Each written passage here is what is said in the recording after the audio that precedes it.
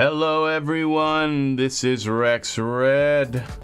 I am back with another awesome Daz 3D tutorial. This is EZ3DTV. And welcome people, welcome to the tutorial. Today's subject is going to be fonts in Daz Studio. And I just want to be able to kind of impress upon you how awesome Daz Studio is for making fonts and for using fonts. Thank you for the like. Somebody's already liked my channel. Thank you. Daz Studio is great. It's a font studio, okay? Daz Studio is made now for using fonts and making text to look, not to look 3D, not to appear 3D, not to have 3D effects. It is 3D text, okay? And what's so cool about Daz Studio, it's so easy to build. Okay, I have my window open, so we're going to hear every car going by and every plane flying over.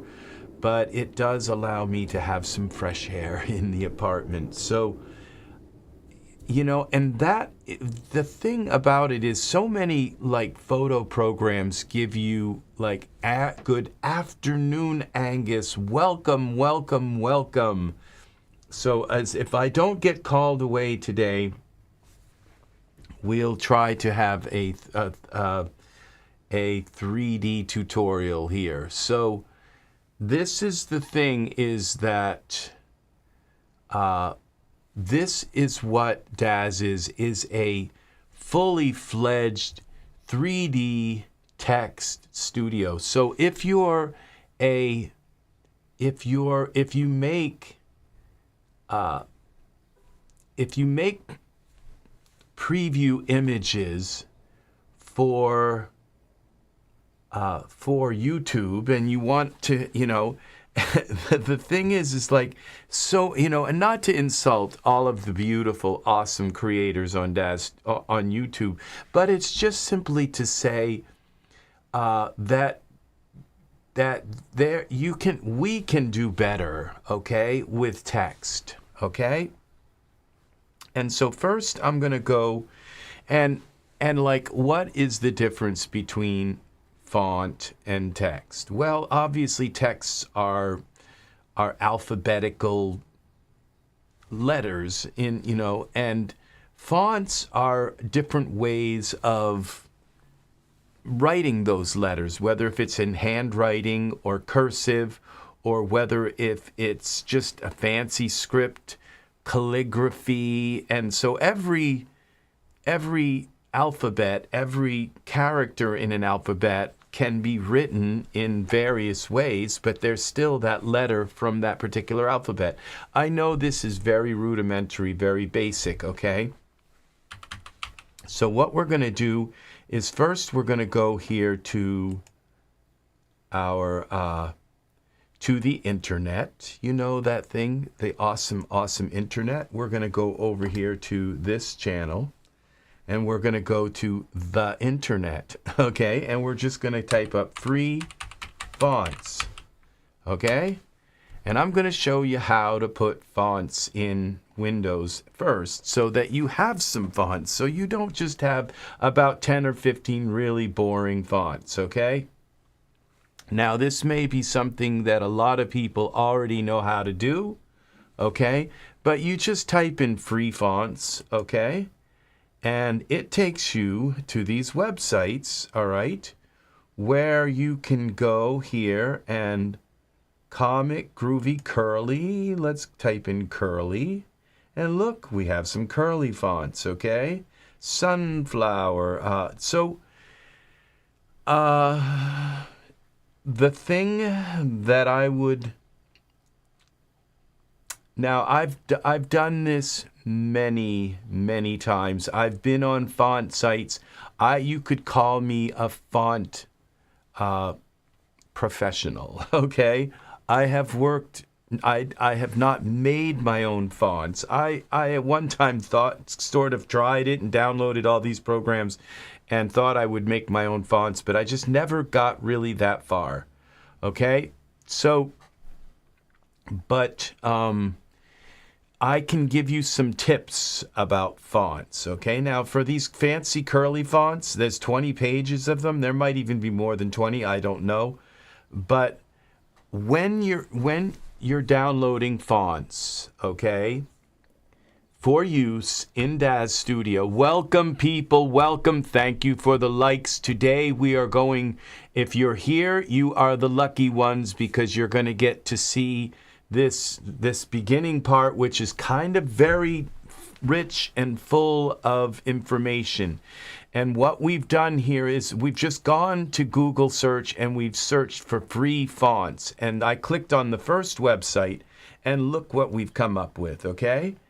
And now the thing is, yes, they're free, but there might be some strings attached. Like you might not be able to use this for your new mall store, you know, and just take this font and have some designer make a sign for you with this font and use it for the store at the mall where you're going to turn it into a giant chain with, you know, 150, 200 stores worldwide, 300.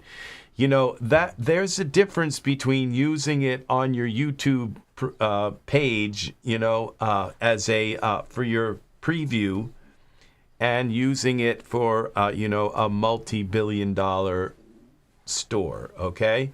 So, but for these, some of the, says free for personal use, okay? So, that's the thing is that, and this one right here says public domain, okay? So this public domain one, you can probably be sure. Let's download the public domain ones. And these ones say demo. And and this one says demo. So basically, I don't believe it's going to work very well. But this public domain one, we can download that. So what we're going to do is create a new folder on the desktop, and we're going to call this free fonts.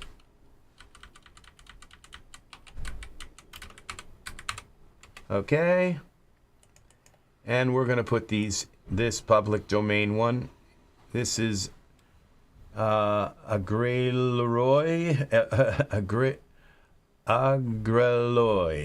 Okay, so okay, we're not going to download the demos. It says free for personal use.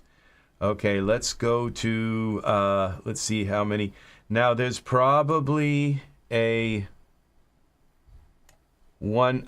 category here that says public domain script, where we can just select the public domain ones, themes, new fonts, top authors, top forum, submit, okay, fancy, square, techno, okay, brush, script, alien, dingbats, heads, movie, barcode, holiday. Okay, I'm not seeing that. Let's go to another site that seems to be a little bit maybe more. 101 free fonts. Okay, free for personal use. See, that's not to me free. Free is free. Okay, so license for commercial use. Download with one click for just 19. License for commercial use. Instant access. 10,000 fonts. Okay, so here is a way for $19.95 to download 10,000 fonts. Click here for details. This might be a very good solution, okay, to this. Let's see, click here for details. Okay, this 10,000 fonts is a lot. And for 20 bucks, we can cover our butt. License agreement. Let's see what this is. By using and installing this font data, you or on your behalf of your employer agree to be bound by the terms of this agreement constitutes a complete agreement in the United States. Font download. This license allows ultimate font download to be installed on one workstation located at a single geographic location. If you intend to use the ultimate font download on more equipment than permitted by this license, you must purchase an additional license for each additional workstation.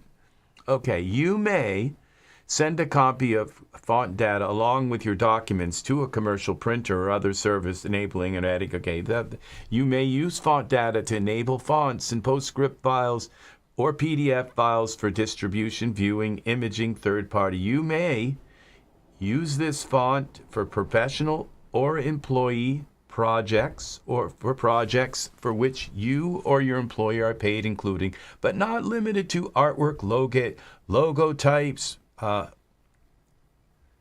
paid, including but not limited to artwork. So you may not modify, adapt, translate, reverse engineer, decompile, disassemble, create derivative works based on the font data, sell, distribute this font data as font data or third party. We shall not be liable for any direct, indirect, consequential, or incidental damages arising out of the use. Okay, so this is 10,000 fonts. Buy now, click here. Okay, we're going to buy these, okay? So what I have to do is I have to blank out the screen for a moment, and I will buy these fonts, and I will download them, okay? This gives me 10,000 fonts, and what it does is it gives each of the artists who made those 10,000 fonts maybe a penny or 2 pennies. I don't know, 20 pennies, 20 cents, 10 cents for each, for 10,000 fonts, but some artists may end up getting a penny. But if you get 1,000,000 pennies, that's a lot of money, okay? So that's the way it works with this. So click bank, all right? And I just hope this, this particular company here that's selling these fonts have the right, but look at these fonts. They're all very nice.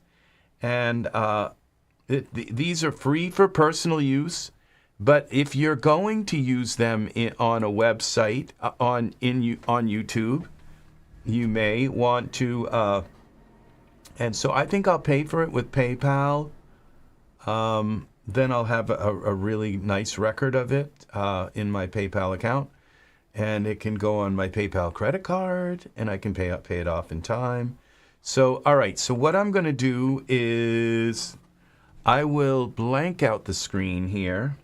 We'll go over to this screen, and I will just blank out the screen in back of me for workstation. So I'm still here. I'm still here. Hello. And you can see I have now this thing. Okay, I didn't realize that was burning so brightly into the background there. Okay, we can. So hello, hello, hello, hello. So you can still hear me. And okay, so I am going to now go back to my other computer, and I'm going to put in PayPal, United States zip code, and my email address, and PayPal. All right, and what it's going to do is pop up and expect me to. Okay, so a total with tax is $1.10 tax, and US dollars is what I'm purchasing this with. Checkout with PayPal.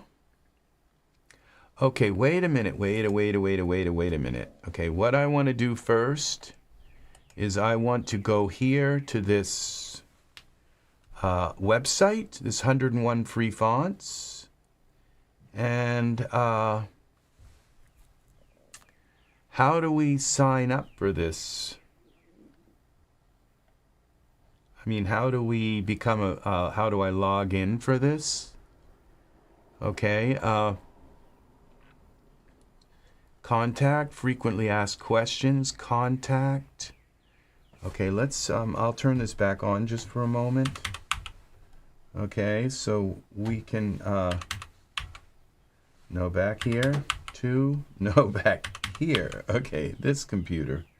We'll turn back on the workstation for a moment. And then we're going to go to this computer here. Now it says contact. Now you see, what I don't see is I see submit a font, new fonts. And what I don't see here is like login. Okay, 101 free fonts. Let's click on this logo so we come to the front page. Licensed for commercial use, instant access to 10,000 fonts. Click here for details. Okay, I'm sure you'd get logged in like when the ultimate the font view all fonts. Okay, license agreement policy. So we know not to like change them, or the collection contains thousands of exclusive fonts. One-time payment of $19.95, no recurring fees. So let me explain a little bit about this, because I don't really know Ultimate Font Download, okay?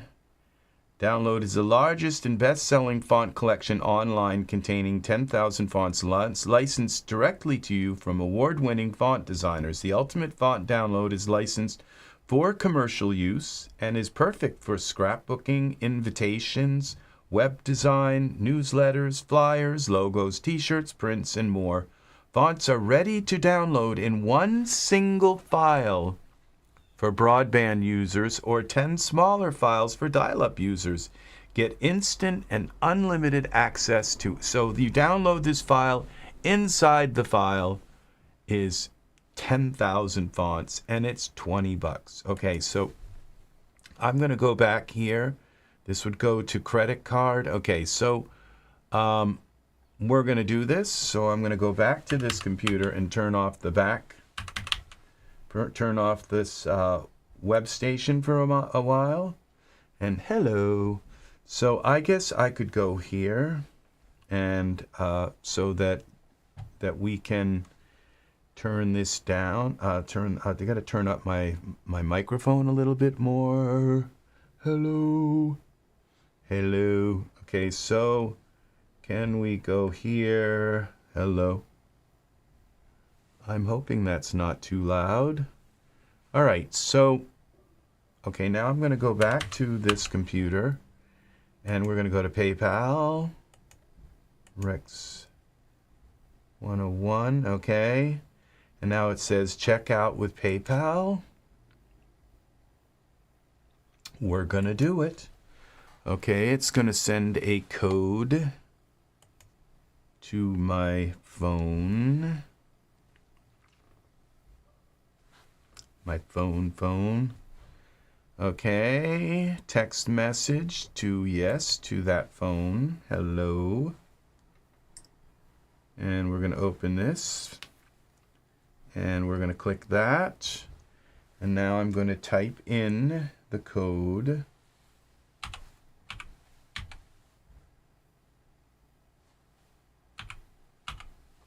Okay, and trust this device, okay, which it still asks me for the code later. Anyway, so we're going to use the PayPal credit. We're going to put it on pay over time for your purchases, preferred, okay. Happy, yay, and complete purchase. So now it should take me back. Okay, your receipt has been sent. Print this page for your records. Okay, we are going to print this page. Let me get up and go in to make sure my my printer is on.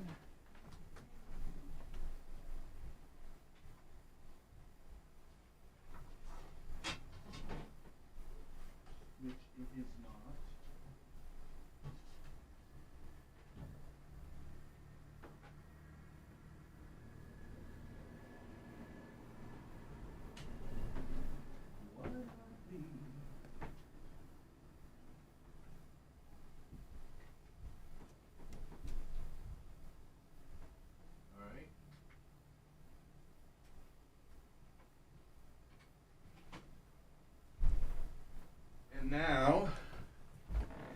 And now, ta-da! The printer should be on. Okay. So I've got to print this page.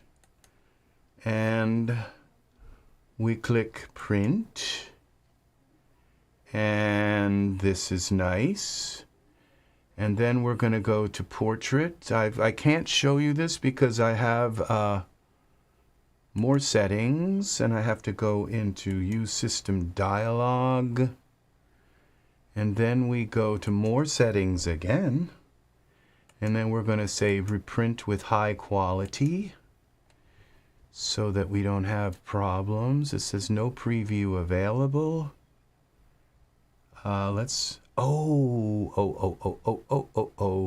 Okay, I wonder if I can just bookmark this page here for now, because I just got a new router and I don't know if my printer actually shows up.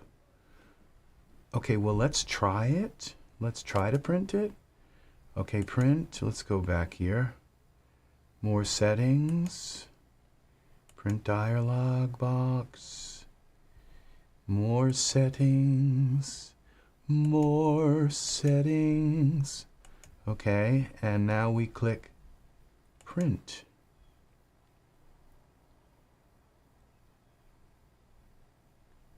And see if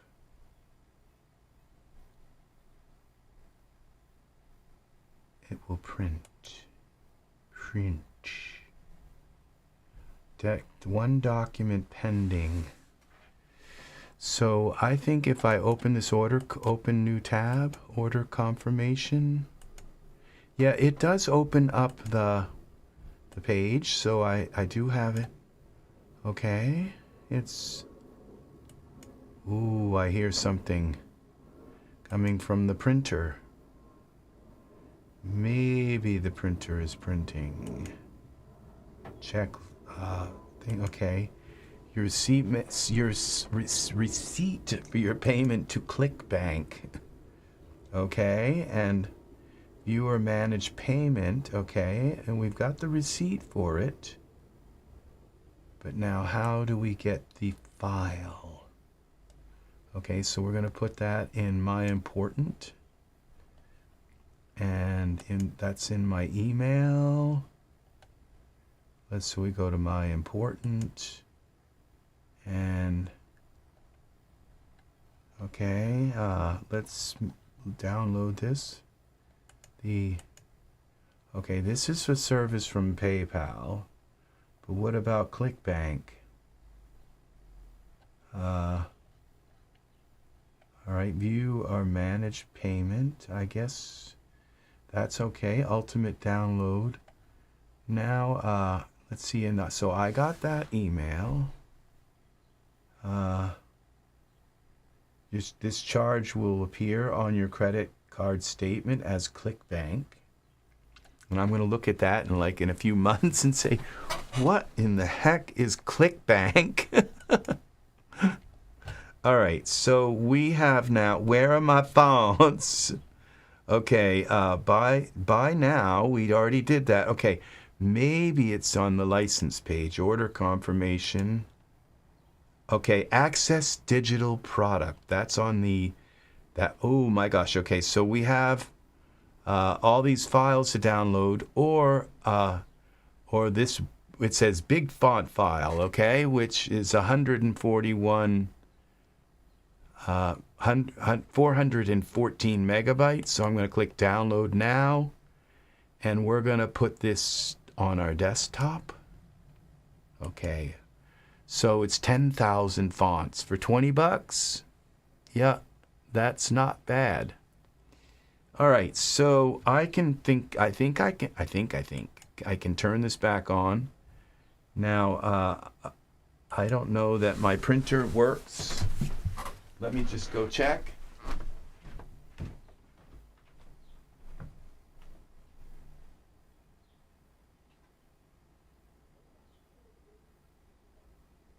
Why not me? Okay.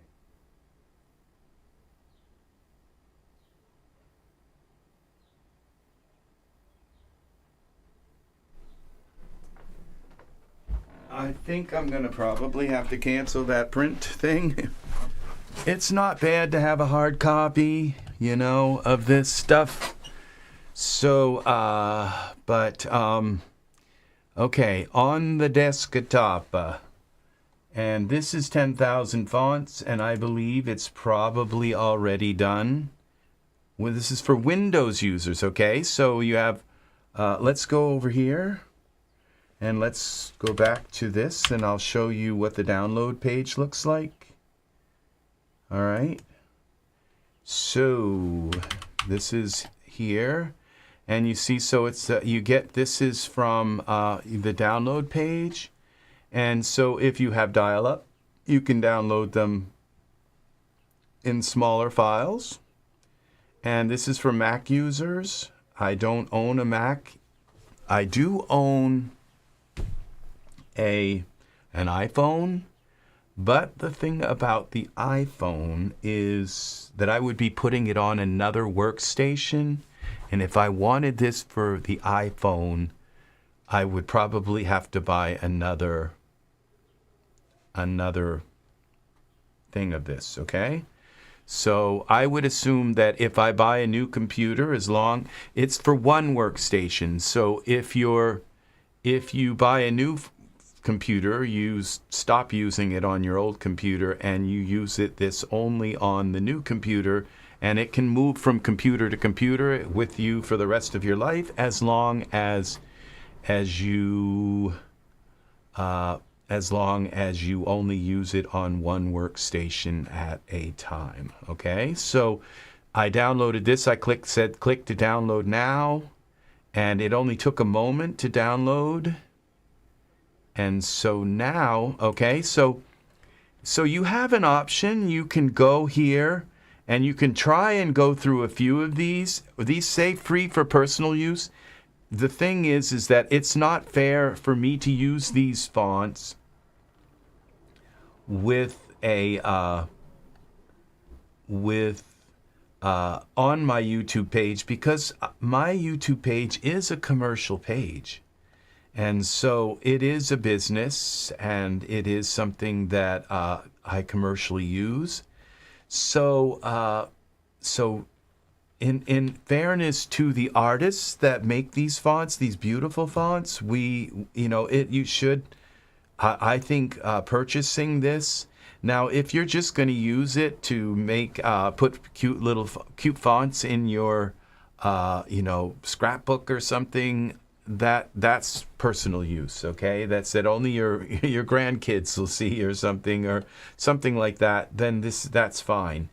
But it doesn't hurt to send $20 to this company and let them send that money out to the people who are actively creating these fonts, okay? So this is my suggested way of doing this, is to purchase this gigantic font file for $20, and then you are licensed for commercial use and instant access to. And then, because if you go down through these, some of these say demo.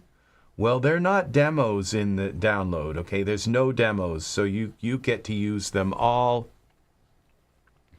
And so that is that. So we are now here at 10,000 fonts. Okay, and let's see what this looks like. Yes, it is a gigantic from A to Z. Okay, and in each folder is going to be these large fonts. Now, if we were to right-click here and click View Extra Large Icons, I think we might actually get to see the fonts. If not, you click the font. Okay, so this isn't very helpful. You don't get to see the font.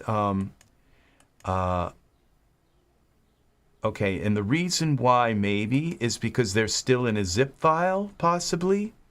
Okay, so what you would want to do is select the top one and select the bottom one and click Copy.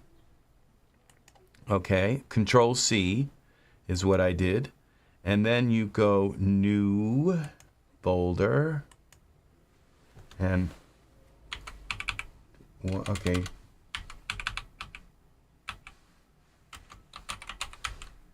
10,000 fonts, unzipped, unzipped. Okay, and then we go here and then Control V, and we paste them into here. Unzip them all from the zip file. Okay. Now we're going to talk about how to install them into Windows so they show up in every program that uses fonts, including Daz Studio. Now, the first thing you have to think about is that when you turn on your computer and you load your computer, and your computer loads up Windows, it's loading all the fonts on your system into your system RAM, okay? So you have to have you can't just put 10,000 fonts in your font folder, okay? Because what's going to happen is you're going to end up using up a lot of your RAM just to hold those fonts there all the time so that you can use them so they're active and ready to use. And so it's not a major drawback, but what you do is you just put the fonts onto that you like onto your system. You do it methodically, and you only pick the fonts that, and so this is where I said, I have some experience in this, okay? Is that when you go through the fonts and you look through them and you are deciding which fonts to put on your computer, you want to pick fonts that are different from each other. You don't want 100 fonts that all look like Arial or like sans serif, or you don't want all your fonts to look just like clear text kind of writing, okay? You want to pick fonts that are vastly different from one another so that you have a variety of, because you're like I said, you're not going to put 10,000 fonts on your system. Now, where do you put these fonts? Well, at some point this folder is going to get filled with 10,000 fonts alphabetized in each in a folder from A to Z, okay? And what you do, okay, here is you go, in order to put your fonts on your computer, you click on this PC, okay, here. Then you click on your local disk C drive, okay, where Windows is installed, and you'll see this little window icon here, and that means that this is where Windows is installed. I happen to have Windows 11, but it's the same for Windows 7, and it's the same for Windows 10 and XP and 3.1 and all of them. Whatever you're running, they're always here on this local disk. And then you go down to Windows, which is down in the W's. After you click on this local disk C, you go to Windows, and in this Windows folder, you'll see a folder named Fonts. And when you click on that folder, that is where all of your fonts are. So what you do is, if you want to add more fonts here so that you can write in fancy letters, more fancy stuff,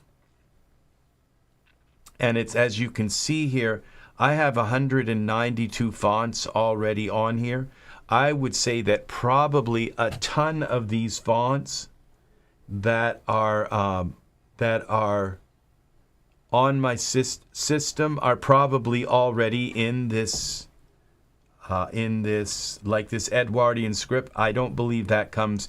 These were ones that I downloaded from some of those free sites. And as you can see, like, there's some handwriting ones. I tried to pick fonts that were sort of different from each other. That had, these are, I don't know how I ended up with a lot of these fonts, but The Palace script, I wanted something fancy, and this Parchment regular. You can see that I've attempted to pick fonts that have some really kind of different looks to them, okay? This is, and some of them do already come, your system comes with a bunch of fonts already on it. For some reason, I don't think these are all the fonts on my system. I just seem to think that I had more, but I may not have really gotten thrown a bunch of fonts on here that, you know, other systems, I've had, every time I have set up my system, my computer, I've always gone in at some point early in the game and found a bunch of fonts online and thrown them in here. Now I actually own those fonts. $20 is a very, very enticing deal to own these fonts, okay? To actually have full use. And if anyone ever comes to try to sue me or whatever for using their font, I can say, I have a license. I have a license to use these commercially, which means for movie credits at the end of the movie or whatever, you have 10,000 fonts to use for movie credits, okay? So now when we go into this A fonts, okay, and I'm hoping now when I click extra large icons, yes, see now we can actually see what they look like. Okay, now there's several ways of doing this. I could just come in and click a bunch of them and just drag them into the font folder. Okay, or what you can do is right click on it and you'll see this word install, and that will install it into the font folder as well. Now, can I do this multiply? Okay. Let's go to, let's click to a bunch of them. Okay, well, let's click them, at least ones that I'm really going to want. We're in the A's. Now, to see this one, it looks really different. That's a candidate. You want to find things that look really, like, look at that. That's kind of cool. You know, yes, of course, your taste is going to be different than mine. All right, so, but... this is what we do here. So now this looks cool to me, and just this looks kind of cool to me also, and I like fonts that look strangely different. Now this looks nice to me. This I like this, and now you can see that some of them say like bold, and some of them say italic, some of them, so you have to say, if you really like something, then you want to pick the bold version of that font, you want to pick the italic version of that font, you want to pick the regular version of that font. And I will also tell you that there are things called thin fonts, okay? And a lot of fonts are kind of like fat and big.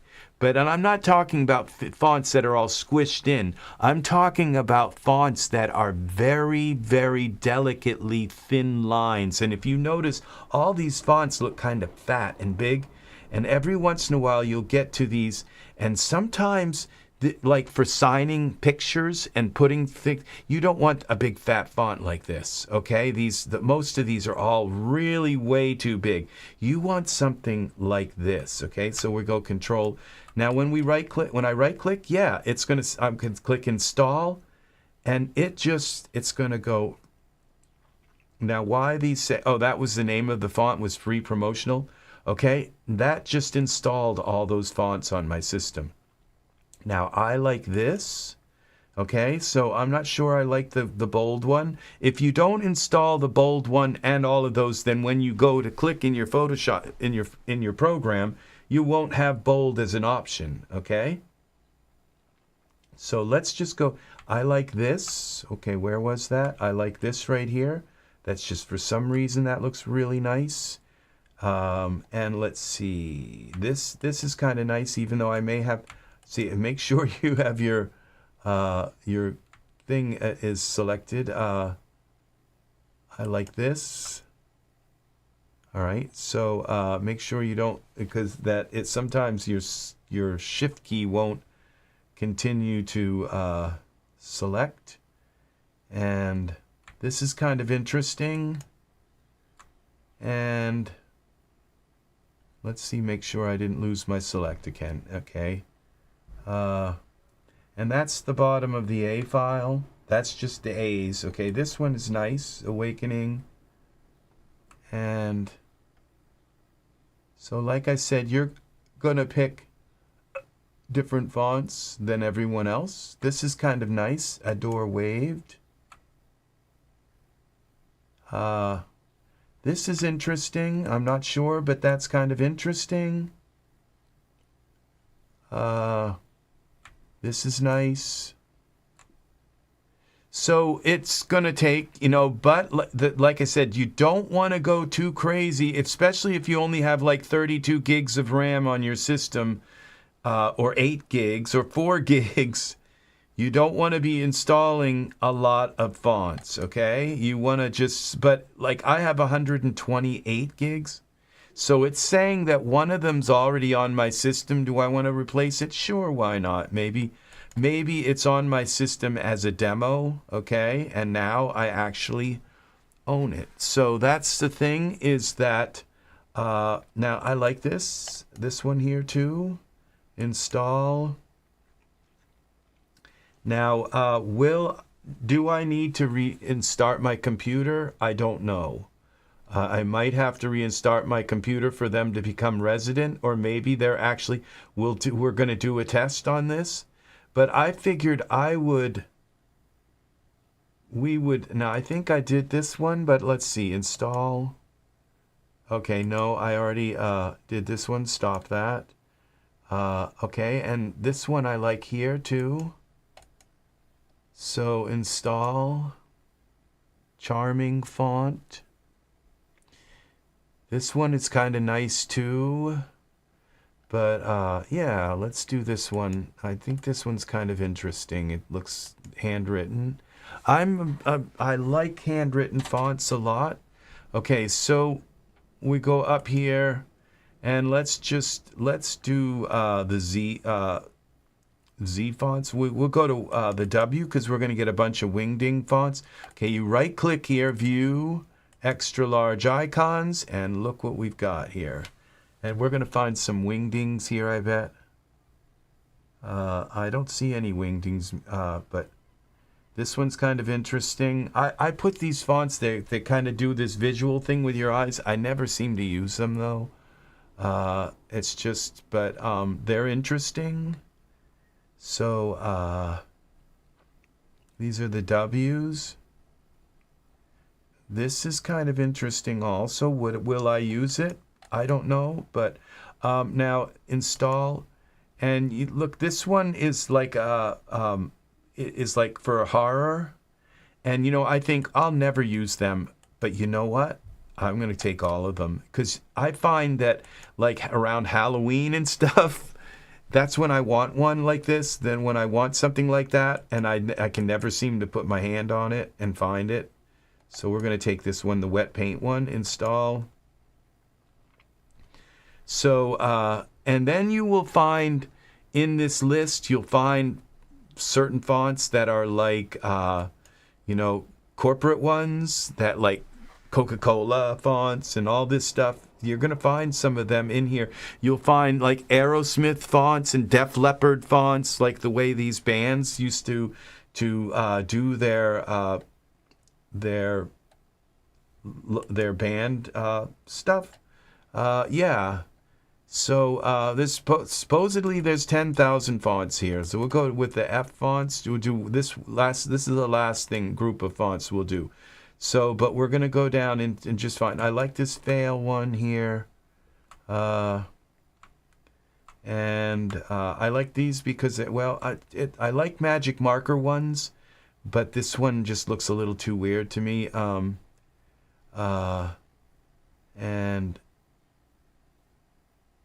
And now we've got snowflakes. These things can You can, because they're 3D, you can make anything 3D. I could take these and bring them into Daz. And that's where wingdings come in very handy, because then you have like all kinds of symbols and things like that that you can bring into Daz and just expand them out. And the way fonts are, when you expand them out, this looks like, I don't know what this is, but this looks kind of interesting. I'm going to do the light one. Did I just lose my, yeah. See, I don't know. I think Windows has got to fix the control key. It just doesn't stay selected. You're pushing the darn thing down and it just doesn't seem to stay selected. It happens in a lot of programs. This one, now did I just lose the one up there? No, okay. So this one is kind of nice, but I think I already have something similar to that. It's the Egyptian papyrus one. Okay, so this one was interesting. That's still selected. This one we'll take one of these. Okay, I don't know. I'm not sure that some of these messy fonts, they kind of look like they're shaky hands, and you think, oh, that's cool, but are you really going to want font looking like that? You know, so this is interesting. Do you really want shaky looking font on your artwork? It's not, probably not. So you're not likely going to use it. Some of the handwritten fonts are, people have a very nice hand and they're able to really write really well. That's interesting.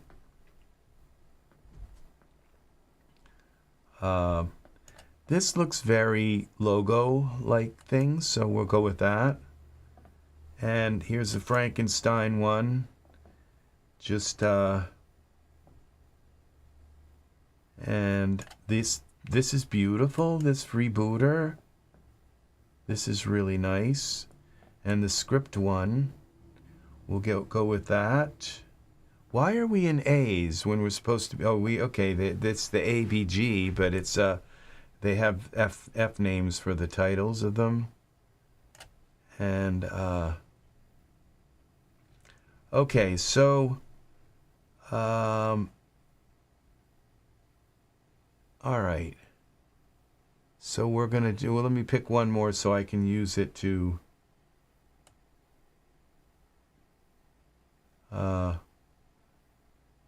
we'll use this one here. I think we'll do both of these. Now we'll right click on it and install them. What's nice is if they're already there, then it'll just pop up and say you want to replace it, and you say sure, why not? It's so you don't have to keep track of them. The only thing I will say is getting them off your system. If you decide you want to get rid of them, you know, like I put way too many fonts on my system and now it's running slow and everything. Be careful, because if you delete a Windows font, one that Windows needs to run, I don't know if Windows now has something built into it which would say, we're sorry, but you cannot uninstall this font. But I know years ago, you could actually uninstall a font that Windows, and then you get back into Windows and like there's no lettering anywhere and nothing. Yeah. And so that can be a very bad thing, okay? So I kind of like this one here too. I'm not sure. So we'll install that. So this, you know, I am not going to regret buying these fonts. I will tell you right now, I am a huge font person, okay? I love fonts. I am. And I have 128 gigs of RAM, which if I put maybe all 10,000 of these fonts on my computer, they wouldn't even take up a gig. So that's the thing, is that, so I could put all 10,000 of them on my computer and but I don't know whether if that would cause some kind of overhead problem where my computer has to constantly think, or when I go to open Photoshop, it takes 10 minutes, kind of thing. So, all right. So what we're going to do now is we're going to see if they show up. Let's see if they show up in Photoshop. Okay. So let's go into 2D world first.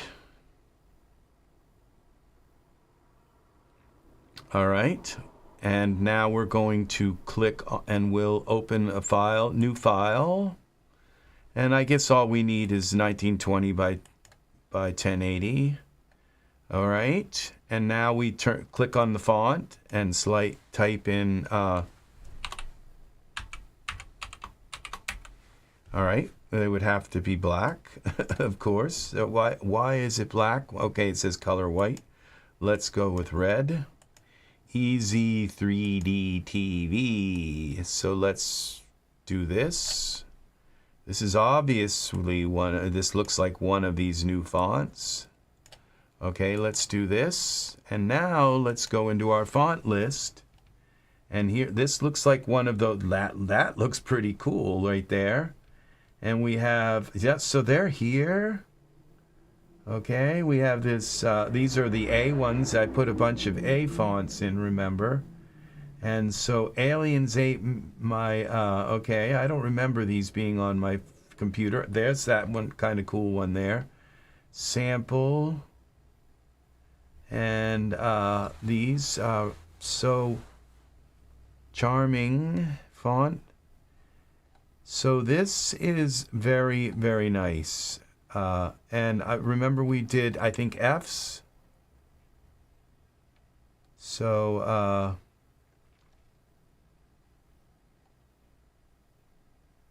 fonts. Okay, this one, remember the initials one?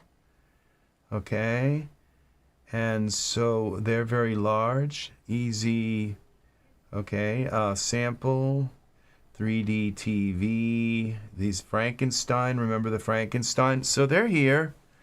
Now, this is where it gets really fun. Okay, so I put a bunch of F1s here, like French script. I don't remember putting some of these on here, but today, but so there, I may still have some fonts on my system that are not, oh, but this one is nice, the snowflakes. Every letter in the alphabet on your keyboard is a different snowflake. So, the thing is that now in Photoshop, I can take this and go to Layers, and Layer Style, Bevel and Emboss. And look what it does. It makes this look 3D. It adds this kind of 3D look to it that you can do in Photoshop, but it's not really kind of 3D. Like, because if it was 3D, you could like make it wider. You could make it, and you could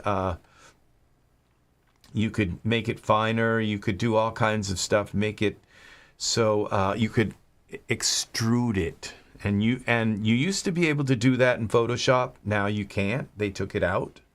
So Photoshop does not have like real 3D text. Okay, this is just an effect. It kind of puts this white layer around it and the black layer under these areas to make it look 3D. Okay, so what do we do then? Well, we go into a real 3D program, okay? And that is Daz Studio, okay? And you can download Daz Studio for free. And this Typey 3D plugin for Daz, we go here, and I've done a video on this before, but I wanted today to go into how to actually install fonts on your system and all that stuff, where to find fonts, okay? I think it's Typey or TYP. TYPI.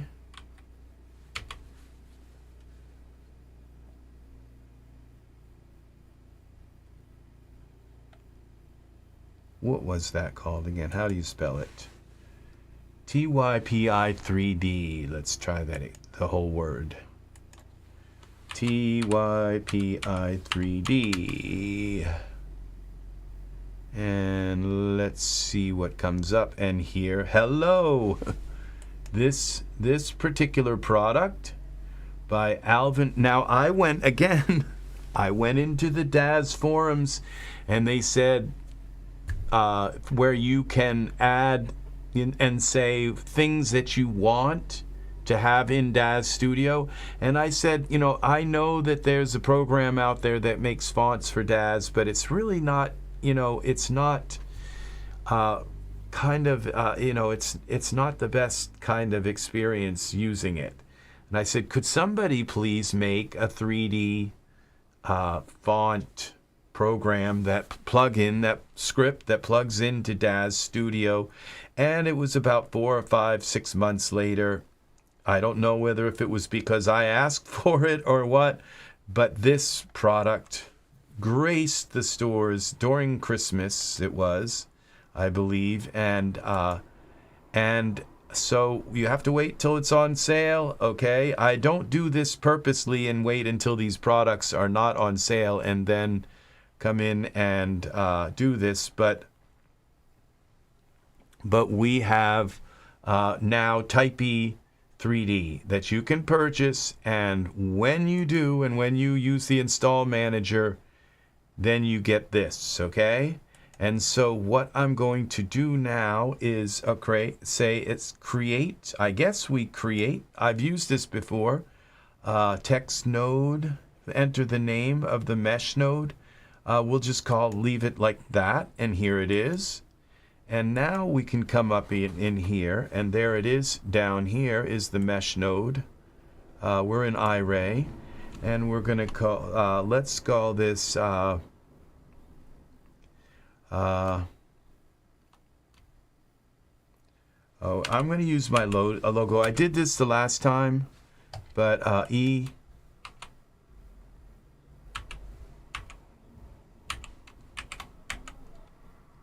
Okay, I'm going to do this, okay? And this is where it gets really cool. So now, as you can see here, this is real 3D text, okay? Now, I mean, a lot of programs, almost all 3D modelers accept 3D text. But the thing is we're all Daz people here. We work with Daz models. We work in Daz Studio, and now we have this ability.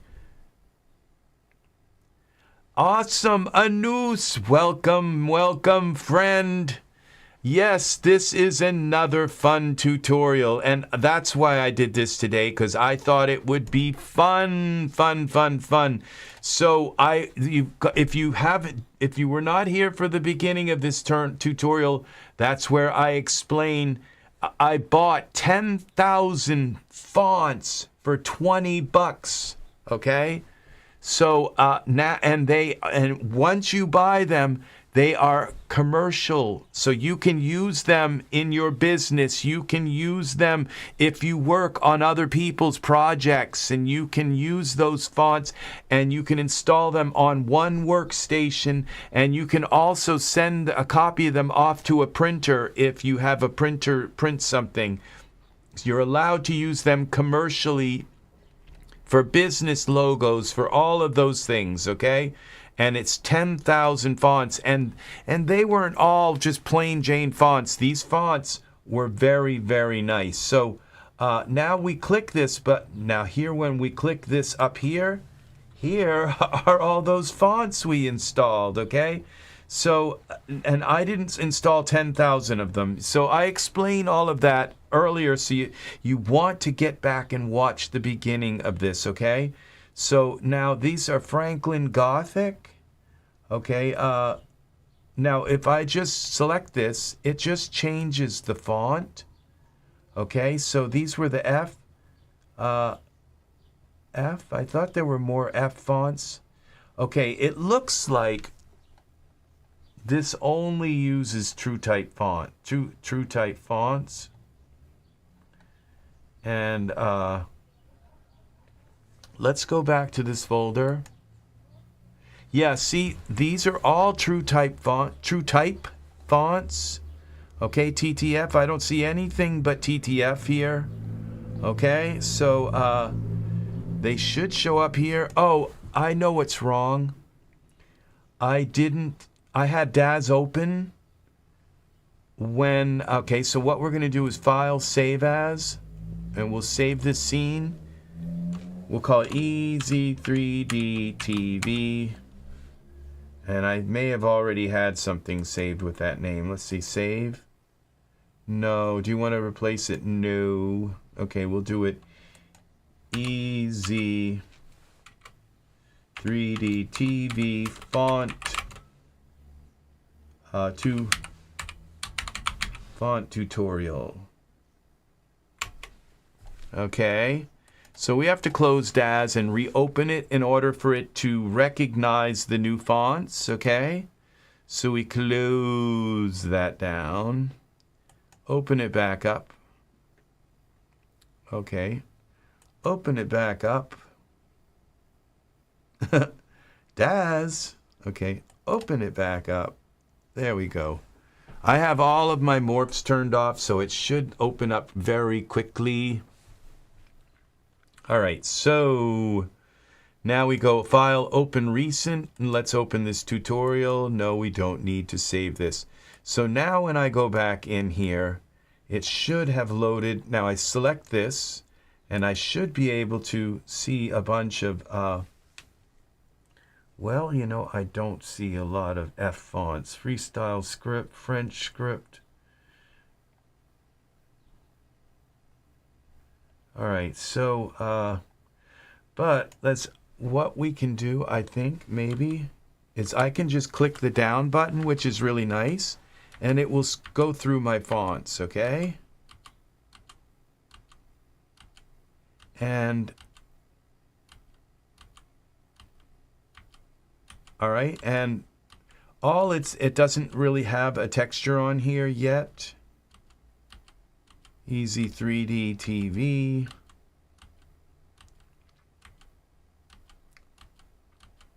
Now,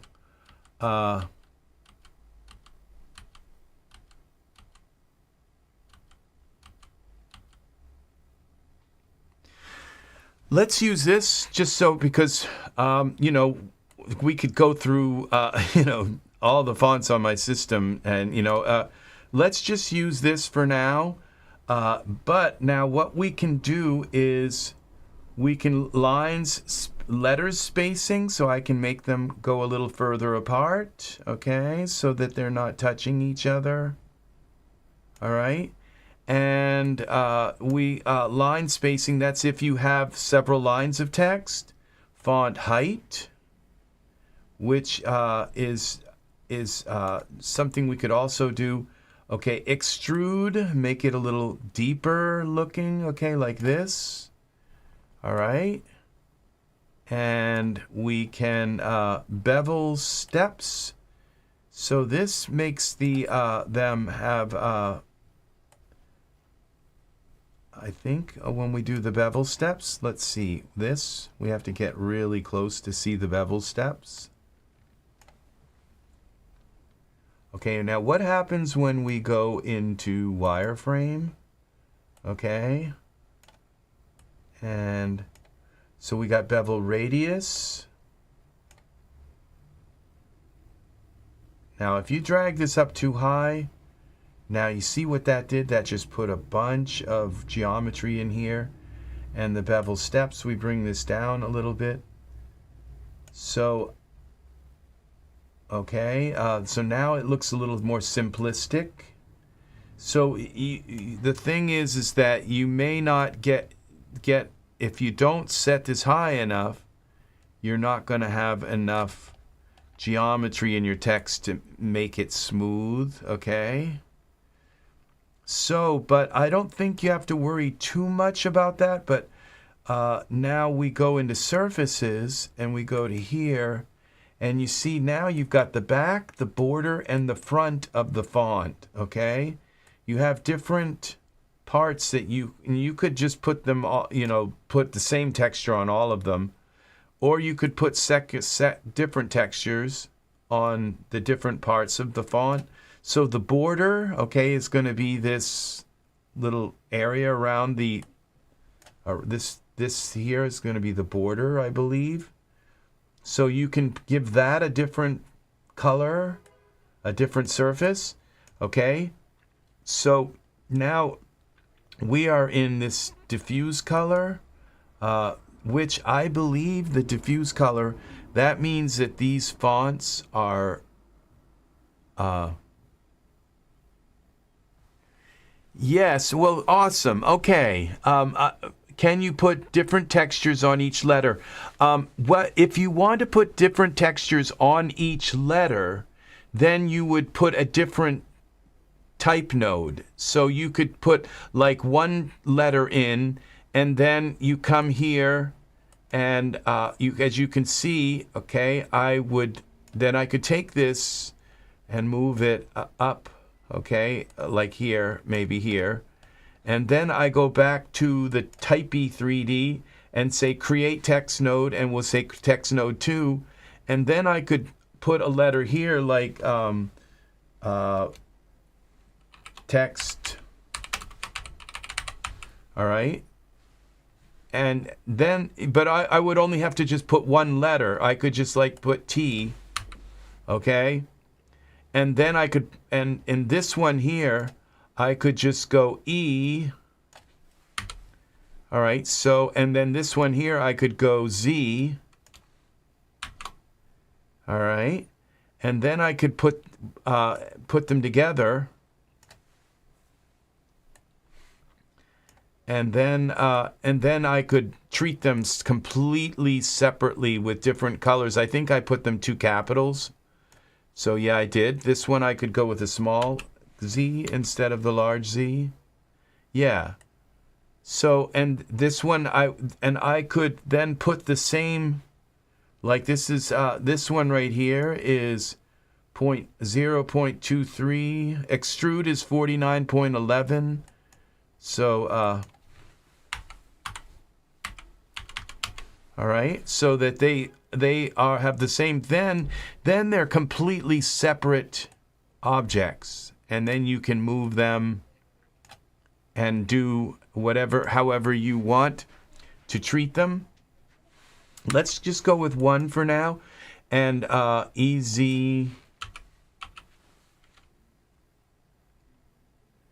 Yes, it is. It's great for anything. For anything that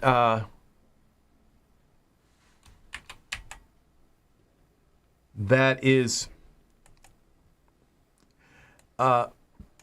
anything for the web.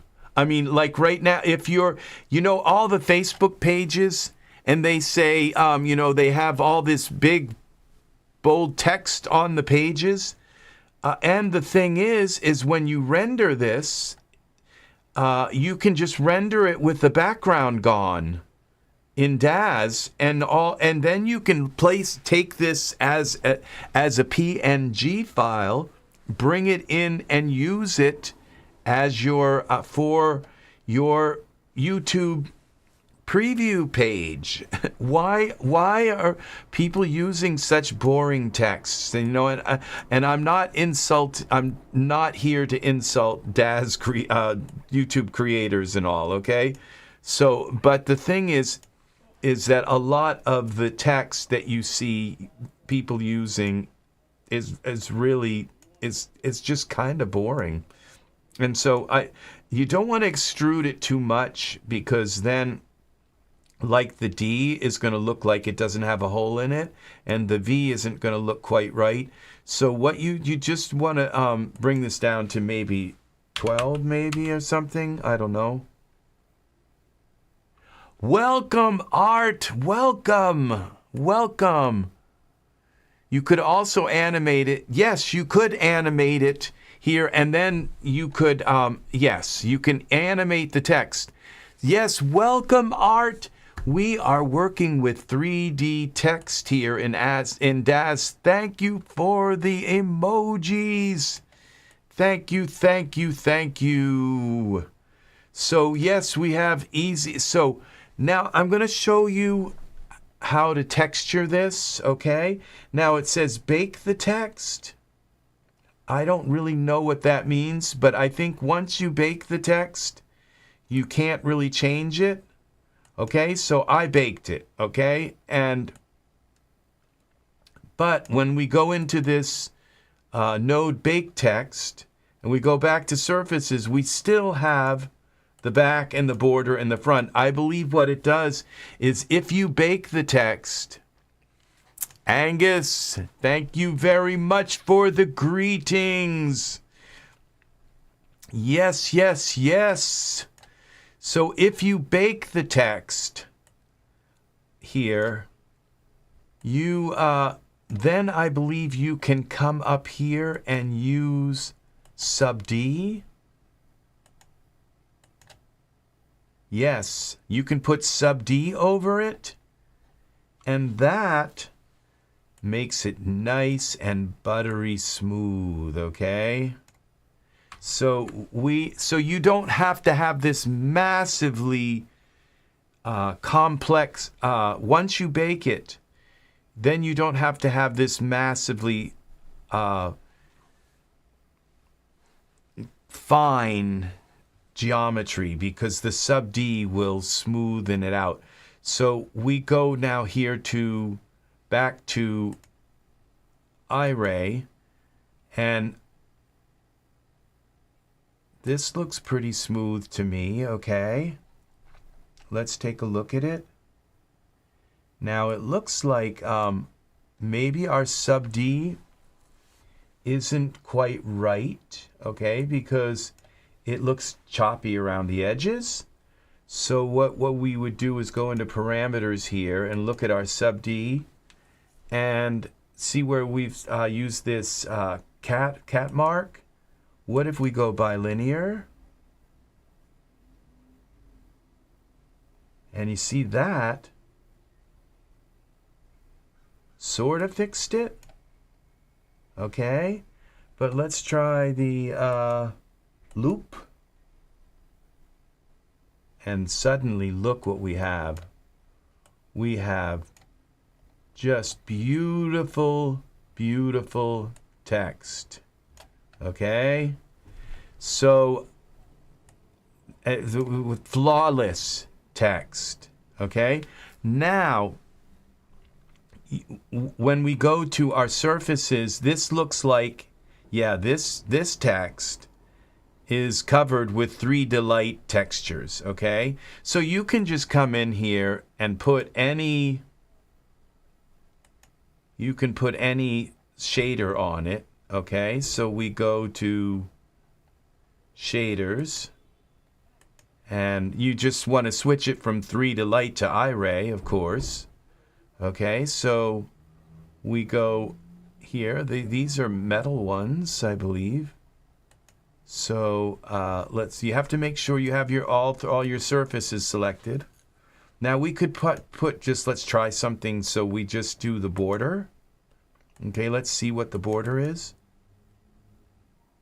That didn't work. These may not actually be textures. They're shaders, but they may not be actual shaders. I don't know. They're kind of odd shaders. They're shaders meant for more like material shaders, I guess. Let's try this. All right, that just notice it just did the border, and we could go down in here. Let's try. My gosh, my shaders they're just all thrown in together. All these. We got metal. Let's do metal. Let's find a metal shader. Okay, look what we have here. And that may not be a, we got to find the MDL ones. Okay, instead of doing that, let's just go to shaders and type metal. All right. Find this is the best way to get metal shaders. Let's try this. Okay, that one doesn't say. This one says MDL. Okay, so this is an actual iRay shader. And then we could pick another metal. Here we go to surfaces. And we go to front. And let's make sure we pick an MDL one, but that's very different. This one. Oh, well, let's go with a green one here. Okay, it's not showing up very well. We go to the back, and the back has a different color. Let's see if we can find a red metal. Okay, this one. There we go. So, yeah. All right, so, and then we go to the back, and we can select the back. Surfaces. And as you can see, now they are iRay. But what are we missing? The fact that we could also throw PBR textures onto this, okay? So the back, we go now back into here because that still has, and let's go with this MDL one. Now we got this shiny gold one on the back. Okay, very nice. Now, like the render, okay, since we don't have a background, if I were to just render this, let's go into render settings. We're going to end up with the reflection of the light, and we go to renders. Let's just go at like 1000. And let's now go to our environment options, and we go to render settings, to parameters, and we can move our dome to change the angle of light from one way to another, or to have it coming straight on, or animate the light coming in front of it and coming across it with a spotlight. Yep, you could make them. I'm quite sure you could make them into. Yes, there's a program that is geometry to VDB. Okay, let's see, geometry. I believe it's called. Here it is, mesh to volume. Okay. So yes, you can make them. Art, that was very smart, because then we get to bring we get to add this into this and make this tutorial even more informative. Okay, so you can take any. This has to be a closed mesh. Okay, I don't believe you can't make like a. So these are closed. Okay, see, this is a closed. You can only do it with closed mesh. You can't do it with a plane, of course, because it wouldn't be a volume. So, but you can't do it with something wavy or something. It has to be a closed mesh. But that is exactly what these are. They are closed meshes. Now, I have this program. I'm just not very good at it. But notice what we have here. Look at that beautiful shadow there.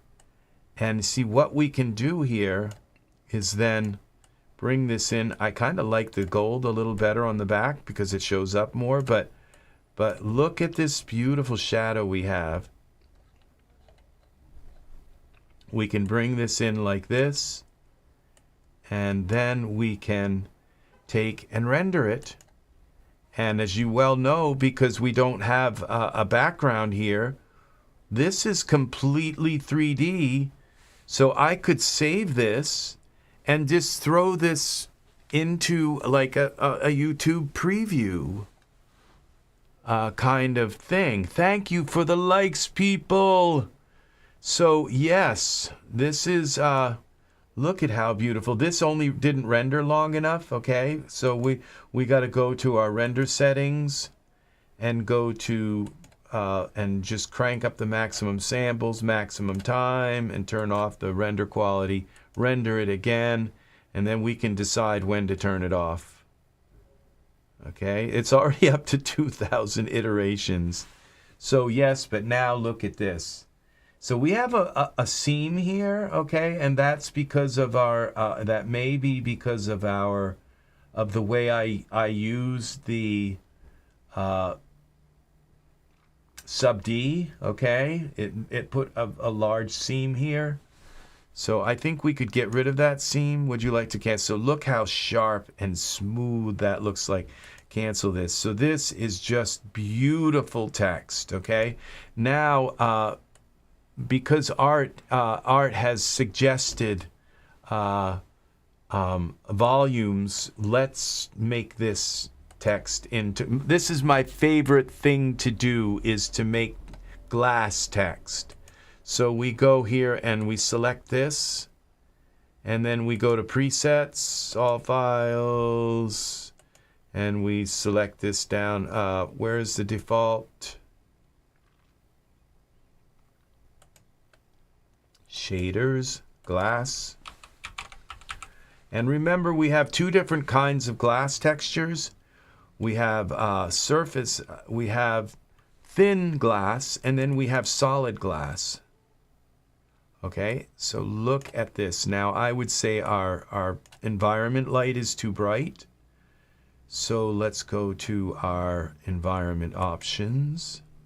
We do have it coming straight at it. So, but let's go to parameters, and let's bring this down to 1 and see what happens. That's kind of nice. All right, look at this. See, this is my favorite. It's like ruby glass. It's just like you had me at glass, okay? So, so this is, look at how nice this is. So what you can do with this, all right, is amazing. So, and there again, you can turn it into a volume, like have it all be little puffs of smoke. And so, this is, look at that also. We have this. This is just amazing. And so then you render it, and this is what we have. Now that line that went across, it does look like there's a line there too, but I'm not sure. But this is amazing, all right here. So you can see right through it.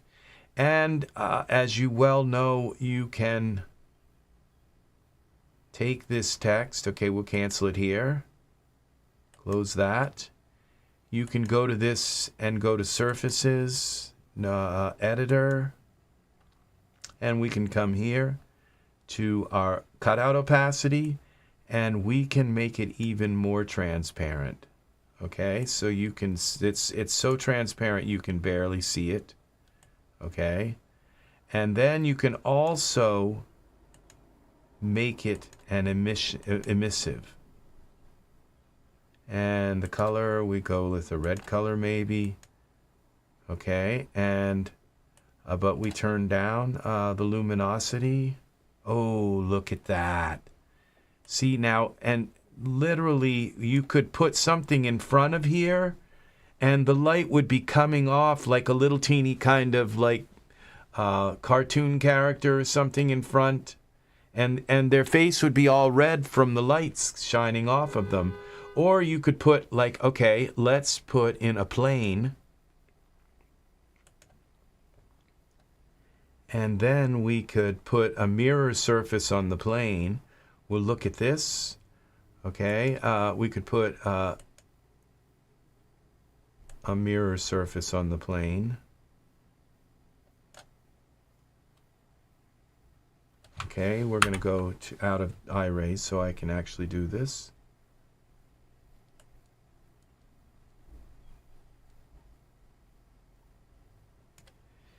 So yeah, I just don't I don't know that people get it about how awesome this is in Daz Studio, this 3D text. Okay, now it looks like this particular font was made to be a little bit, because like that right there is actually like a crack. It's because it's supposed to be written with a a marker, and the marker is supposed to have like little distortions around the edge, and I've tried to kind of get rid of them by using... Yes, well, welcome, me hi. Welcome to this. Yes, it is very nice to have you here, and thank you for saying hello and talking in the chat. We have Art here, and Angus, and Anus is here.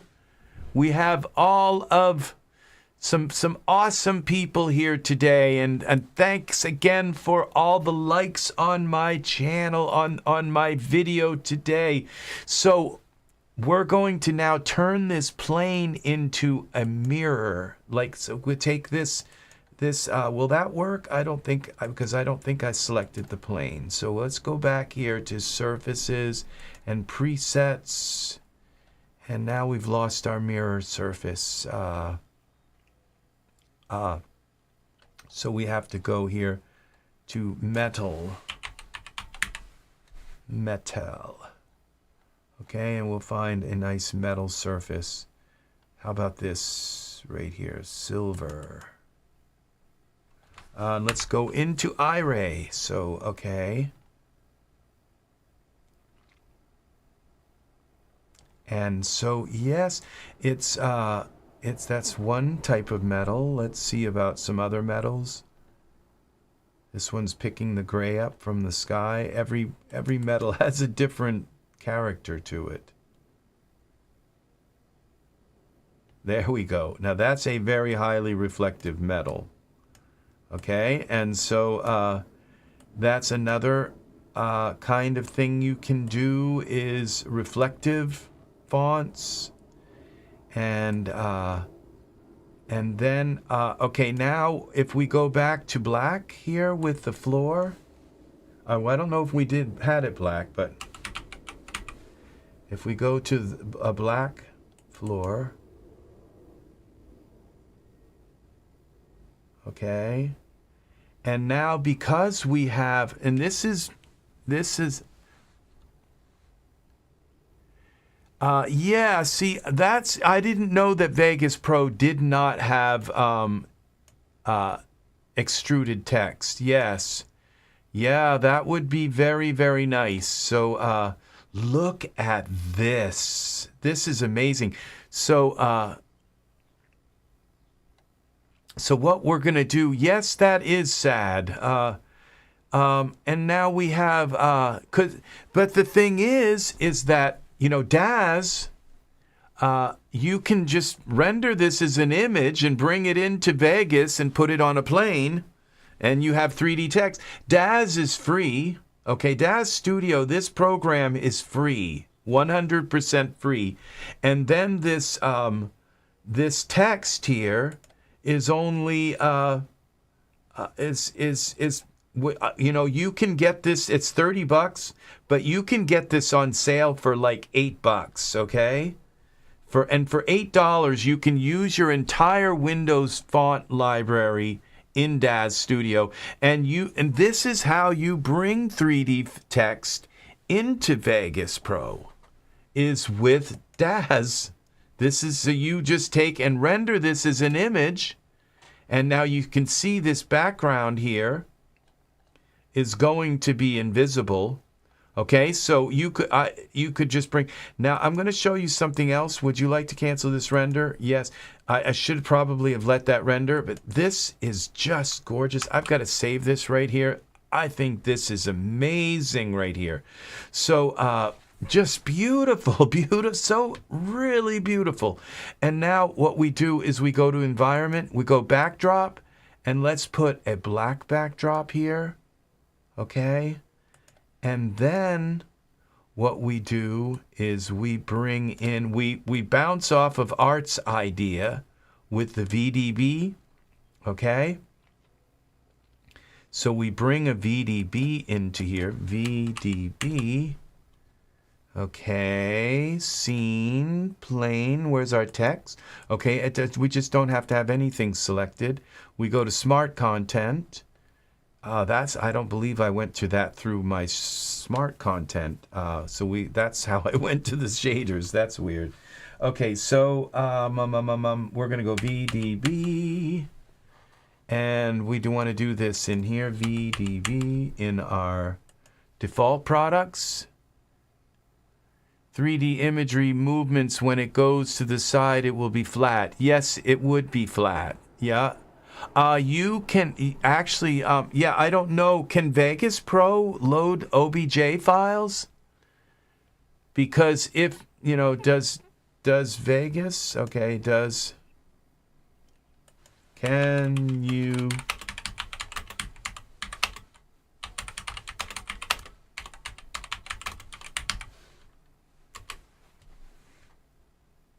Yes, you can import OBJ files into Vegas Pro.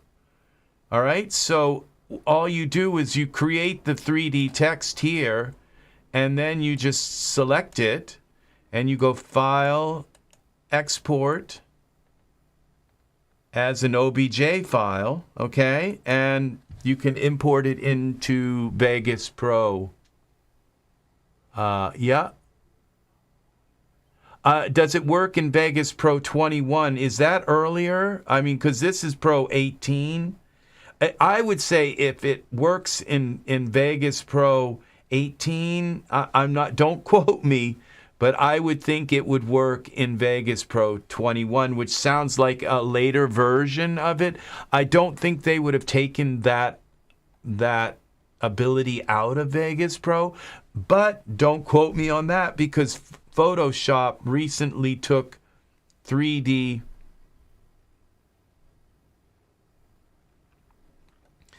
So they have taken stuff away from it too. Yes, see, they took stuff away from. So what you would have to do is load an earlier version of Vegas Pro if they took the 3D capability out of it, because they just took the capability, the 3D Pro capability out of Photoshop about 4 versions ago. So yeah, it was just too much for them to manage and keep up, because they built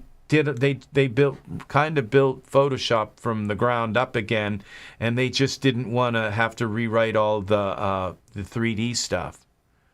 So they took away the hit film light flares. Yes, they took away the light flares of and I think it's because of DirectX 12 or something like that. It's either DirectX 12. Yeah, because they were trying to make Photoshop. I miss the light flares in Photoshop. Yes, that's why I have Photoshop. The 5 versions ago, I still have that loaded on my computer, and that's what you can do. Is you can use probably both versions of Vegas Pro. Is you can install the earlier versions and the later versions, and then you have to figure out your workflow about how you're going to, if you're going to integrate them in any way, and how you would do that. So I'm not very versed in Vegas Pro. Many years ago, I used it. So, but I'm not versed. It's been probably, I don't know. I tend to think over 10 or close to 15 years since I used Vegas Pro. At least 10 years. And I'm quite sure it's been around that long. How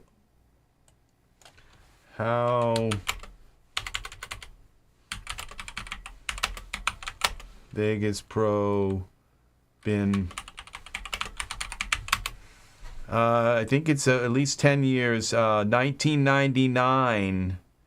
So 2020, yeah. So yeah, it's been around 10 years. I was going to say almost 20 years ago since I used Vegas Pro. So it's almost been 20 years since I used it. I didn't want to go back that far, but Yeah, when up to 1999. So, yeah.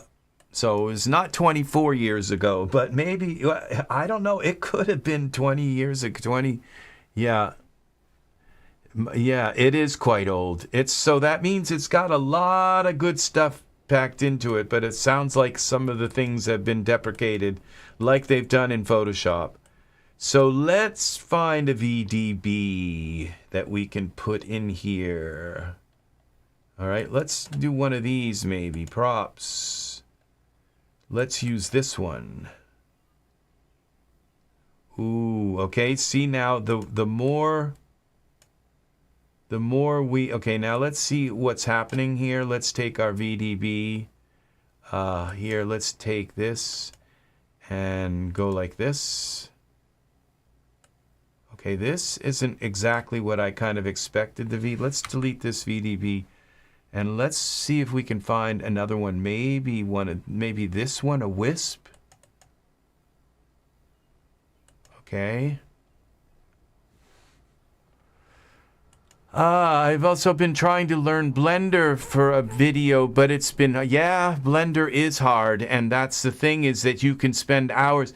The thing is my suggestion is go to Daz. All right, use Daz, okay, for your videos.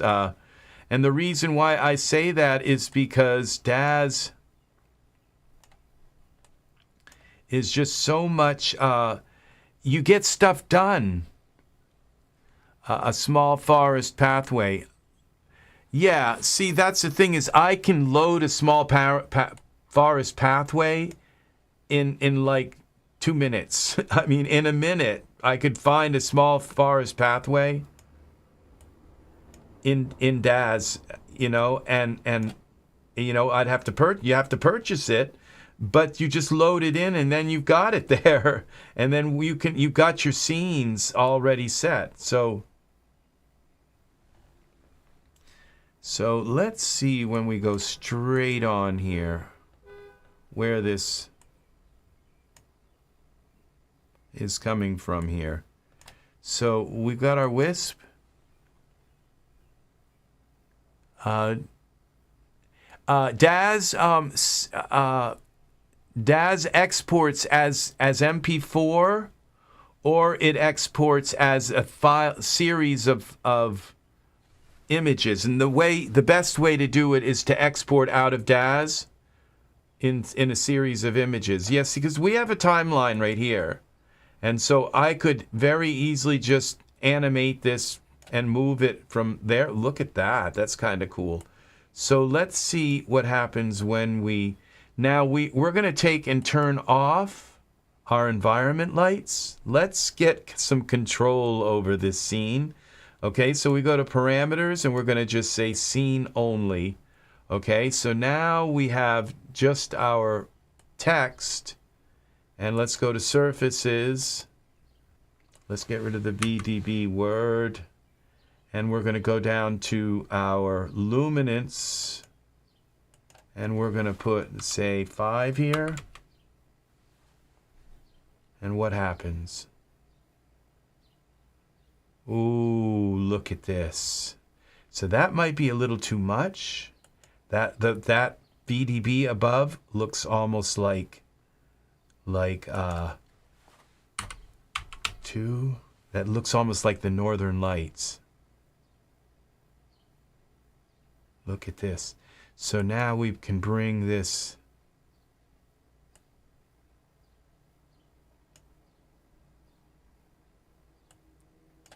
It's not okay.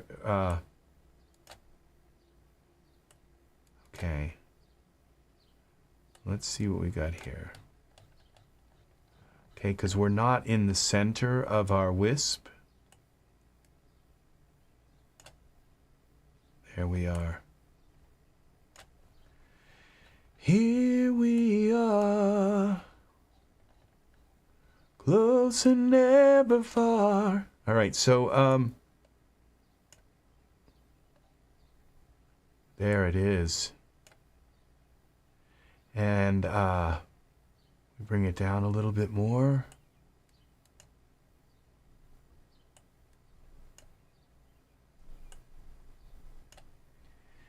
So yes, so this is all can be animated. Now, if I put, you can put each letter in separately. So you could animate the letters and bring them in one by one and then have them run off the scene or tumble off of the scene, spin off of the scene. You could have them. Now, Daz also has, now we're going back to Art, who mentioned that you could turn these letters into VDVs. You can also turn them into soft bodies. Okay, so they're in Daz. Here we go, soft body. I'm not sure if that's going to bring this up or what. But here it is, yeah. And I own this. We're going to be doing a tutorial on this at some point. This is FISO SB, which look what it does here. It turns this so that they could literally like fall and jiggle, okay? Yeah. So this is the, look, when you drop the little teddy bear, they kind of squish. Yeah. That's cool. On how to add 3D. No, I will not be doing probably a Vegas Pro tutorial on how to add 3D text in there. This is predominantly a Daz forum, a Daz channel. Okay. So yeah, but the thing is that all you have to what I've shown you right here is how to make this text, and this, all you do is you go File, Export, and where it says Export, you export it either as an OBJ or you export it as an FBX. Let's see, can Vegas Pro import FBX? Can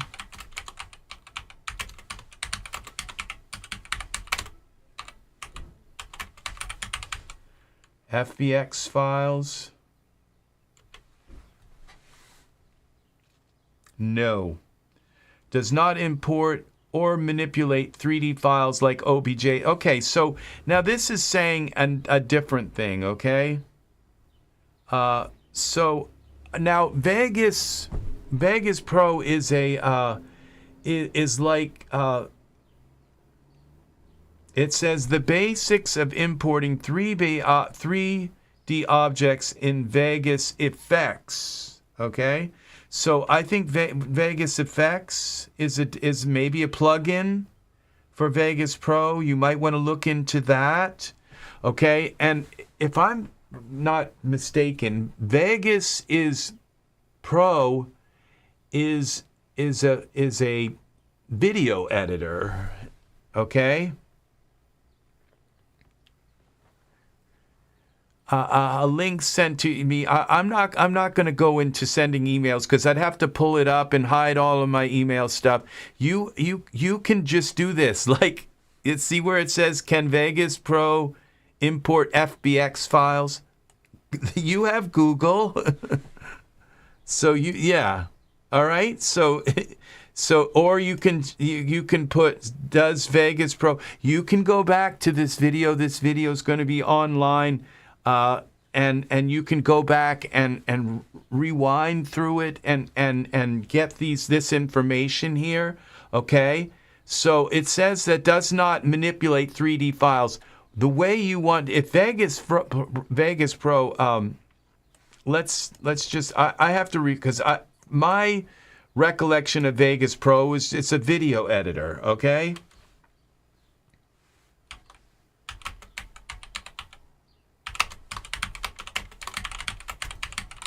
And Sony, the best video is Sony. Okay, all right. So yes, this is a video editor. See, what Daz does is it gives you the video to bring into Vegas. You see, so if you want to animate this, okay, so I would just go to the end here. All right, and I would move this text up like this or something, or edit it here. You make the video here in Daz, and then you, all right, like this. All right, you make the video here in Daz. Okay, we're going to go out of here. And then you bring it, and you just bring the video right into Vegas. It's, you know, your Vegas is just a video editor, okay? So we go back to the beginning here. Okay, and I think I've got to put a keyframe at the beginning as well. So it would go here. All right, now we bring this back in. Okay, like this. And then we click play. And as you can see, that this is where you make the video, okay? To bring into Vegas, okay? And then, and so Daz, this is Daz Studio. And what I'll do is I'll open up this and I'll go to, Daz 3D.com, okay? That's how you get here. It took me to my cart, but let's go out here. Let's go back. Let's go to Daz3D.com, and it says get started for free. And you can, yeah. So yes, well, you're very welcome. You're welcome. You're welcome here. This is you're gonna, by coming here, you're gonna learn that you can get Daz for free, and you can edit and make stuff, video clips. See, that's what Vegas Pro is it uses video clips. And this is how you make a video clip. And you can make this video clip with a transparent background or all of that. So this is, and like, this is it. So what this is so I can turn that off, I think. Okay, so this just shows you that is this is a video clip. Okay. What now? Also, Sapphire OFX Continue FX can allow you to have 3D text. Yeah, it's not free though. You would have to find a crack. Buy these things, okay? You know, yes, because if it's something you're going to use all the time, you don't want your studio built on a bunch of cracked software, okay? It's just so none of my stuff that I use is cracked, okay? Many years ago, it was kind of like everybody kind of did it, but I don't do that anymore, because I make my money from my art. But yeah, so the thing is that I make my money from art, and so my studio has to be legitimate. So oh yeah, well, that's the thing, is these are the tools. These are your tools that you use. But the thing is Daz is free. You don't need to get a crack for Daz, okay? And it's literally free, and it comes with a bunch of stuff. And then you just slowly start adding things, functionality into Daz that you can, like this 3D text, okay? Daz is free, and like for $30. And if you wait, if this TEXI, what was it? Texi, what was it? TYPI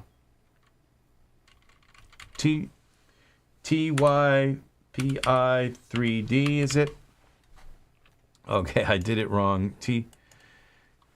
TYPI 3D. Let's go back here. So for this is okay. Type E3D. What happened to it? Okay, here it is. All right. So you get Daz for free.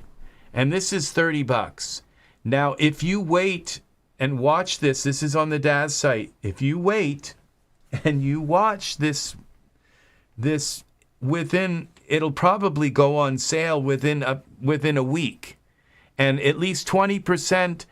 And if you wait like a month, you can get this probably for about $10, and that gives you this entire 3D program for free, and for $10 you can you can have all the Windows for 3D text that you want.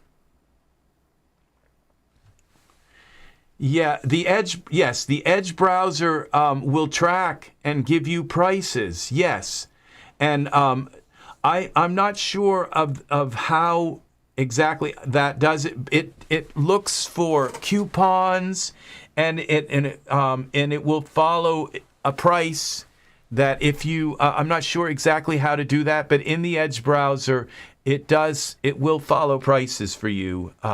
And that is a very, very helpful thing. Thank you, Art, for letting us know about that. So what I usually do is you sign up when you download the Daz program and install it. Then you end up with an account with them, okay? And what I do is when I want something, I put it in my cart and I leave it there for a couple of days. And Daz looks in the cart and says he wants us to give that to him on sale. So, that's how, because they may not put it on sale for months. But if you put it in your cart, and then if you buy things, you just take it out of your cart and then put it back in and keep putting it back in. And eventually, it's usually only takes them a couple of days, and they'll put it on sale. So they are very nice. They watch their customers. They know you need a sale. They know you can't afford to buy things at full price. Not if you're going to buy 10,000 things from them, you can't afford it all at full price. So you can take and mix Art's suggestion with mine, and you'll probably end up getting a sale quicker. And Edge will alert you that it's on sale. So, but having it in your cart will also alert you, because when you go into your cart, you'll see that it's on sale. So, yeah, I have a few things in here. This low poly crowd bundle, okay, that's in my cart right here. I only have 2 days until these tokens. I can get this all for like $40. I like this a Rinkoku. Yeah, so the low poly crowd creator bundle. This, I was thinking of doing this, and then we could play around with this, peeps. So I might do this, because from this distance you can't tell that everybody, well, the only thing you can tell is that there's a lot of people wearing this pink shirt. So they're all wearing the same pink shirt. Even some of the girls are. So it's kind of funny. But I think I would have done away with the pink shirt for people, because it's just so obvious that they have a pink shirt. But this looks kind of interesting and fun. And you got all these scripts to change their poses and all that stuff. I think this would be kind of even more fun to play with than maybe some of the billboard maker programs that they have. So yeah, so this is something that we're thinking about doing. So that I'm thinking about doing, because it's only me. It's just me. So yes, thank you, Art, for adding that into the discussion as well. So yes, we are all working here to. So this is this 3D TV. This is our type 3D, and we can just. I don't know that once you have baked the text, you can't go back and change the font. Okay, so all of this, we're going to save this, and now we're going to switch gears. Okay, we're done with the font, all the font stuff. Okay, so we're going to click New Project, because I have another project in mind. Okay, today, And we're all done with fonts. So what we're going to do is go to, and we're going to put a camera in the scene. Okay. We're going to get rid of the timeline, make sure we're back at 0. Get rid of the timeline. And we are going to create a new camera. Copy active perspective view. Okay, and we'll look through the camera. And we'll align this a little better, like down the center. And we will go like this. And we'll back up a little bit. All right, and now what we're going to do is go into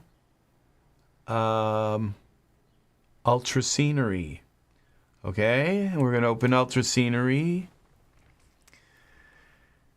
And we're going to do something interesting here. And I might bring back our text later on in this, because this is supposed to be a tutorial about text.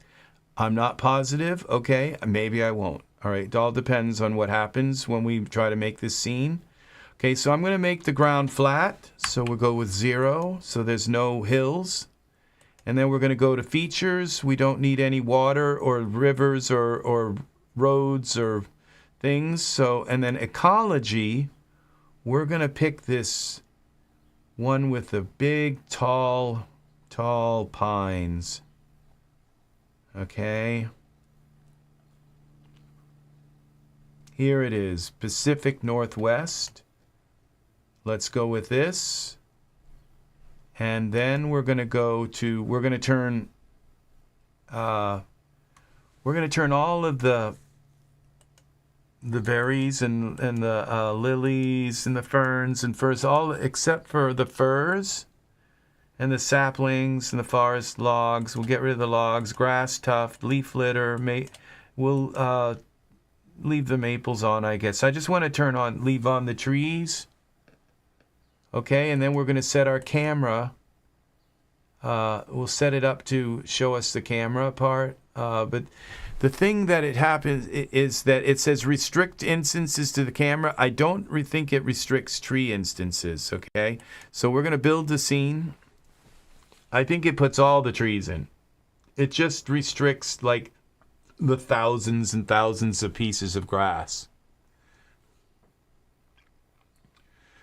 So,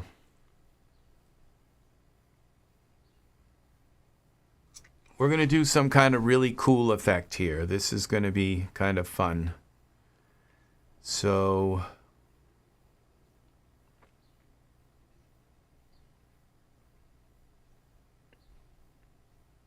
done.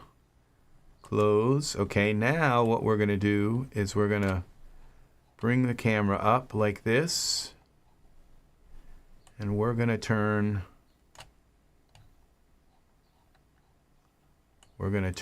our, okay, it did restrict the trees. I stand corrected. So what we have to do is go back in. Okay, all right, let's do something here first. Let's go put our camera, and we're going to go to parameters, and we're going to go, this would be X with 0. We want the camera at X and our Z position at 0. Enter. Okay, so the camera is right in the center of our world. And we're going to select the bottom here. But we want this front first. And then we turn the bottom like this.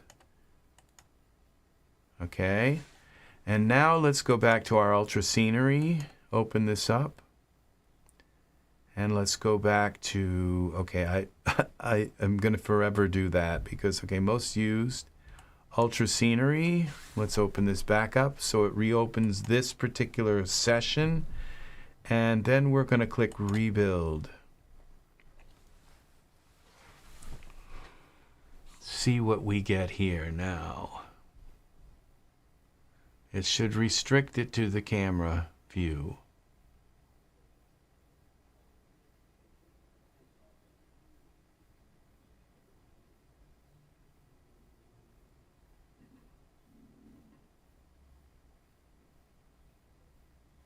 Okay, close. And why do we only have... Okay, let's go into... Some of the trees may not have visible... Let's see what happens. Okay, now this is not at all what I thought was going to happen.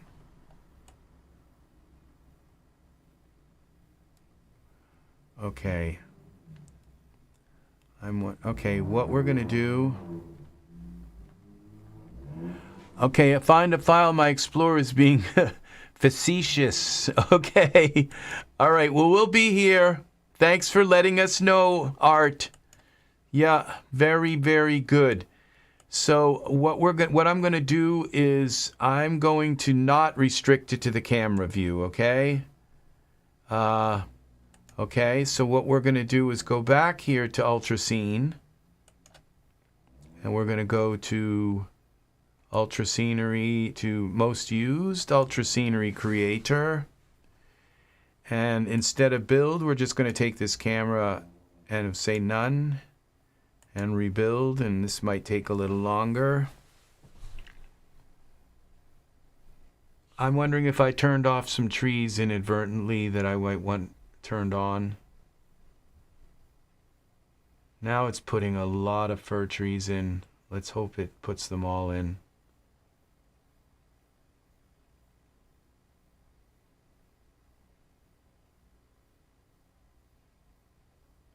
Now it's putting these fir trees, I don't see any pine trees, so I might have turned off the pine trees. Because those are the trees we want, these really tall pine trees. And I'm not seeing any.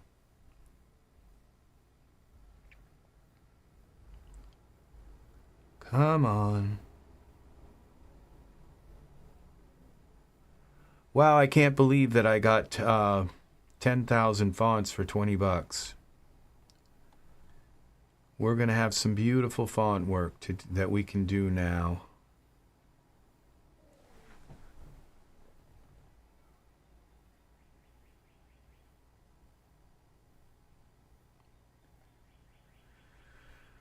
Okay, is this going to work? Why is it putting fallen twigs in? I thought I turned them off. So I don't think I turned things on and off the right way in this scene. Okay, ultra scene. Okay. Tell us you're done. I shouldn't have had iRay on when I was doing this.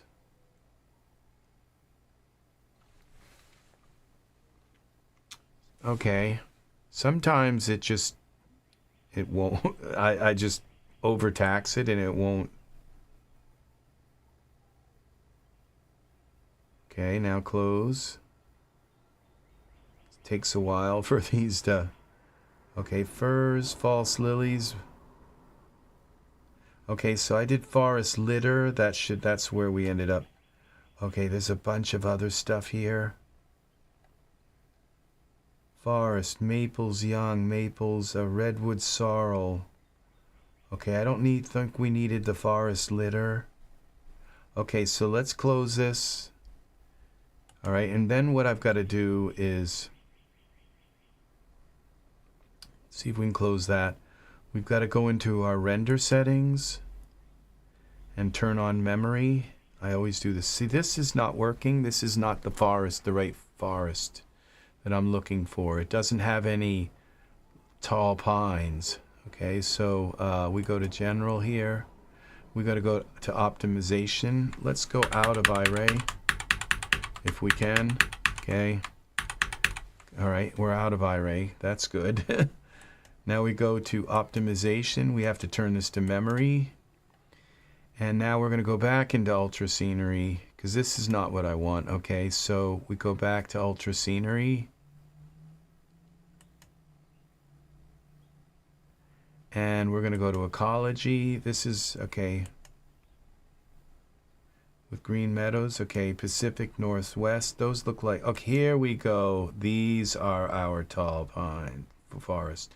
Okay, build. Okay, we're going to go turn off base grass.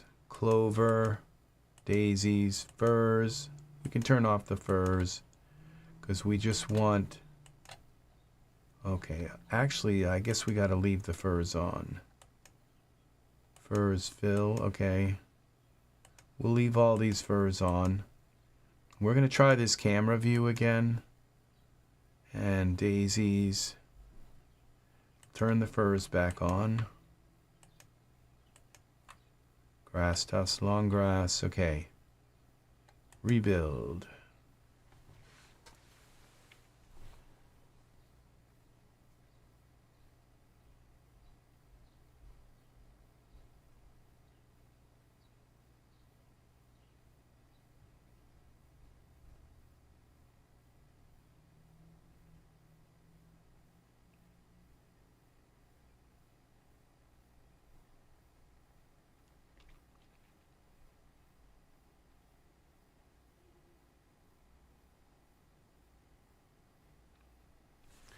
All right, this is still going to be close.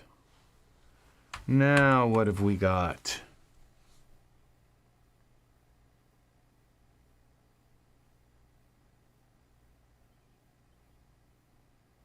Let's see. Surprise, surprise.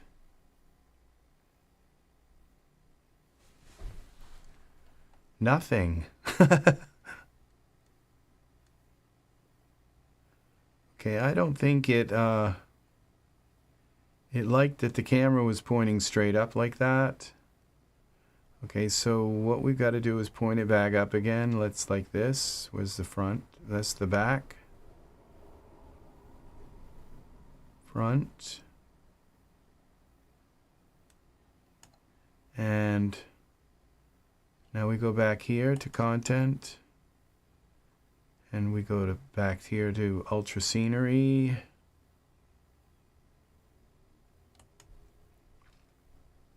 We're going to just turn off this camera thing. None. We don't need the seedlings. We don't need the young. We just want these tall firs. Firs fill. I guess those can go. Stay. All right, rebuild.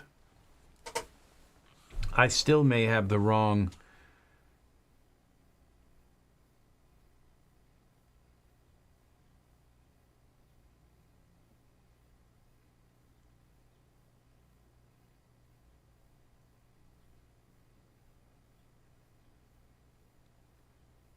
Okay, it looks like it's putting in a lot more trees this time.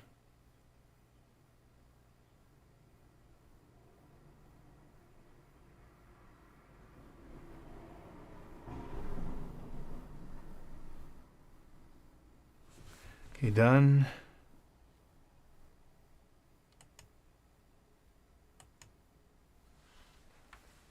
Do we have trees? I'm not seeing any trees here, so something is like seriously wrong here with... We can close Photoshop, I think.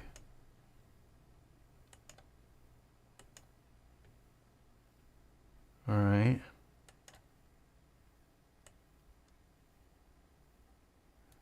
See, something is seriously wrong because it's just not, the trees aren't showing up. Okay, so we're going to delete this ultra scenery and we'll try again. All right, front and bottom here. And we go now to back to ultra scenery. Most used ultra scenery creator. Let's give it a little bit. Let's give it 1 for maximum altitude. I guess it doesn't matter. Features, no features is fine. Ecology.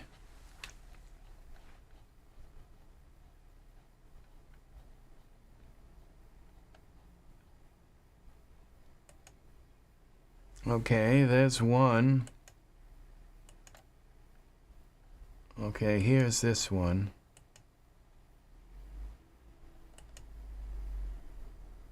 Pines.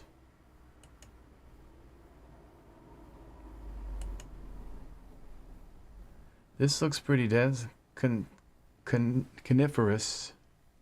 Forest with aspens growing along the waterway. Oh, that's that one. That's this one here. Okay. Okay, this.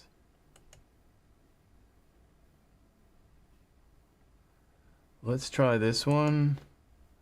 And we're going to turn off everything. Okay, base grass, daisies. We'll just leave the pines and trees and aspens and pines. Okay, we'll leave them on.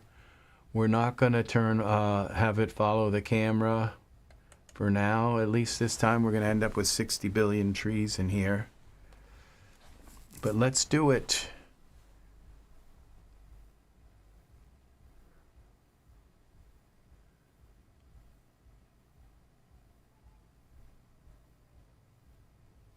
Okay.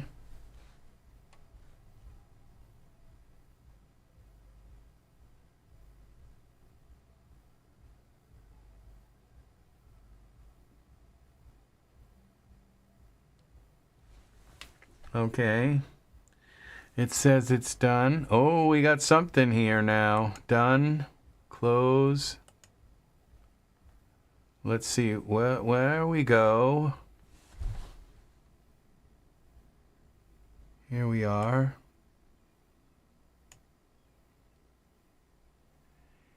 Crypto X, we are working with some pretty cool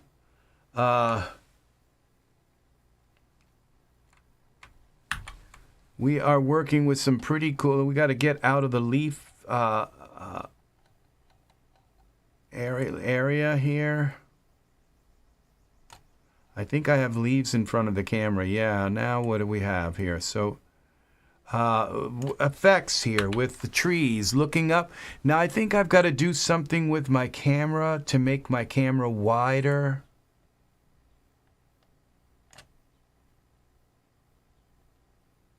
Okay, there's just a ton of trees here. So we got to get the right angle.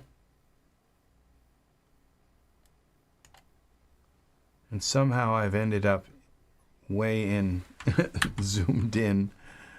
Okay, and then I can't see anything now. It's like, okay, I'm seeing a little bit of the trees here. So what we got to do is go to the perspective view and see what the heck we've got here. Where is our camera? Okay, it is showing all the trees here. And I'm not sure that the center here is maybe the best place to have the camera, because it may not be like, there may be a clearing here in the center, which is like exactly not what we want.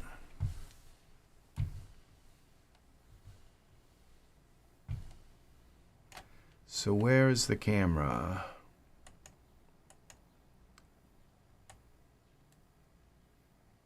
Okay, the camera's pointing straight up.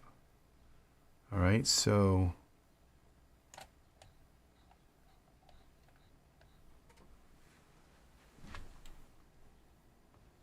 yes, so we did the beginning of this. You may want to check out the, we did a big thing on on working with fonts in 3D fonts.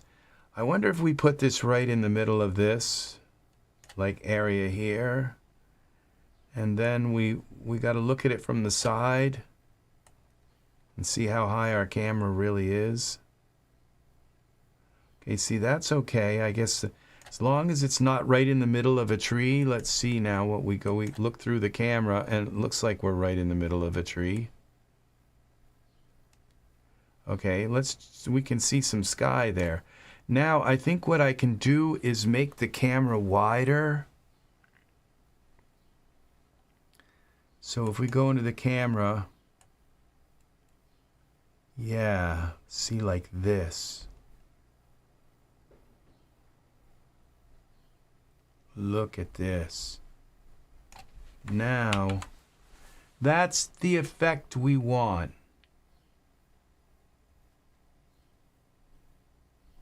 Okay, which we're kind of a little too low. I think with the camera we're picking up some of the brush and all.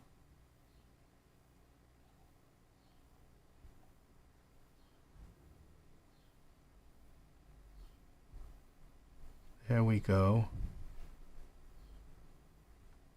Now we can kind of move around with the camera. 9, let's see what we have here.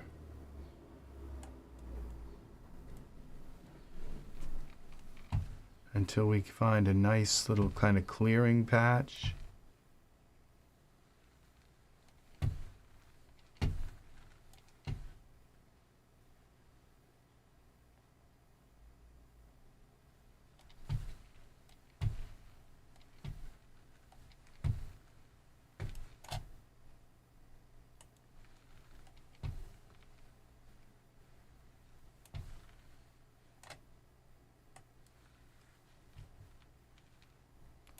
All right, let's look at it from the perspective view. We can, okay, we can bring this, take this ultra scene like this, and then we can take our camera. I think we need to move the camera right back where, sort of where we were, but now we got our camera here. Let's move the camera. Okay, which way? Okay, the blue one brings it.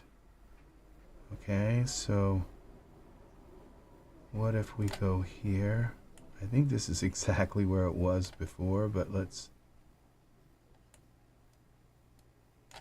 Okay.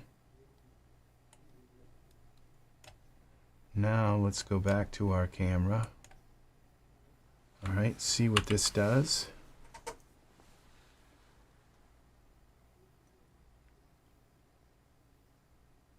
There we go.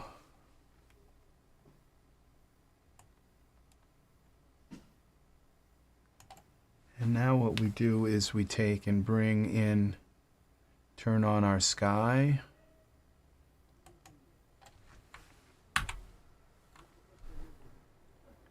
Okay, now I think we could go back to Ultra Scene. Maybe turn on the camera thing and get rid, maybe we can get rid of a few of these trees in the scene. Yes, it is awesome having Crypto X back here. Yes. And we had a new person come in today. SitPMH. I think SitPMH. Very nice to have awesome new people. And YouTube is being kind to us and sending some nice new people into our Sid MPI is from the Vegas Pro world. So yes. So awesome. Yeah, we now we're going to go to general, and on the environment we're going to go to parameters, and we're going to turn on the draw dome. And then we're going to go here to content, and we'll open this materials one, and we go to all files, and I can click now on this HDRI.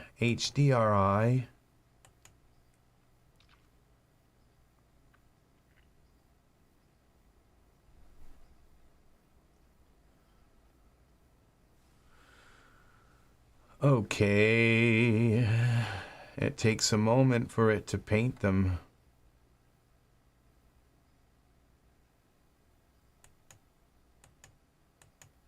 There we go. Sometimes you have to click out and back in. Let's try this. All right, we can move that out of the way or move that over here. Probably just, okay, we'll move it here. My wallet again. Bought the FN Marina and my log cabin and some odds and ends. Gotta stay away from the store. Okay, let's see. FN Marina. Is like, are you spelling that right? FN.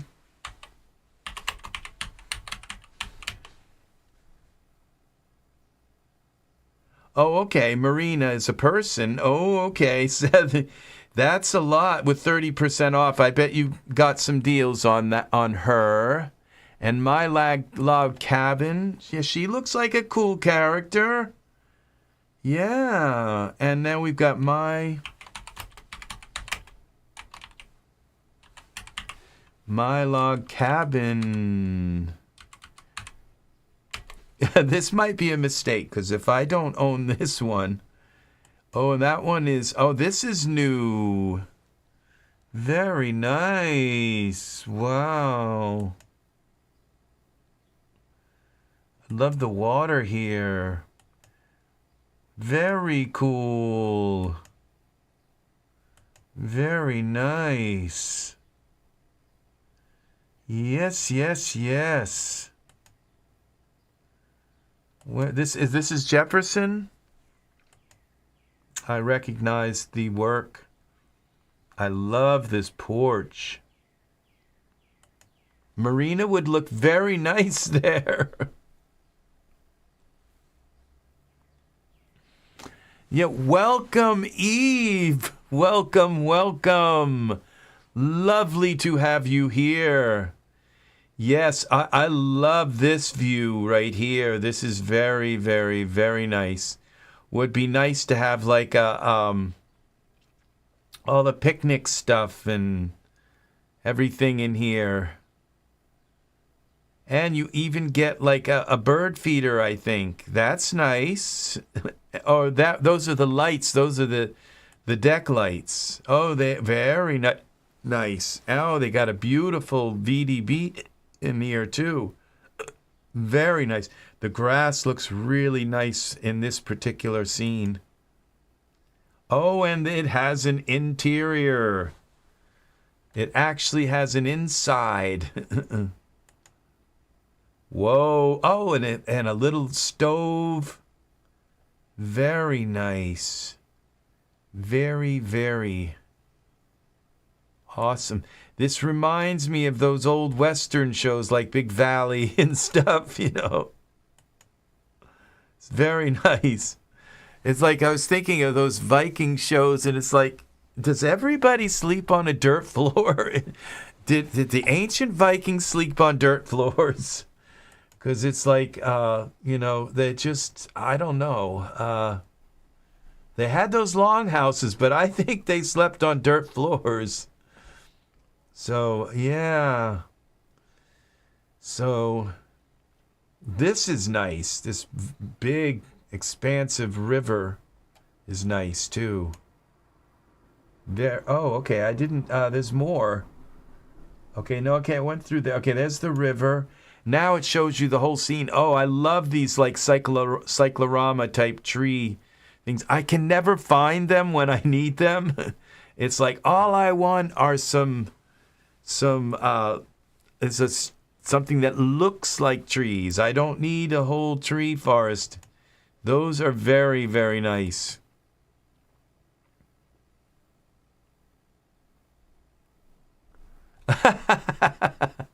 Oh, yeah.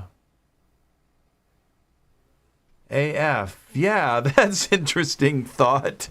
I'm not going to make any guesses right here. So I went, speaking of Jefferson, reminds me, I've been to Thomas Jefferson's was it Mount Vernon was Washington? I've been to Thomas Jefferson's house in Washington, D.C. Yep. So I don't think it was, maybe it was, I bought a cottage in the country, but no interior. Might put the cab in this scene. A cottage in the country, but there's no interior. Yeah, that's kind of odd how some models just don't have an inside. And then later on they come in with the interior stuff for it. Yeah, it's like you buy a home and there's no inside. This is nice. Very nice. Very cool. Awesome. So let's see what we got here. Okay, now we should have a sky, some kind of sky. Ooh, look at this. See, now isn't this cool? Now the you can this is pretty cool. We just do a quick render of this. See what we got. What do we got? So there you go. And this would be a nice place to put the EZ3DTV words. So now, would you like to cancel this render? Yes. Let's render it a little bit larger. Let's go to 2000. Render settings. See, I would rather it all be pines and not these aspens. So let's go to 2000. And let's try that. Let's go to our render settings. Progressive render. Oh, those are already up. Okay, let's do a quick render here. Yeah, well, you know that it's oh, look at this. See, this is nice. It all depends. Is it an external scene? Is it an internal scene? Or is it both? And sometimes it's both. Sometimes there's just nothing inside. And Daz not being really a modeler, you can, you know, try and put curtains up in the windows. You could try to make it into an interior scene. So this is pretty cool. This isn't exactly what I was looking for. I was looking for just pines. So would you like? Let's cancel this render. And let's open back up Ultrascene. And let's go back to favorites. And most used. And we'll go back to ecology. This says pines with aspens growing along. So we just want the tall pines with no aspens. There we go. Pines. This is it. So we go now to build. And we could probably try the camera. Rebuild the scene. Okay, we don't need daisies because we're not going to see them. Okay, so we got aspens here as well. Why did it say pines if it's aspen seedlings? So grass tufts, we don't need that. We don't need the grass base. Just pines, pines, and pines. Let's do it with pines and see what we get. Now, it may not work because I have the camera pointing straight up. Yeah, here we go. It looks like we got part of our pines here. Oh, this looks like exactly what I was looking for. Look at this. Now I think my camera is a little bit too wide. But look at this. Now we go and bring the camera down a little bit. We got a slider here.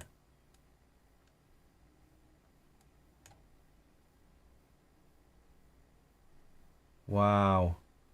Okay, and we can move. Now we go to filament mode because filament mode lets us move the sky without.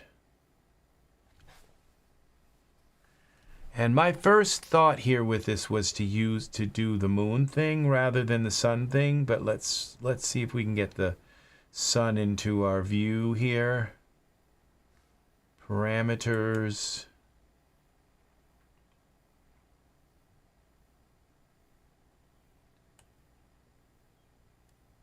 X.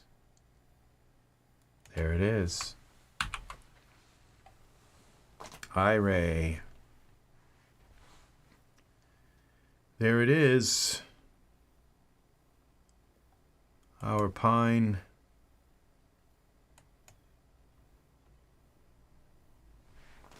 Pine forest. Look at this. We let this render, and this is going to be just gorgeous. Really nice.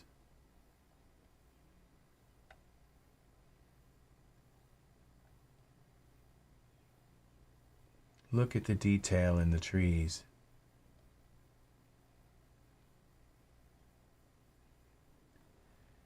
So let's now, would you like to cancel this? Let's see what happens when we make this into a night sky. Let's save this, file save as Pine Forest Wide Lens. Okay.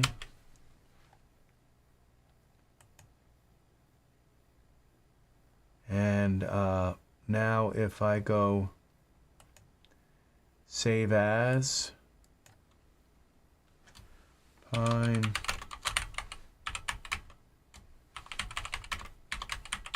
two, then it lets us do something different with this.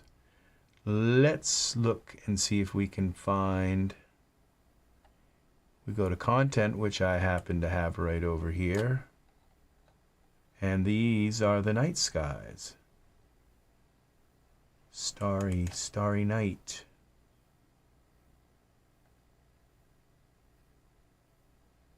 This looks like they have moons in them.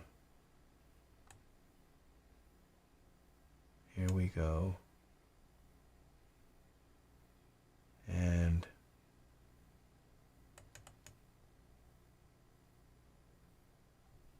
twilight sky.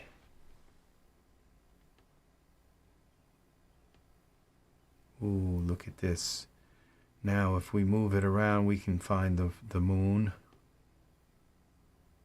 Okay, let's move this out of the way again, like this. That worked. And we go to our filament mode.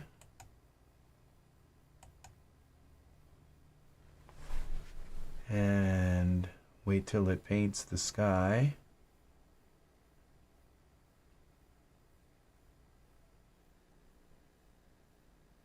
And now we can move this sky, or reorient our sky. Is there a moon here? I don't see one here.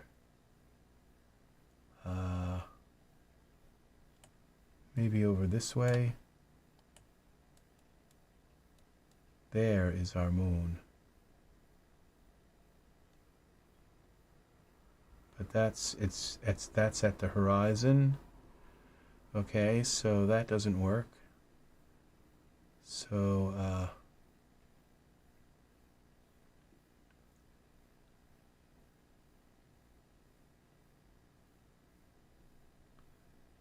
all right, that's not going to work. So let's go back here.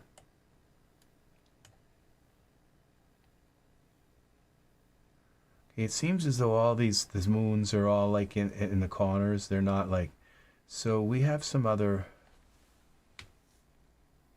night skies. I have other moon ones. Here's another one. Here are some.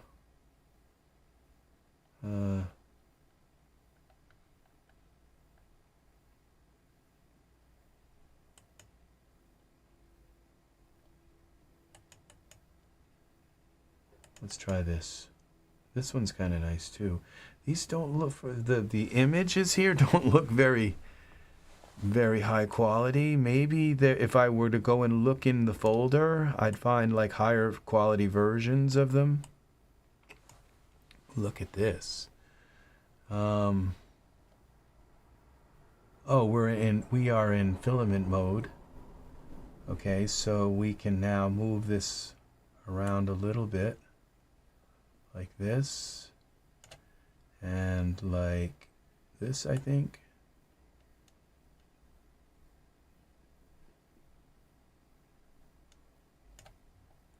Like this.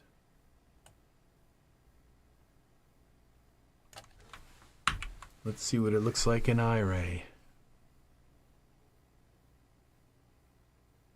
Wow.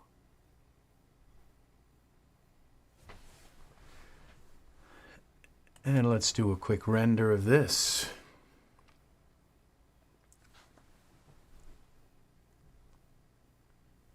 Here we go. Now you see these lights, see this, how they get stretched towards the horizon? That's typical of a certain kind of camera effect, that towards the edges of a lens, of a you know, full frame lens, where things start to stretch like that. I just wonder if we would get the same effect if we just put a gigantic plane over the scene and use this image. Okay, so let's cancel this and close that. And what if we go to this folder here where these browse, find out where this image is. Okay, 7/8. So these, none of these look like they like, none of them say like high quality. So this is what we get. Okay. Oh, these are sickle yield. Very nice. HDRI. Okay, let's see what happens when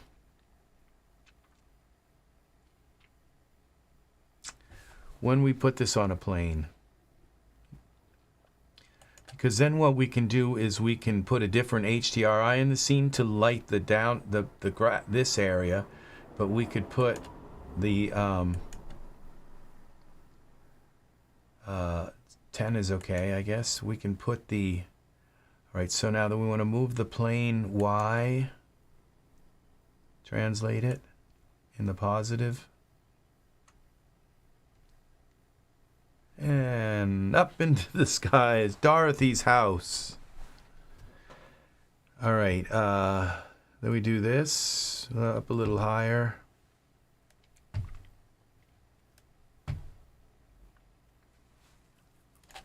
And we scale this. Oh, I'm making myself laugh.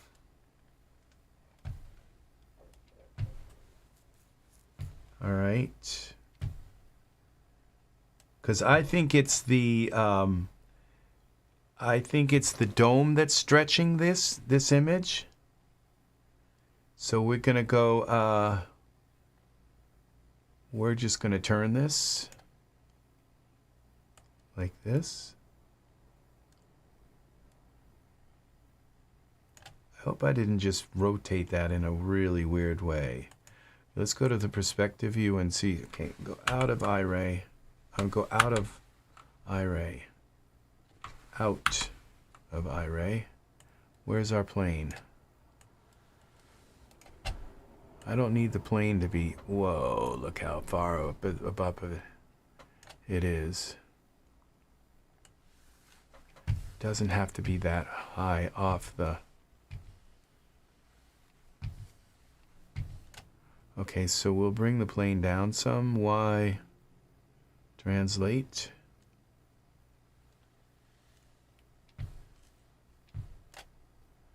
We don't want it too close either, but...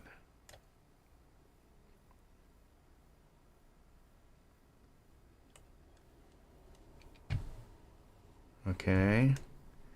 And now let's go back to our camera view. And let's scale this in a little bit until it comes to the edges.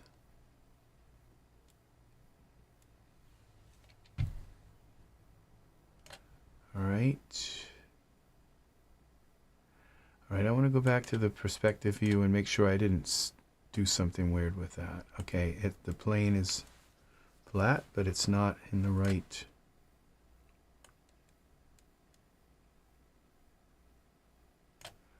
Okay, let's go back to the camera view. Now this is weird. It's like my camera's weird, so we gotta turn the plane so that it. All right. At least we know it's going right and not off in some weird... Okay, so then we can go X scale and we can bring it this way. Then we're going to go, and this is our... We're going to go to our surfaces, plane, base color, twilights, okay. It's not the twilight, okay, I think it's this sick, yes, starry sky. That's it.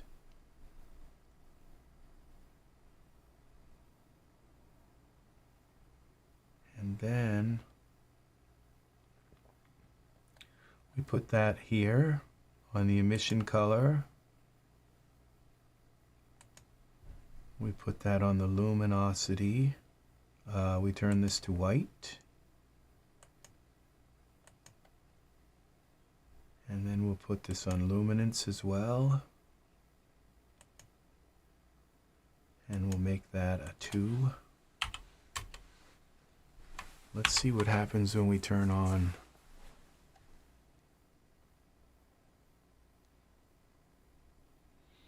Okay, it's working, but let's go a little brighter.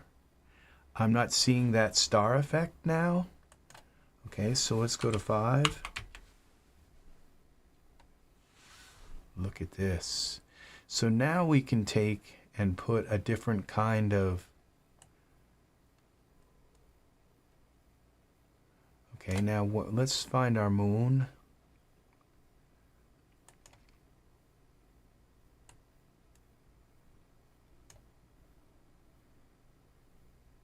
I'm still seeing a little bit of that effect, but I can mitigate that by stretching the sky.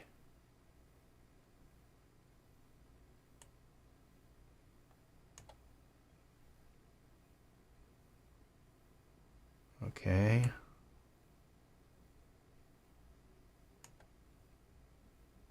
There's our moon.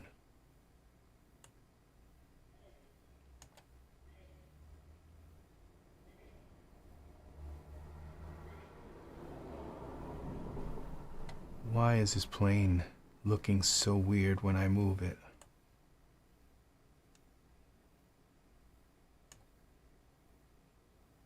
Okay, so we'd have to scale this in order to have the moon in the center.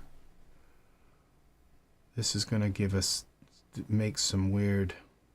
Oh, what we can do is move... We can move the... We can put that in the center like this and scale it the way we want it and move the image. We might not see the seam. Okay, we have another option here too. Okay, we have this moon, which kind of looks like we have this moon.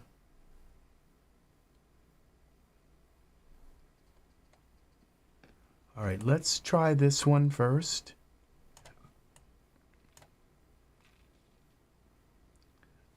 And we go to parameters, plane, and we scale this Z, which should bring it in a little bit like that. Okay, and we take and turn it a little bit like this. Why is that all messed up like that, jangled? Okay, let's go back to our perspective view. What did I do? Turn it or do something weird to it? No. Okay. That's the other moon shining on there. Okay, this is getting a little bit complicated. Let's see now. We go back to our camera view. And now we can move. Go to surfaces. And move this up. Would be, what would be vertical, horizontal offset.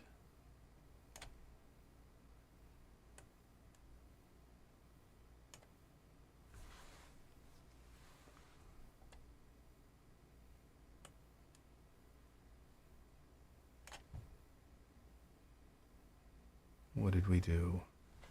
Z. Okay, let's go to Texture shaded. This will show up in texture shaded.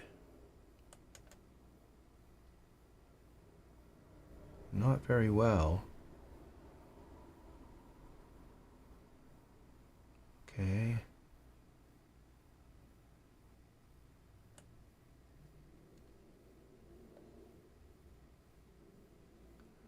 I can't see. Control L. Turn on the light. No. Well, this, okay, let's try filament.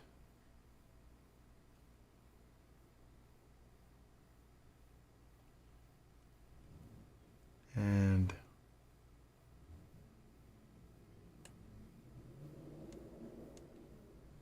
this is impossible. Okay, it's like, okay, we'll go back to perspective mode and see where our moon is. Okay, let's try to move it this way. Let's set this to 0 and this one to 0 and see where that puts us. Okay, horizontal offset. There's about the middle. Vertical offset. There. Now go back to our camera. Go back to iRay. Okay. Now it looks like we have to change the horizontal tiles to make the moon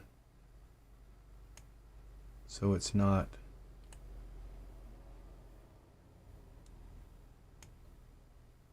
so that it's round. Okay, and now go back to this and move the moon back. Okay, what are we doing?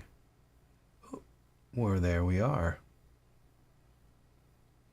Perspective camera. That was lucky to just kind of.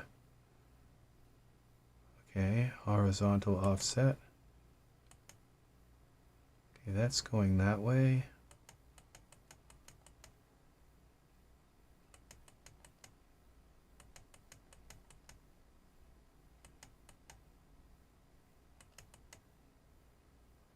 Vertical offset.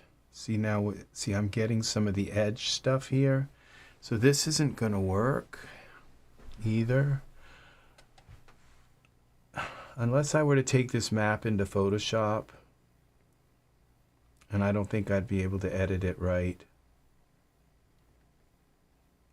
Oh, I could use AI. But it's so big it would take forever for AI, because AI only does little pieces of stuff.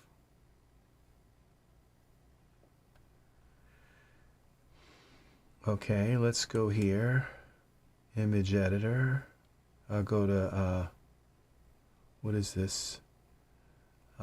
With key. Starry Sky 07 with key.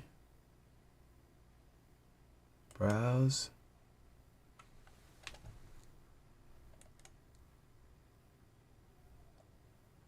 Open with Photoshop.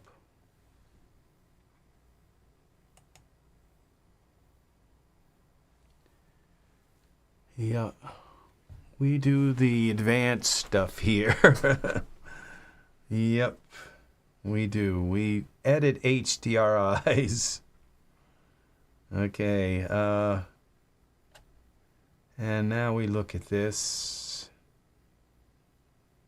And we take, and maybe we won't be doing this, I don't know. See, this is what we've got. We've got these stretched stars at the edge.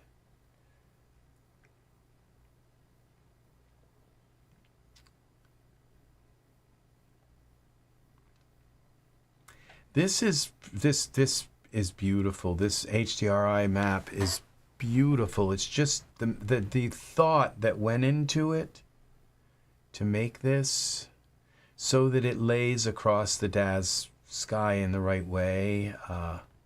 The problem, what happened was when I went and moved the moon into a different place in the sky, we ended up with these stretched stars which belong along the horizon, kind of in the far horizon. I don't know that I can do anything with this. No, it's too complex. Let's just try. Okay, just see what happens when I crop it. Bring it this way. And click done. No, it didn't do what it was supposed to do. Okay,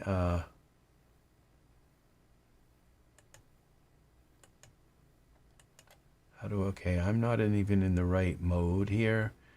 Yeah, it brought us into this strange mode. It's not even an AI mode. Cancel Z. Okay, select all. This is what we have to do. Now we can go here to this. Here.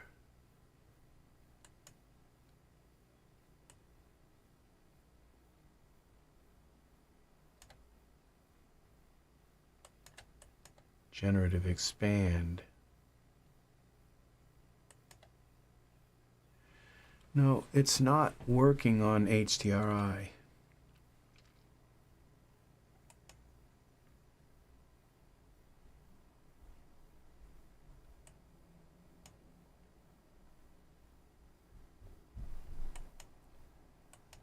Cancel Z.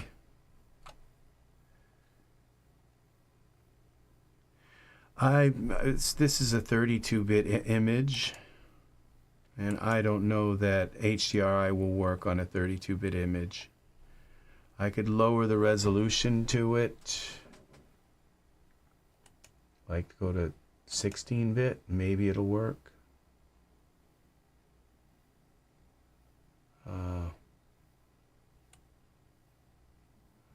Okay,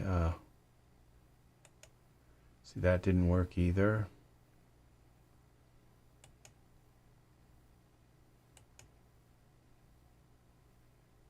An 8-bit would be horrible. Okay, so that is not going to work. Cancel. Well, I apologize for getting all boastful about that. So, so we're seeing these. Okay, so we have to find an image with the moon in the center. So, okay, I know how we will do this. I know exactly how we will do this. We're going to go up here to this, base color, browse, and then I'm going to go to my HDRI folder. I forget how I do things sometimes. All right, and we're going to look through here. This is the master folder with everything in it. And if we're going to find a moon in the zenith of the sky, what's going to be here? Okay.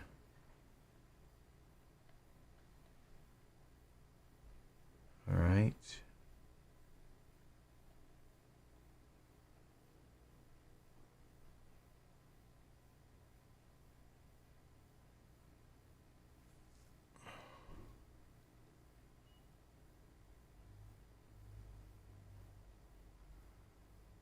Okay. Well, there's a moon. We're getting close, but it's not overhead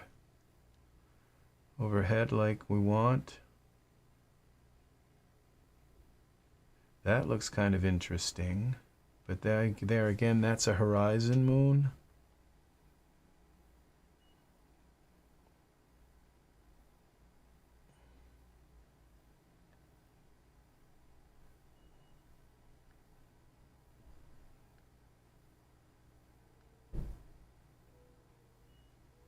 Okay, we might find something here in these nighttime, these soul ones.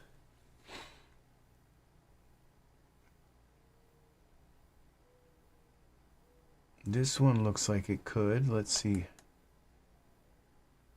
No, you see, we still have that same where it's too close to the edge.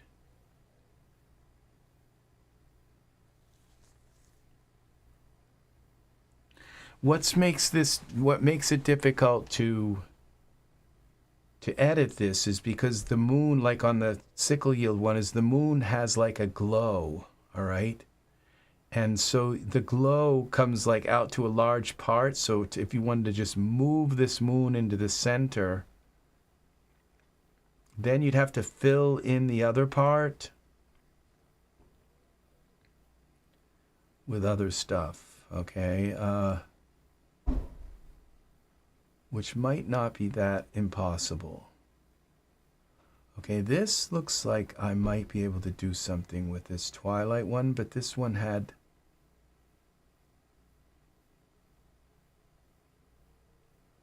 Okay, this...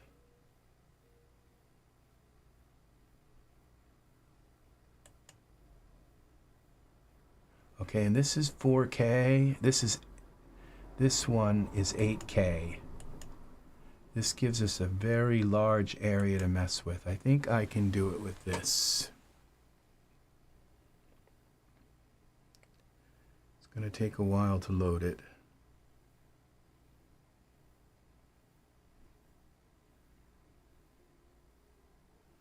Okay, there's that one. So this is E8K. We go here, E8K, E8K. Well, here we go. Now, what we do is we open this up. Okay, we bring this over like this. No, okay, I don't want to move the plane. All right, what we do is now we do the same thing here with this. We go to our perspective view. Let's stretch this out.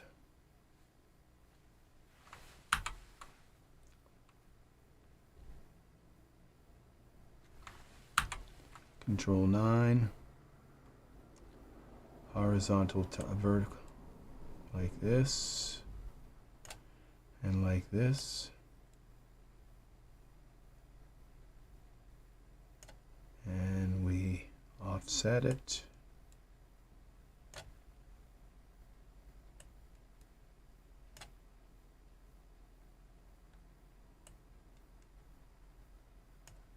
And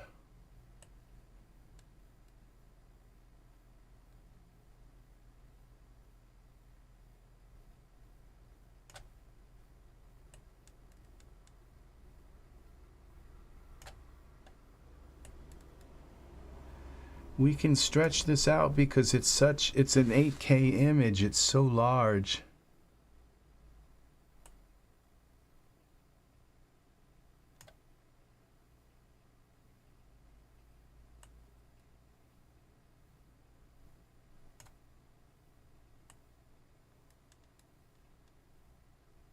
Okay, and now let's see what happens. What happened? Oh, well, we're not in iRay.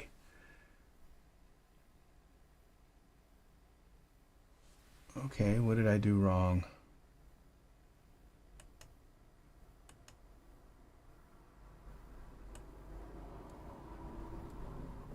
Like at the last minute, I did something to totally mess it up.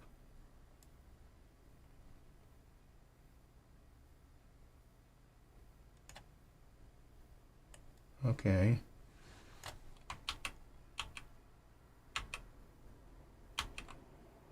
What did I do? All right, let's try this offset again. Vertical offset. 9.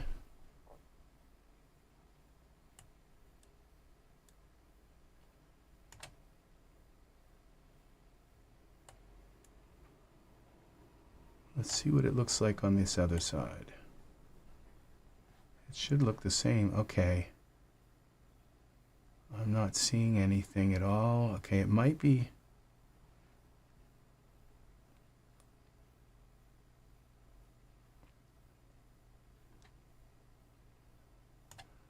Okay, what I might have to do is take this plane and invert it. What's the size here? Parameters. The scale is, we copy this.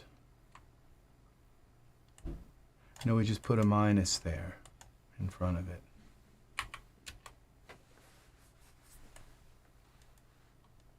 Okay, that's not working, so what we do is we just flip it around. See, it is on both sides. Okay, let's, what was that, rotate 0? Y rotate 0. Okay, we do need that one. This one we don't. 0. Okay, now let's go back to the camera view.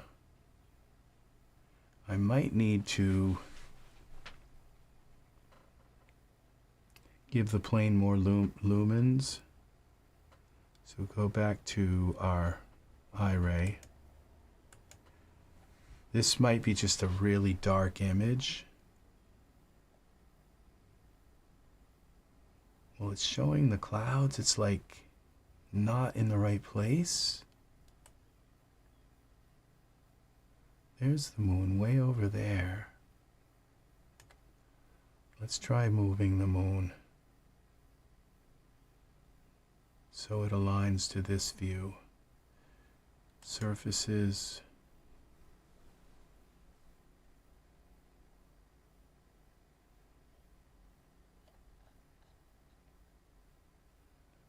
Okay.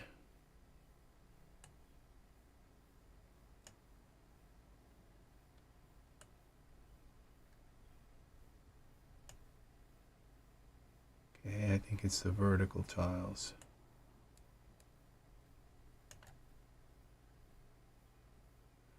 Well, that's a lot.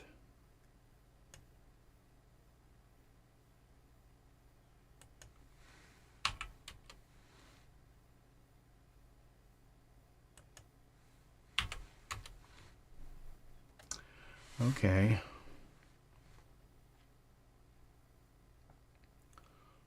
Horizontal offset should bring it over.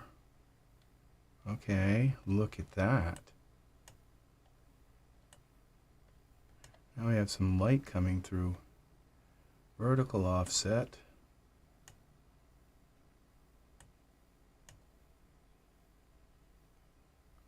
Okay, and vertical tiles, let's go 1.5.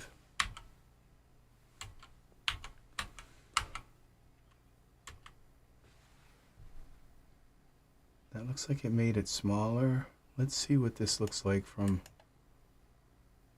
Okay, we know where... 2. Okay, no, so it'd be 0.5. Oh gosh, 1. All right, let's go back to 1. Oh, that's...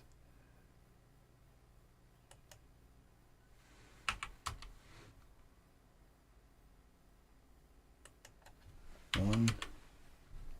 Okay. 9. All right, we've got to go here with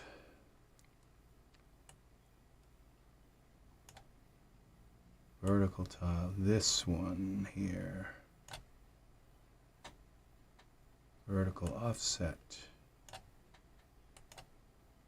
Camera. I don't know why it's so dark here in this view.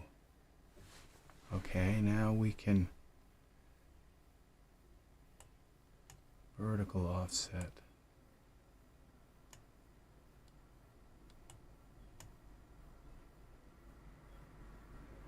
All right, we've got a problem with this. This isn't covering the whole sky.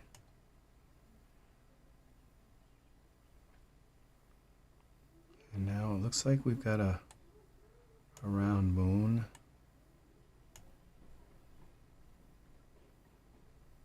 And horizontal offset would be this one. Wrong way.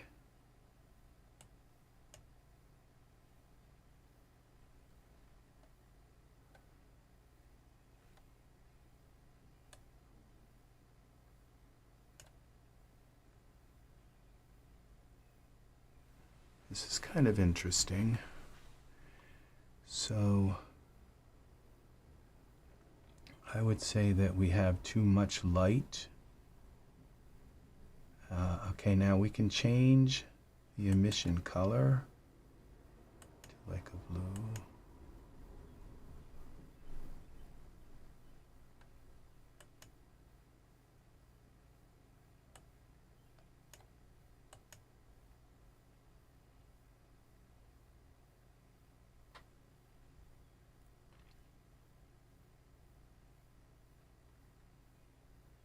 It's kind of pretty.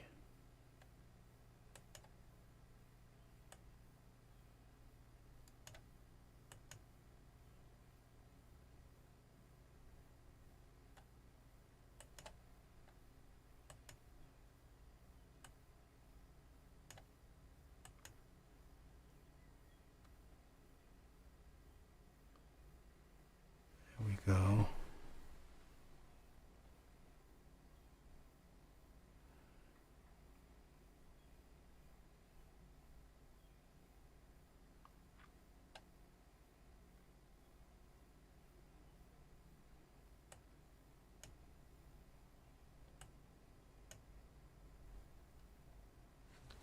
Okay, I think that's kind of nice right there. Now I think we might have too much luminance here. 3. There we go. And what if we scale our plane a little more? Parameters.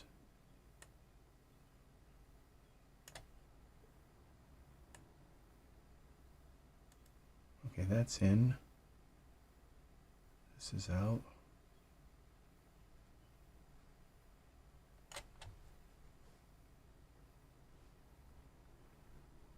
And then we bring this up this way.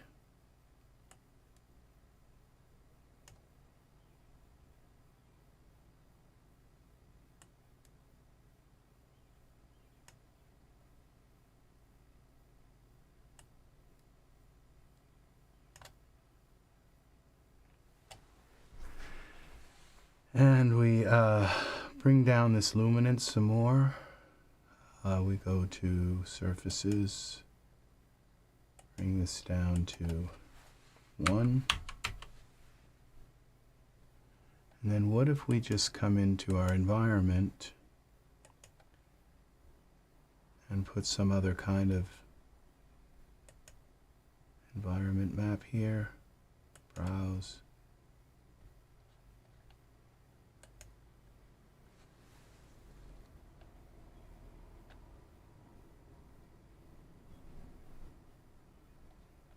This is kind of nice.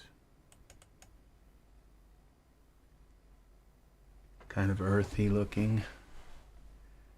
Here we go. And we have to take our plane here and take the shine off because it's reflecting the HDRI on it.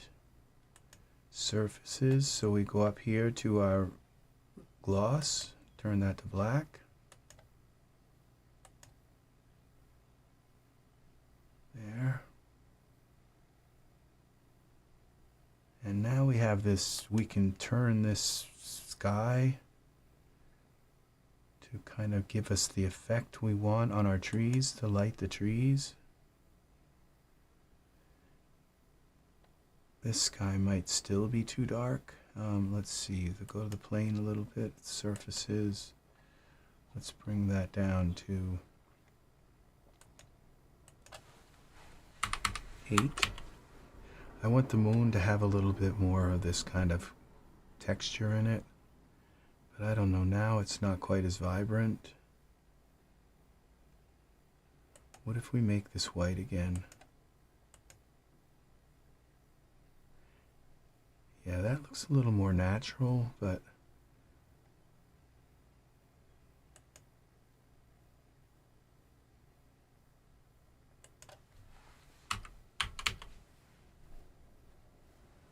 okay, let's go with that, and let's try turning the environment a little bit. Parameters.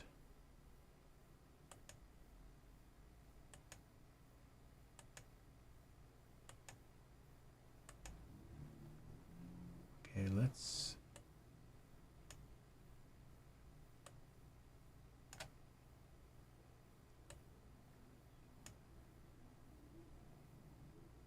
see.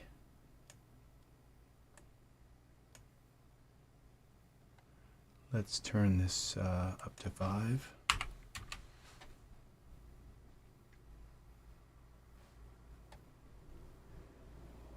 And give this a little bit of a green tint. Too much.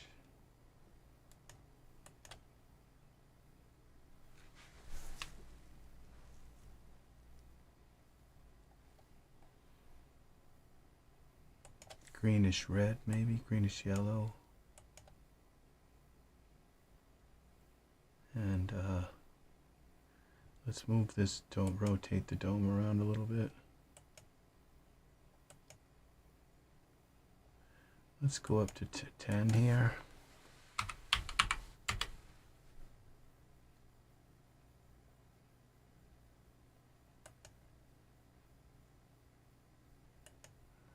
Okay, let's try a different sky.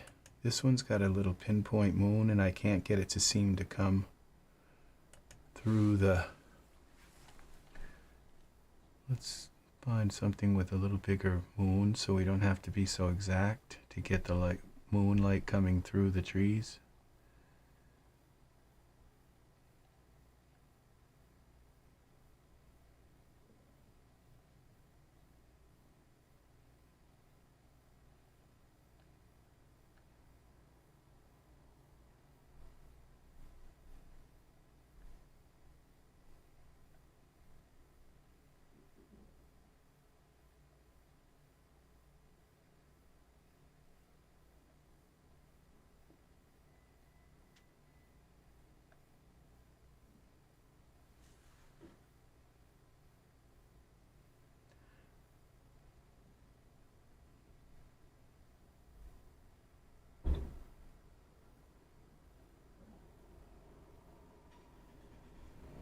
This is nice, but it's red, and I'm not sure. I was thinking to start off with something that's blue, and if I want to make it red, I can add it later, but it's kind of hard to get the red out of it once it's there.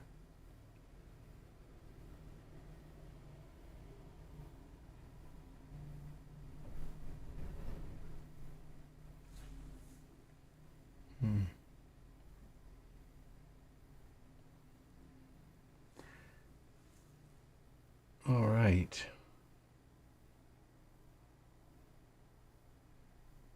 Where are we going?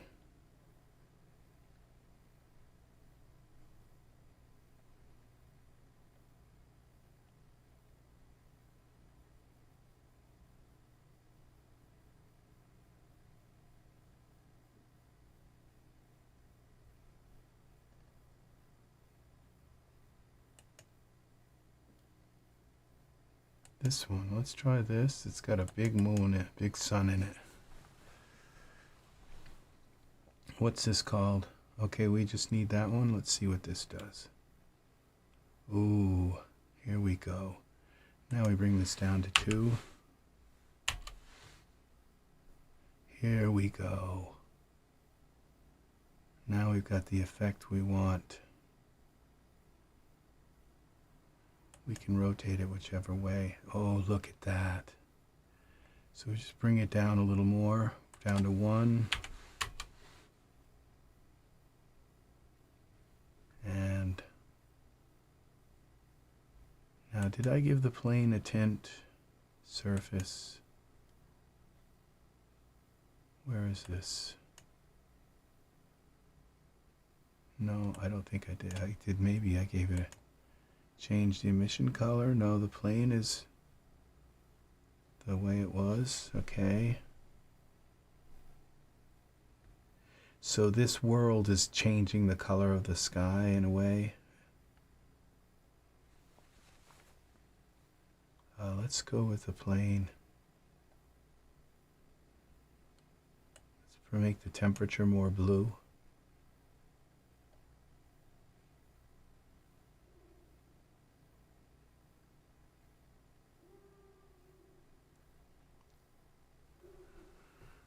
Okay, so go to this.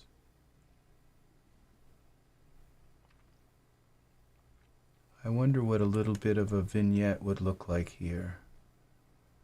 So we go to parameters. Well, that's a lot of a vignette. Yeah, that's kind of nice.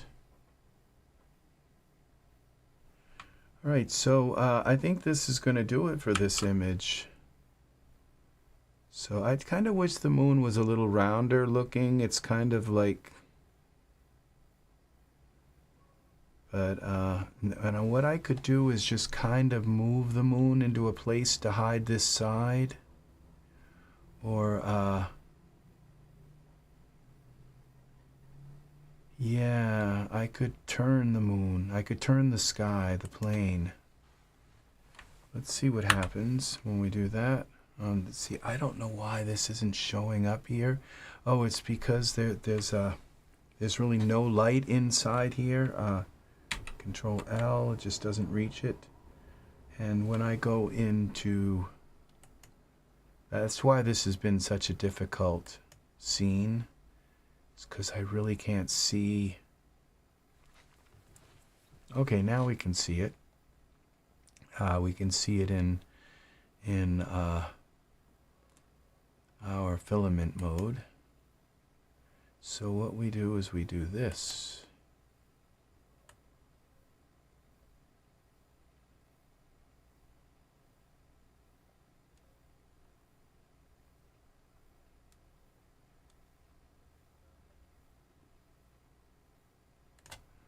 Okay, let's try this. I don't know why this is so off here.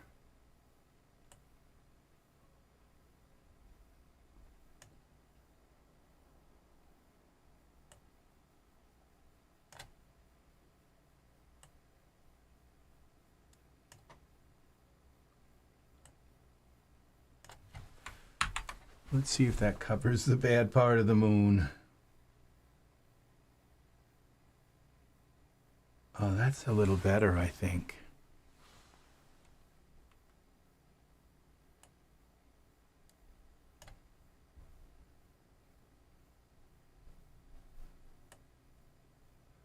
But, okay, and that's...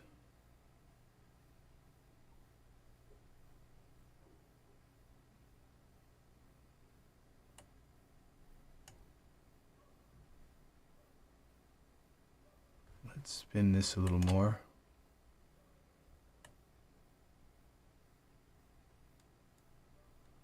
Can't spin it that much.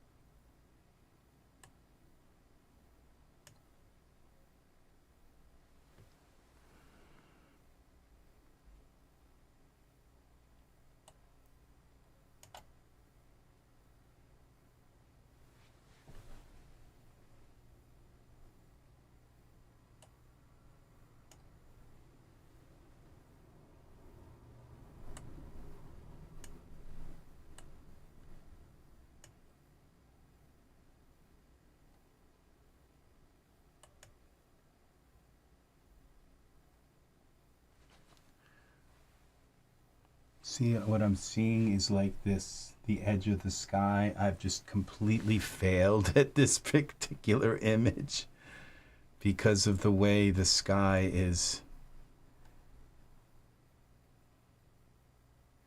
The only thing the only way to, because it's like I want to make the image bigger, but yeah, I want to make the moon smaller, and I want to make this sky stretch, and it's like I'm stuck between two perspectives here. The way you do that with this is just let's see what it looks like in iRay. I guess that's okay. No, see, I just see this big line here. That's where the clouds, the sky. So what if we make it larger? We just take and scale the whole thing out so that that part covers the parameters, plane, scale.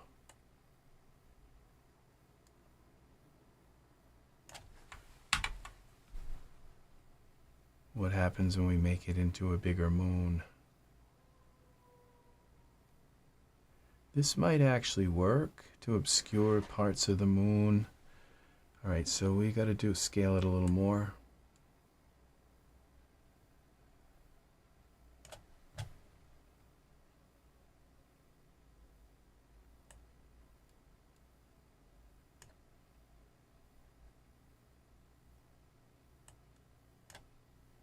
Oh, I need my plane back. Okay.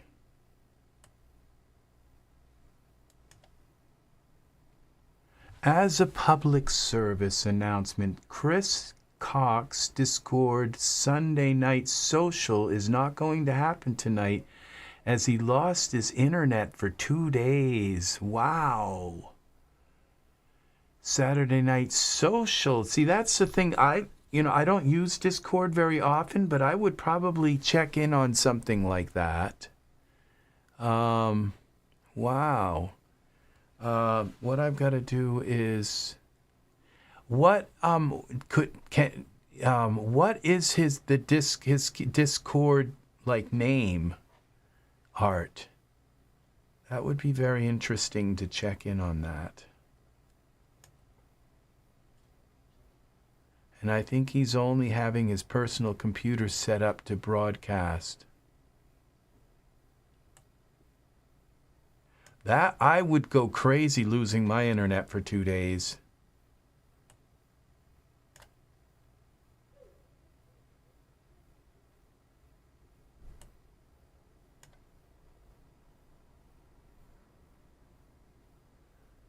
I think I'm going to leave this like that. That really bites.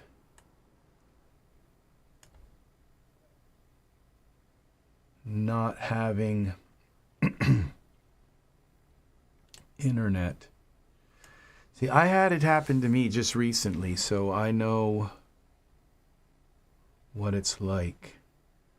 Okay, Y rotate.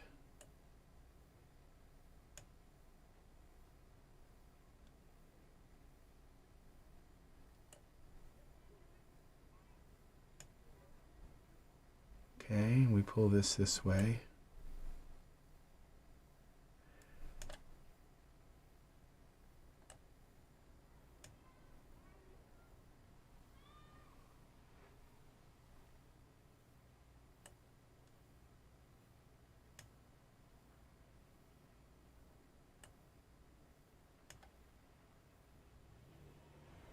Okay, I think now you see I've got a big line here. It just, oh, this is terrible. And I think the other sky is coming through here. So it's like, okay, I finally like the way it's sort of placed. And then Y rotate. Where did the fonts go? I'm back. I switched gears in this. What we could do is... let's delete this plane let's mess with, let's keep try, maybe with this sky that I have here might work better.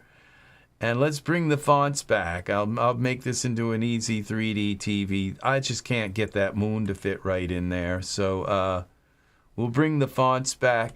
Now, were you here, Ed, when I found the font package for 20 bucks? I found 10,000 fonts. Yes, for 20 bucks. Well, I bought that, okay? And it turned out to be very, very, very awesome, okay? So you can check back to the beginning of this video and you guys can all see. Here's a Discord link. Okay. Let me see if I can get my sky oriented back to... I hope... now, I don't know that... YouTube will let you post a link in here. You might have to take the HTTP off of it because, like, if you posted a link, it's not here yet. And so they block links, and they do it for a good reason so that my subscribers, so you guys don't get sent off to a virus site. Okay, it says, yeah, Discord, discord.com/ yes. And so what is the last part of it? I gotta kind of open this. It's KCKXXXKJJ.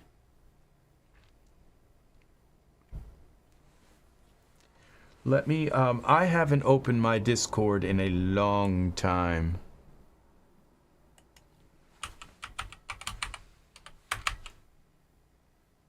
Discord app. So, I mean, you guys can add me to your Discord, but I will. You'll never, probably, hardly, ever see me open it. So, now I'm downloading. See, it's like I'm at least 6 versions behind. Starting, please don't ask me to log in. Every time I have to log in, I just can't find my Discord login information. So, all right, now I want to take and set this back here, these dome to 0. What do we get when we set all this to 0? This isn't a bad looking sky right here. And dome rotation, what happens when we set that to 0? Why? There's something still off on this rotation here because it looks like my sky is halfway. Parameters. Oh no, okay. This is just a really weird sky that I've picked. Okay. Didn't mean to distract you. No, this isn't, this is good. Let's see, NXKJJ, let's see if we can open Discord. Now, my Discord is decided to open on another monitor, which is hidden. Okay. HDMI 2. Okay. Where are you? Discord. Okay. Agree. So I have to agree to the terms of policy. Now, how do I get Discord system? Let's bring this down. I'm not very good at Discord. At one point, I spent like a couple of days adding like all these different things in. I don't have like a lot of Discord friends. Let's see. So, okay, so I am RexRed 8622. Okay? And if you see a kitty with little bunny teeth, smile, that's me. All right, so that's that's my my picture I picked. So So I thought that picture would get me tons of friends. Okay, HDMI 1. Okay. So, all right. So find or start a conversation. Where would you like to go? Now let's see. An airplane and says Dragon Space. Okay, so let's type in KC NX. Now this is where I would think you'd think I would find this. Okay. K JJ. All right, now I'm going to copy that. Search. Start search with at. Okay, at.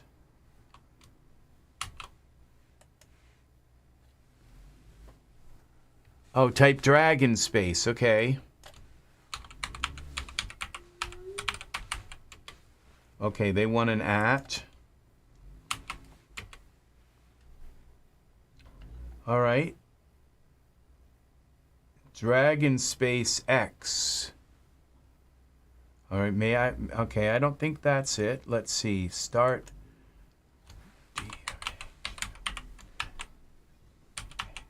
Dragon Space. Chris L. Cox. Okay.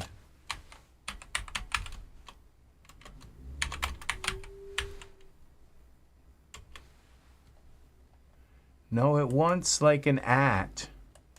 He's got to have a number, like for his channel, like everybody has a number. It's like mine is RexRed 8622. And I am the RexRed, like I'm not like on there. I was RexRed and said suddenly I became RexRed 8622. But I was on Discord so far back, so long ago, that I was RexRed, and suddenly I had to become RexRed 8622. So, because I guess everybody has to have a number or something. So, yeah, way back in the day, I was just RexRed. And so, you know, and so I wonder who, you know, well, I guess everybody has a number. So, member since 2020, which is actually not very long ago. So I might have lost my first Discord, my first Discord account. So, because they've definitely been around a lot longer than that. Okay, when...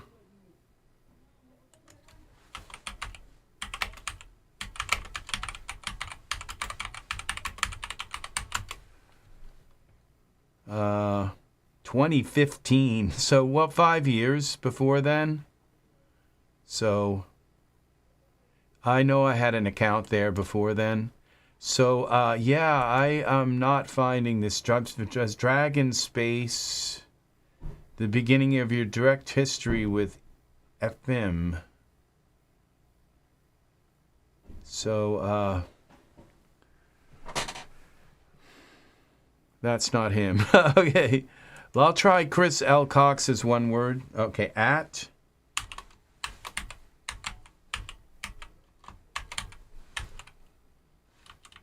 L.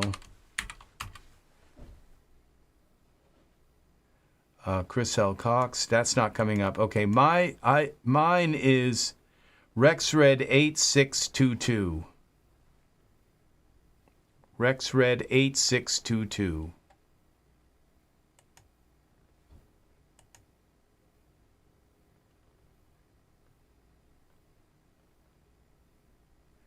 Okay, this sky is nice, but it's just not doing it. So let's go here to parameters. Let me know once you've sent. Okay, and I think I probably still have these other skies. No? Okay, I don't think. Okay. Browse. Let's see if we can find a sky that's just really nice. 622.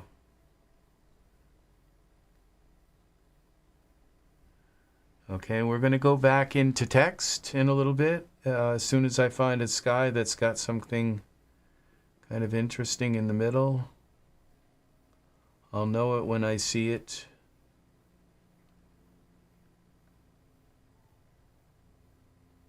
Okay, here we go. Well, let's try one of these. No, these aren't working.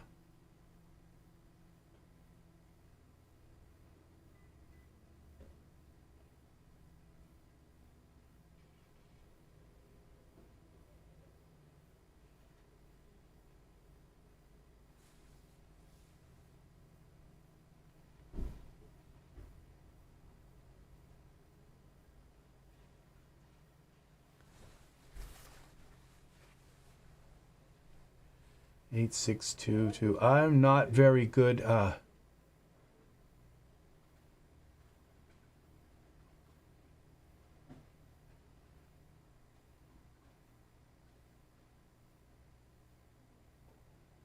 getting around in the world, in the Discord world. So, don't know why I have 50 million of those skies.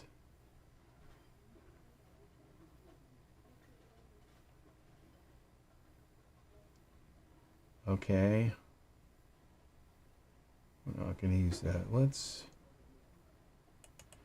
Maybe we'll try this. Maybe this will just give us enough of a sky, an odd kind of sky. What happens if we bring this up here? Okay, we'll go to this. Let's see, did I get a message here? Messages. Add friend to DM. Okay, so inbox. Jason Nally. Okay, that's...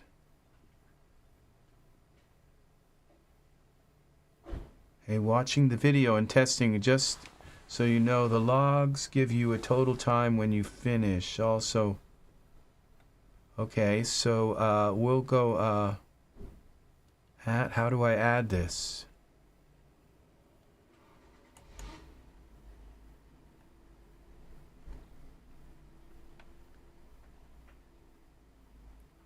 Maybe later. Didn't want to start a poll. Go back to me. Yeah, see, I'm not sure how to do this, okay? Add. All right. Inbox. Okay. All right. All right, we'll just minimize that for now. Okay, let's see what we have. Okay, we're going to move this. Z.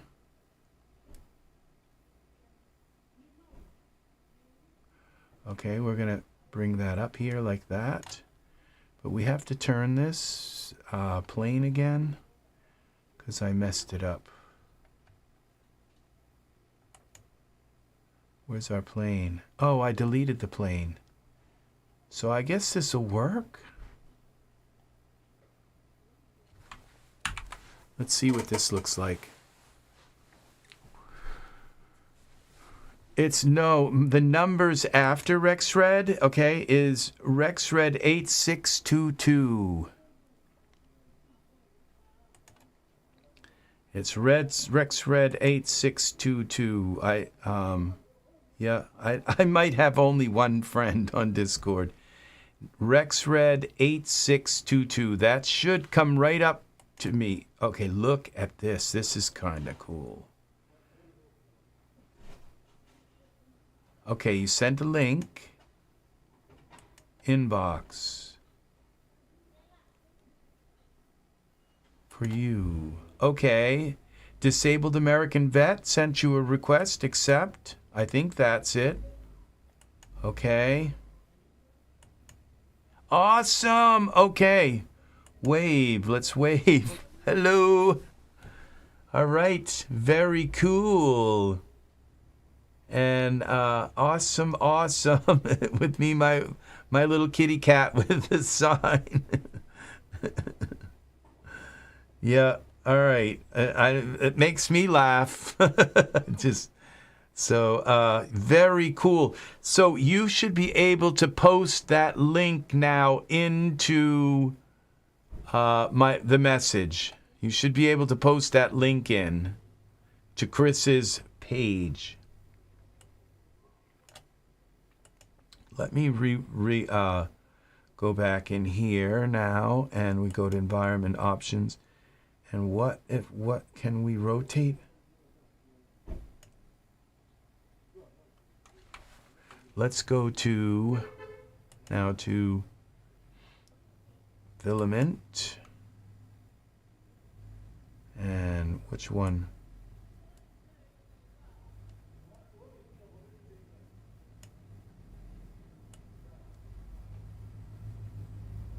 Why isn't that working? Oh, this is the ground. 0. Okay, let's try the dome. This is what I wanted to do, was turn it this way. So that cuts across the horizon. Let's see. Okay, that is join. Awesome. Okay, don't be mean. Respect others. Okay. I have to scratch my back. In general, this should be a Twitch-safe Discord server. That's cool. The gallery is a place for safe for work art. That's a good rule.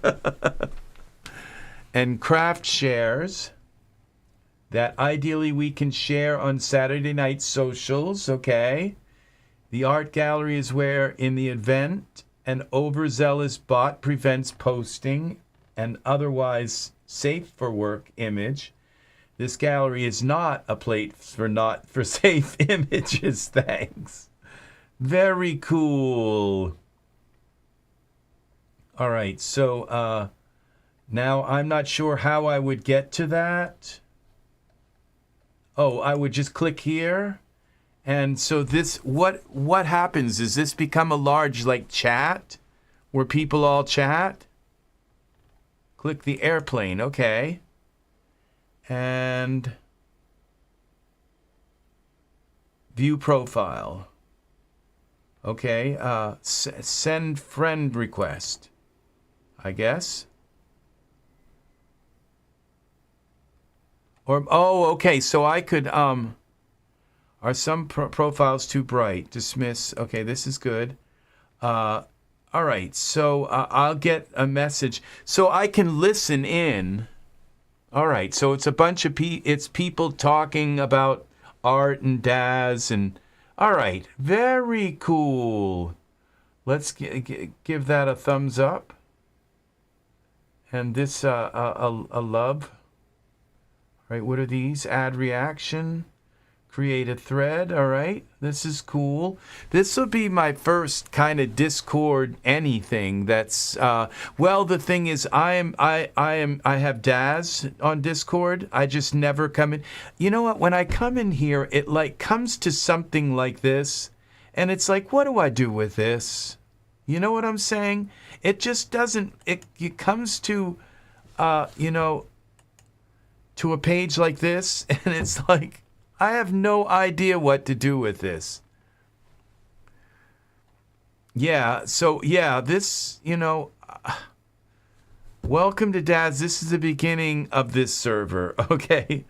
So, all right, why don't you take us to the middle of it, like where there's actually something going on, you know? All right, I've been here before, and so I just click on this and I end up, it says start here, okay?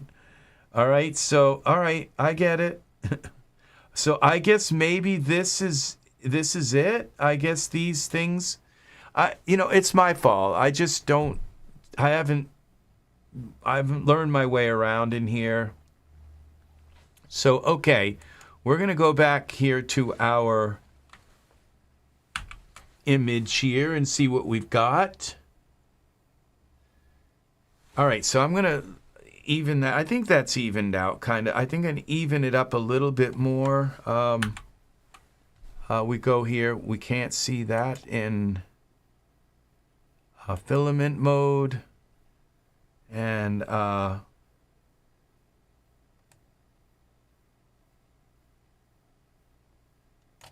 where's this rotate?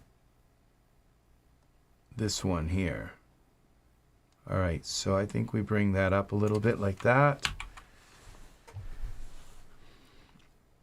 And now we're going to go back to, okay, that's a little too much. Dome rotation.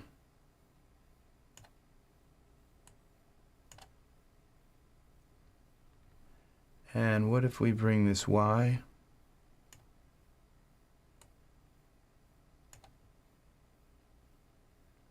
Okay, that's bringing it across. Let's bring this up.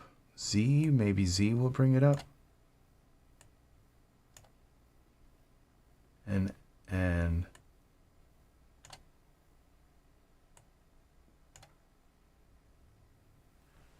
okay, and Z, a little bit more Z. See, this one looks symmetrical when it's in the...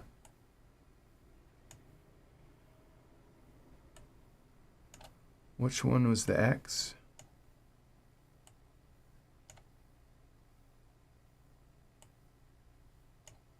Oh, that's the spin one, which I didn't want to do.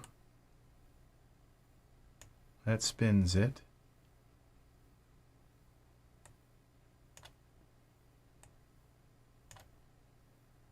Okay.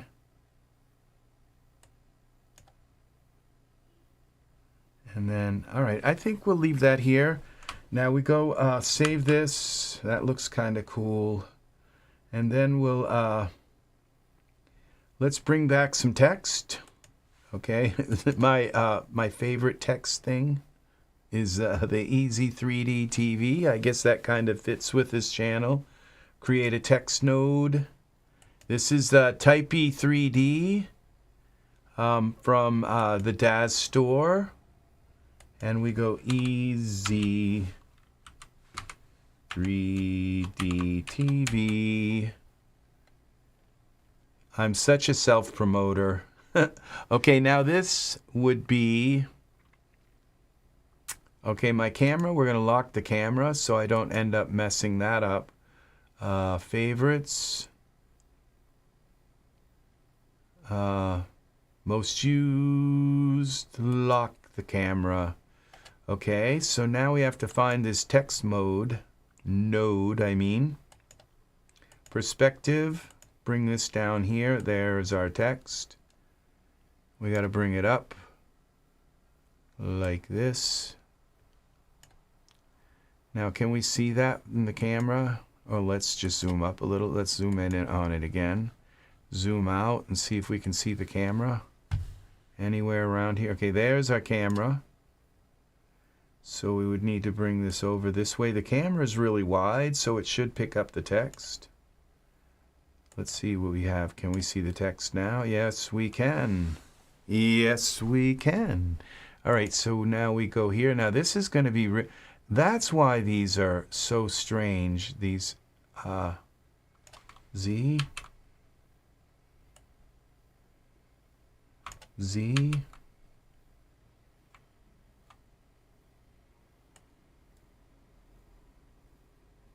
All right, there's that. Is because I have the...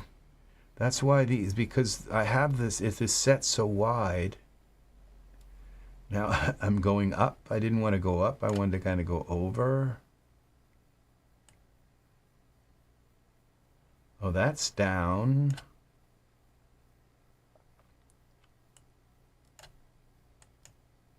I think it'll work better if I use these. All right. X, Z.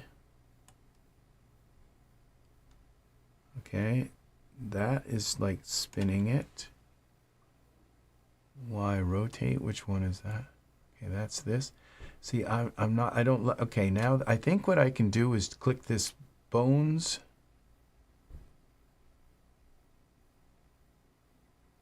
the bones one. And we can move this to the center. I'm not sure which one moves it. We put it right there. Let's see if that worked.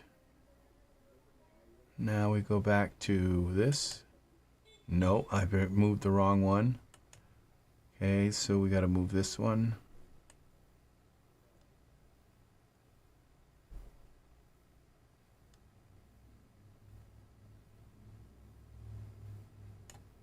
Okay. Now we can rotate it from the center. And like this. A little more logical, the way it would.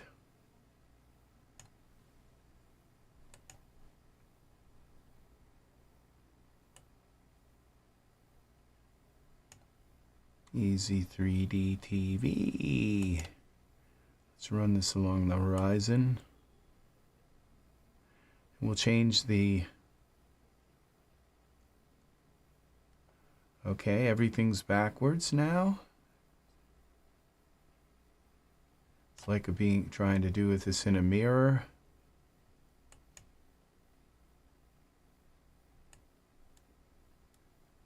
Well, I wouldn't call this the real the real world. I'd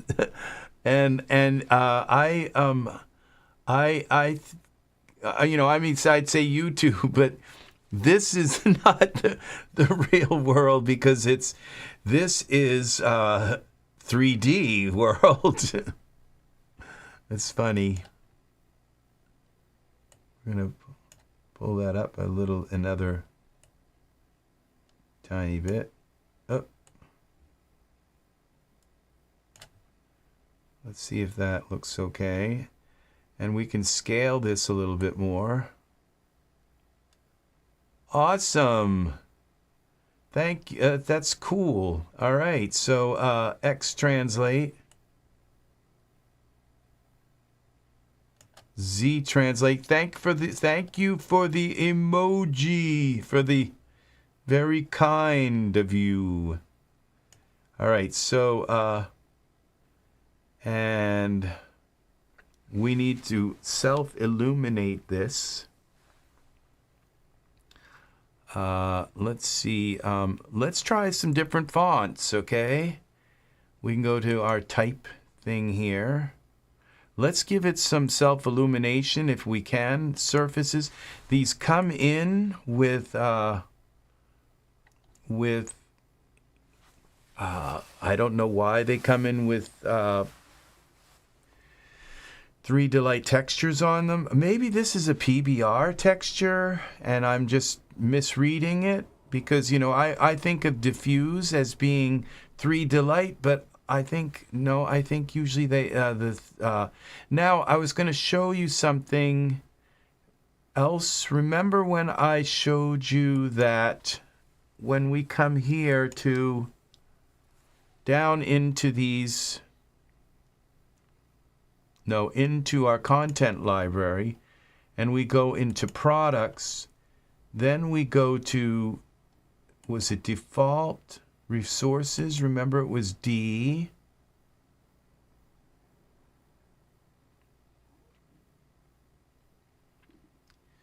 Yeah, and then I think it says something here down. You got to go way down and you get to the Daz default resources. You don't want to forget where this is, okay? Because it's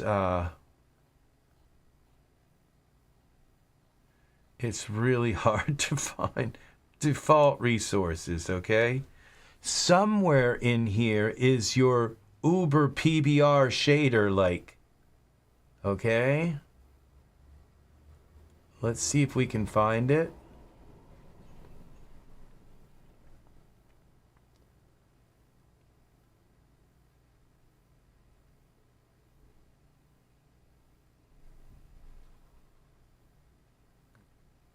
Create advanced iRay node properties. Okay, that I don't think is okay. Daz iRay PBR skin. Okay. Let's try putting that on here, but I think we have to go to surfaces, and yeah, we have it selected. So we could put PBR skin on this. But okay, so that looks pretty cool. And then we could go into surfaces. Now we have like all of these different options. Now I don't think this is advanced PBR skin because there's no oh, well, I think we'd have to open this up, top coat, because I don't see any emission.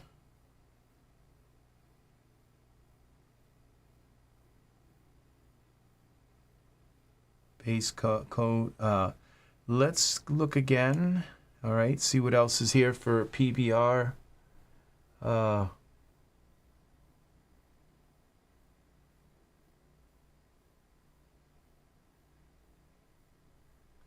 Well, this is emissive.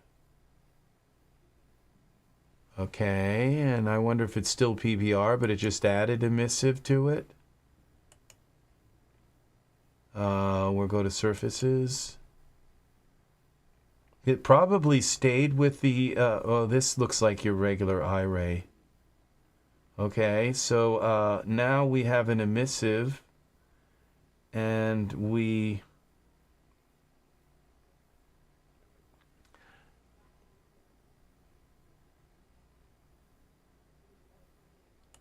could change the color to, and we could just crank up the luminance.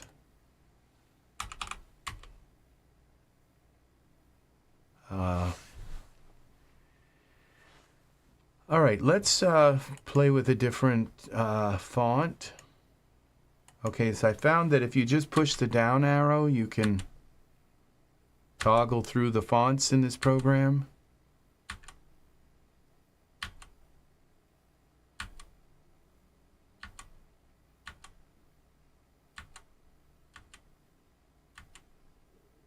This is this emissive is just terrible, but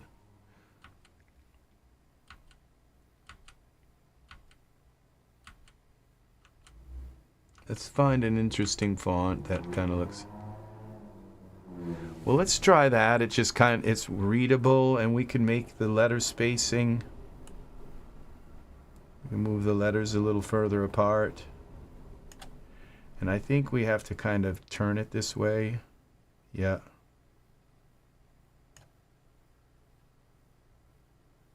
And this way a little bit. Pull it back together.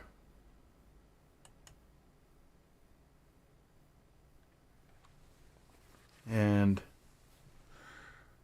okay, align center. I don't know that this would be, I'm not sure that I need to do that, because I think that's text. Okay, that's if you have a bunch of text. Lines. Lots of lines of text. Okay, so now let's find a better shader for this. Presets. Shaders. Let's go back to glass. I just love glass text. Let's, all right, let's see. I really appreciate the compliments on the scene art. Very nice. So we go to surfaces. I think I have to select these again. Okay, they're selected. That just didn't seem to do anything. Okay. Let's try something else. One of these. MDL. Wow, look at that. That's cool. See, now we could take that, but let's go with a green maybe. And now let's turn this green into an emissive. Now, was that green? Okay, that's MDL. Surfaces editor. Emission. Let's go with this light green maybe. And crank it up a little bit. 8. Well, that's a lot. 2. Let's crank this up instead. 6. Well, I think it looked better kind of dark, but let's go 2. EZ3DTV.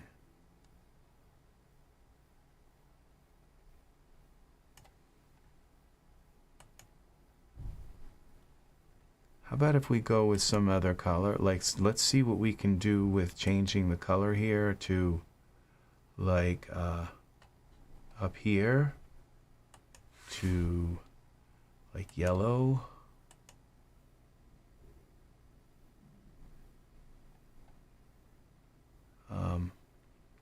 What if we shine a spotlight on it?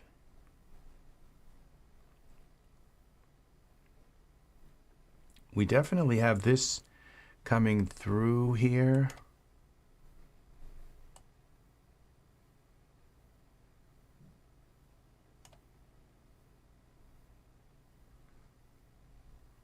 Rather than trying to illuminate it, let's okay, we'll put a spotlight in the scene. Look through the spotlight. And then we'll select that and have it look at that.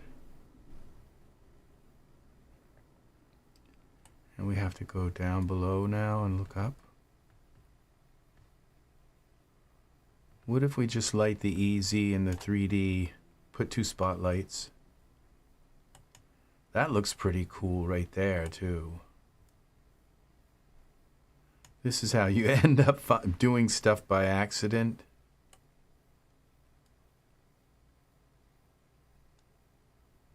All right, so what if we move this over to the easy words, the easy letters? Why is that? I can't see that. Okay. And does that light them up a little more? Okay. And then we edit, duplicate. And we have another, we'll put another spotlight on the 3D words, TV words.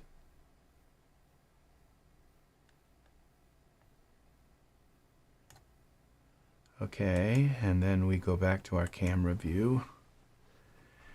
Now we can take and brighten these up a little bit. Parameters. And where is our lumens? Go 3. That should have lit up the TV words. Let's go to 9.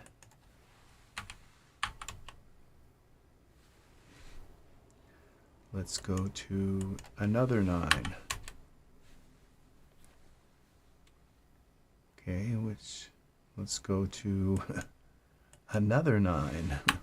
Something's wrong. When you end up doing this and nothing seems to happen, it's not because you're too far away. It's something's wrong.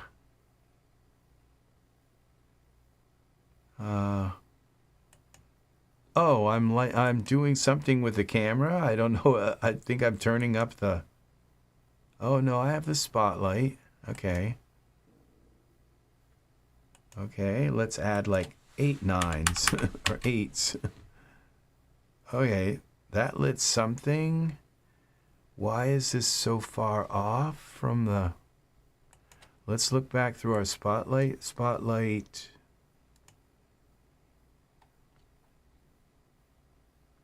Okay, I guess it's just that these letters are not very responsive. This texture isn't very responsive to light. Sometimes you have that happen.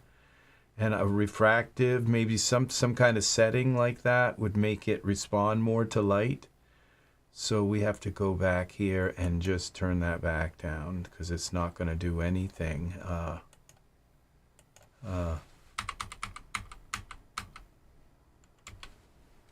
All right, so the way we would fix that would be go back to our camera view. And this looks like solid glass. Remember I told you there are different kinds of glass? There are thin-walled, which is like a glass kind of container. And then there's solid glass textures. And this looks like solid glass to me. I'm not sure. Maybe not. I could be wrong about that too. So, but when I turn up the lumens to it, it just kind of washes it out. Doesn't look good.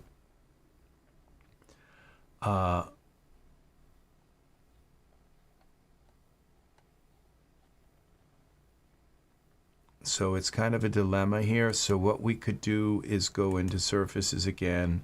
And let's try some of these other glass settings. See what happens. Here's one here. And we got a bunch of them all mixed in here. Those are scripts.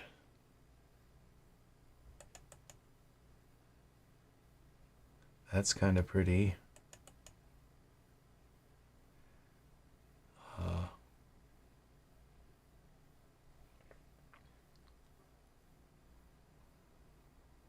Okay, this is glow. I wonder if this will work with these. Temperature. Okay, that doesn't seem to be doing anything. Flint glass. Now I may have lost. What happens when you do these glass things is sometimes you can just lose complete control of your surface. And you have to go back and put an Uber texture on it. But sometimes you can find a setting that will kind of reset them all again. One of these glass things will sometimes just reset it, like an Uber texture would. Now that one just did. Okay, so now we're back kind of in business. That's kind of cool. It's just not standing out enough.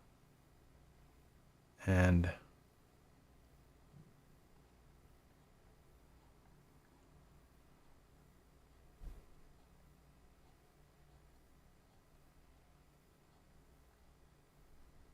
okay.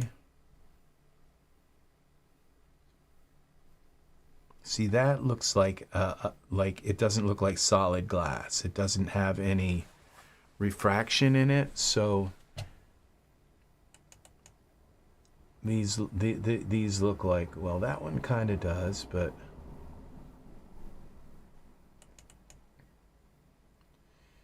you know, because if you try to put something inside the glass, that's really pretty. If you try to put something inside the glass, it's just going to look like it's not going to warp if it's solid glass. If it's not solid glass, it's just going to kind of look like something inside of a glass thing. Where if it's solid glass, then you'll get that kind of warping effect. And let's see what this looks like.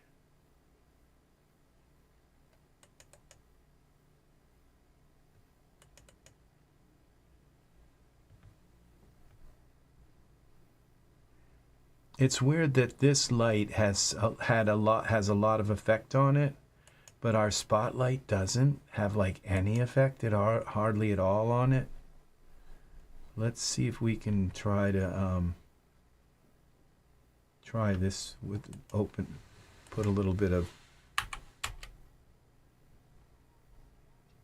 Now it looks like it's hitting it. It's doing something here. But it's not what I kind of expected. It's not like going through it. It's kind of bouncing off the surface. Yeah, it's just totally beyond my expertise on how this works like this. So we turn these both off, maybe these spotlights off, and just see what we get.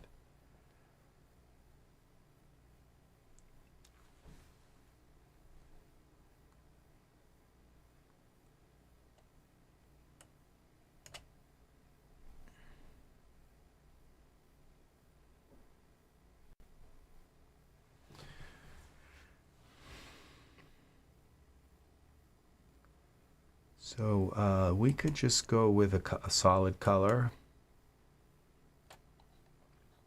Let's go back to this, shaders, default, shaders.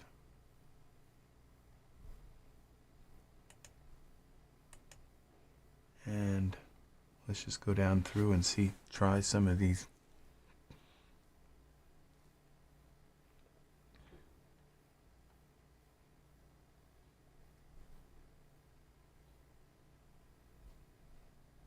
Why, okay, why have I only got okay, I've got VDB on. I was going to say, why have I only got like 20 or 100 shaders here? All right, I don't think these worked on the last ones. Okay, that's kind of cool. It's like a beer bottle glass color. That's just changing the color though. It's not really changing. Let's try some of these different ones.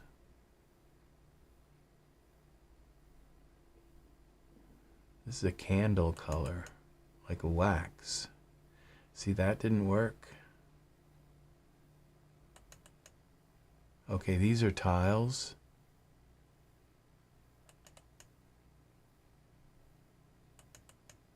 Those aren't working. Okay, I'm gonna need something to reset it, like. Okay, these are opacity. Clear ice. Oh, that's nice. Water clear. Wow. Clear blue. Water bubbles.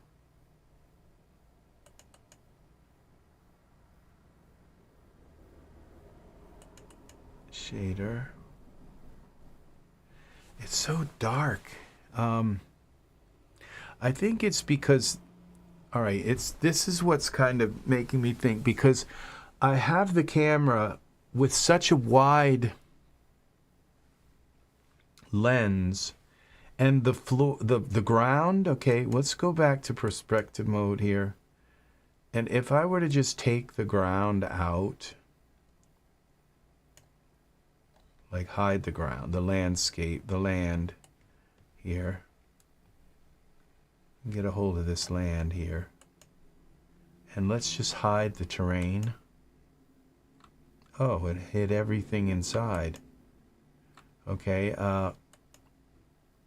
so we'd have to unparent all this stuff.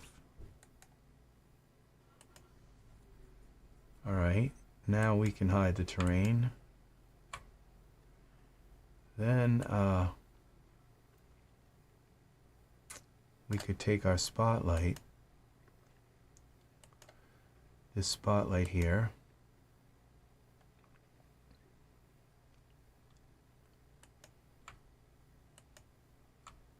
and we could bring it way back here so that it lights the whole word. Well, I guess big, so at least it lights more letters. Now I could have made the spotlight wider.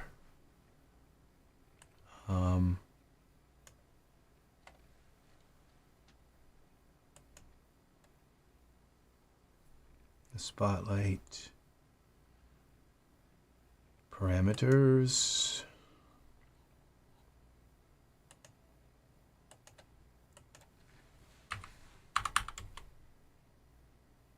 Okay, that's lit it.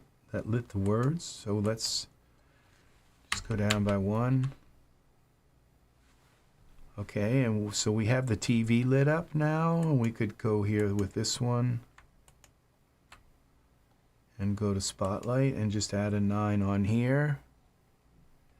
That's what Anus, that's what I like the most myself, are the transparent fonts. They're just so awesome, and to me, like the red one, of course, because that's just like my color.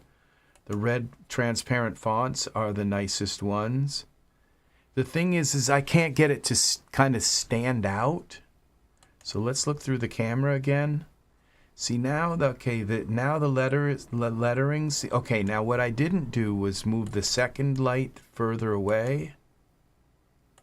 Spotlight 2. We go here to spotlight 2.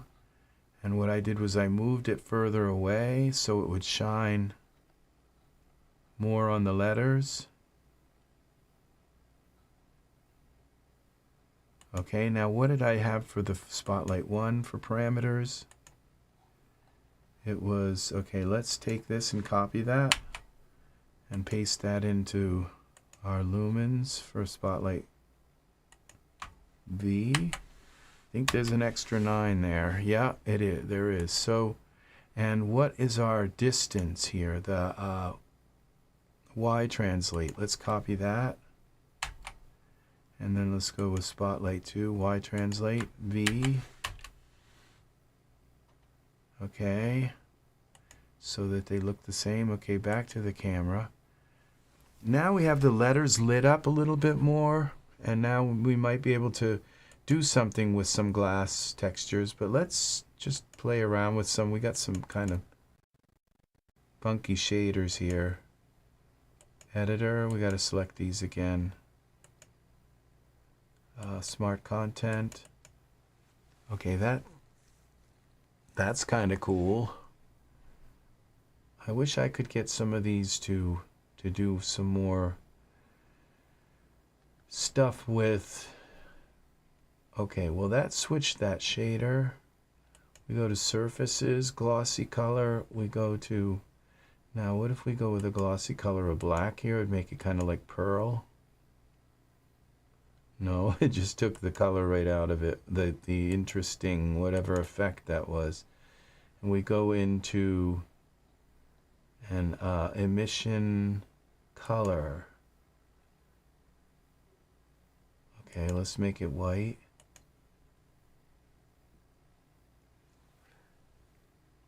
How about if we do something like red? No, we would want a green because we're in the forest here. But opacity is at full. So let's add, we've got an emission here. Let's go. Now that's kind of interesting.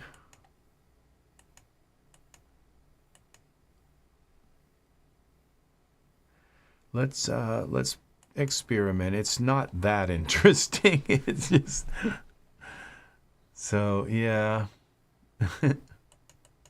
It's like all these painters, I see them and they, you know, they're splashing paint all over this thing and they say, you know, I like that.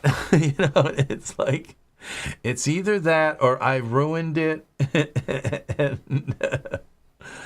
And they don't want to say that or their video would be moved, that it would be ruined. And it's usually what they do is nice. I'm not saying that they're lying, but they kind of have to lie because even if they mess it up, it's like, well, I kind of like it. It's funny. Let's see, what do we got for shaders? All right, let's go back to glass.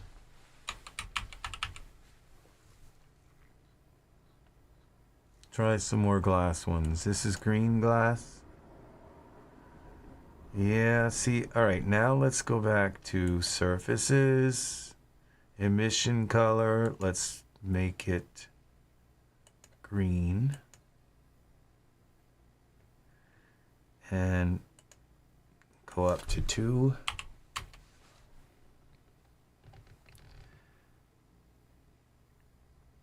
It's just, I'm just not, it makes it too cloudy looking, you know?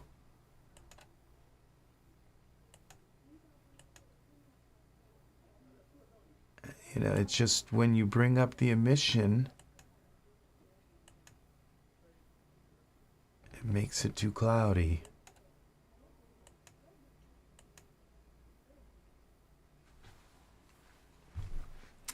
So I bet we would get a really cool thing if we just got rid of all the trees. And maybe if we brought this in a little closer to our... Okay, I didn't get rid of all the trees. That's an idea. That is a very good idea. I didn't even think of that because the lights themselves would be... the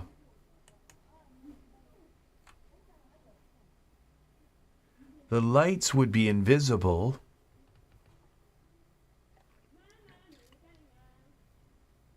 And we could really kind of crank them up. Now we're not lighting the trees. So,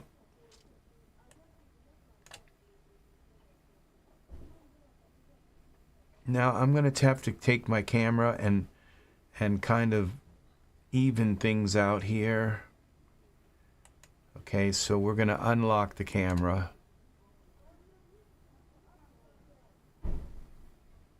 My neighbors are busy tonight.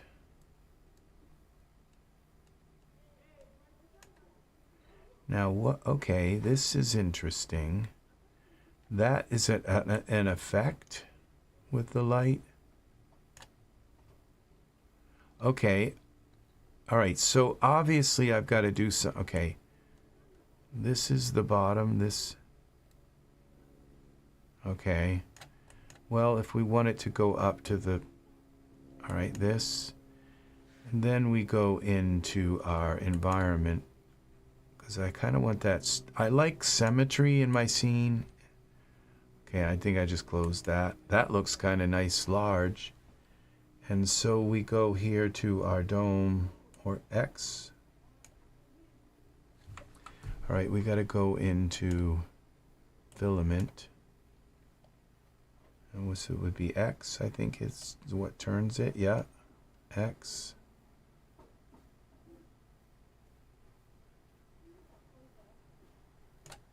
And then we turn this.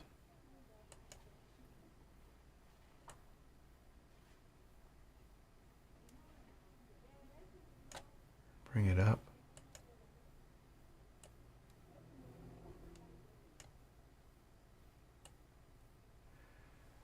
Now what? See, because we're back to that thing where you can't change the...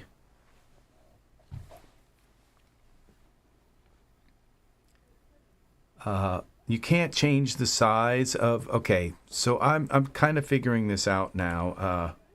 What to do here is to put this on the plane, because you see I can't make this sun larger or smaller. I can do it by changing, I think maybe the camera width.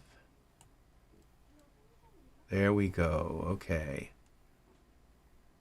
But that's going to do something really kind of weird to everything else in the scene, but that gives me this so that it will, more of it will go through our text.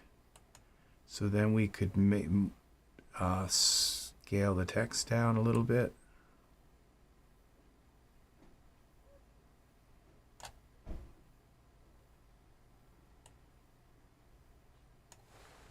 All right.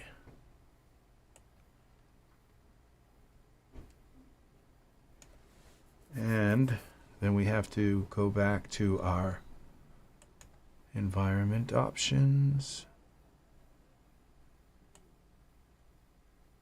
Remember, we're in filament. And move our camera over this way. Okay, this would have to go this way. Let's center it.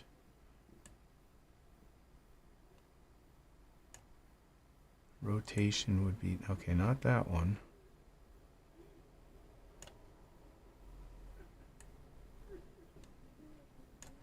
Okay, we have to move our camera. This.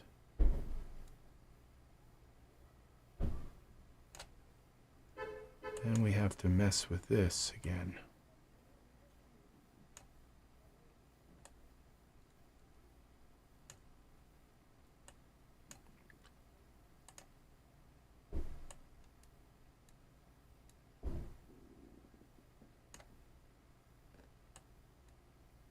Okay, let's see this in iRay.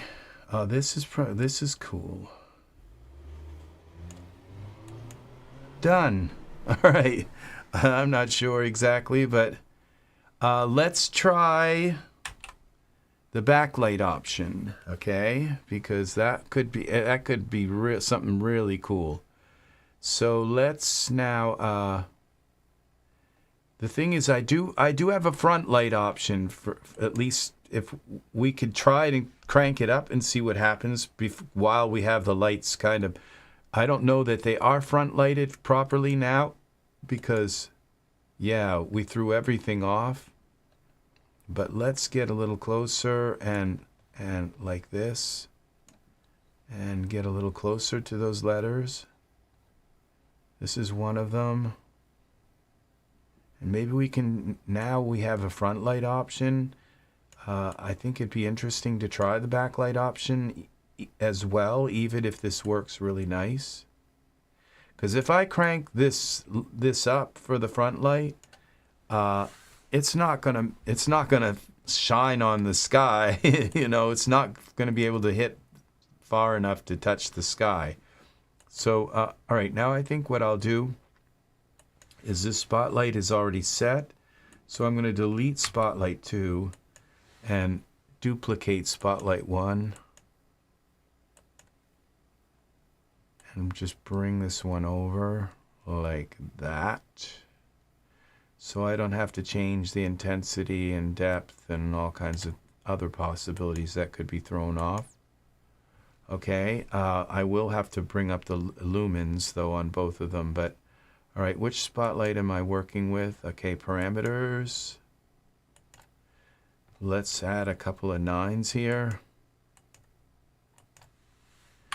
We're probably going to have the same problem where it just does nothing. Yeah, see, that's what's happening. It's just not doing anything. It's not lighting it. Like, this is just not responsive. I wonder if this is like a 3D light. No, it wouldn't be glass if it was 3D light.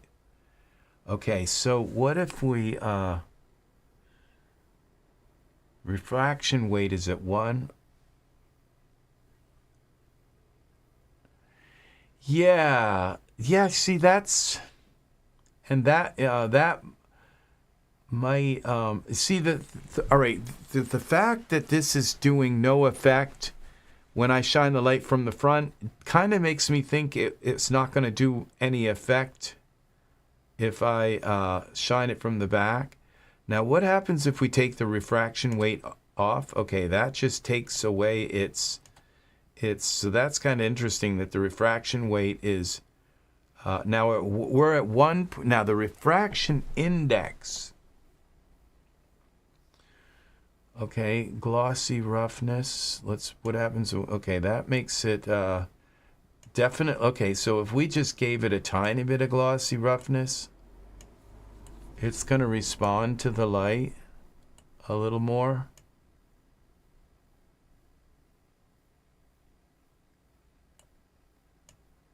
It's not quite as transparent, but it's not shining through the light. So backscattering weight, what's this do? Doesn't seem to be doing anything. Refraction index, we got to remember that's 1.80.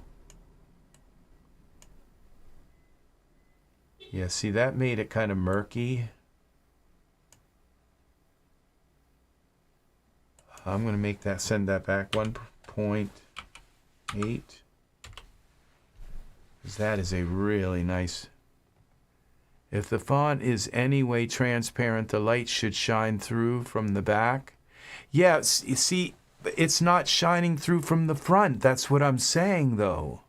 See, it's not shining through it's not affecting it from the front. So, I'd have to like crank it like really, really, really high up.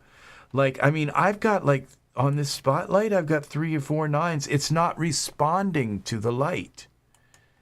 You see, it's as if it just has something's not. Look at how many nines I've got on that. And it's not, and it's shining right. Let's see, which one have we got here? This is spotlight.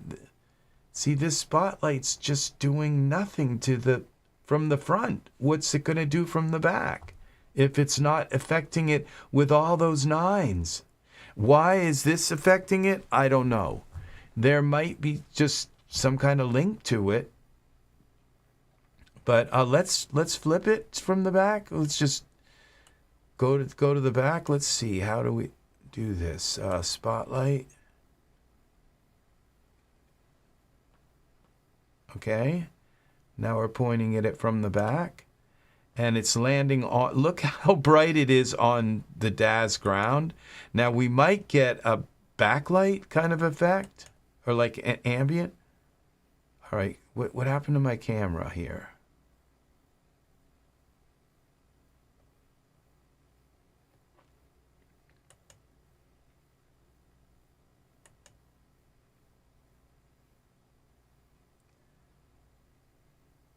Okay, I might have turned back on my plane. No, the terrain is hidden, right? Oh, okay.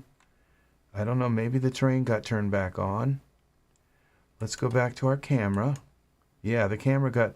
See, it's not doing any effect, and that light is coming from the back now. So, it's something to do with the responsiveness of this to...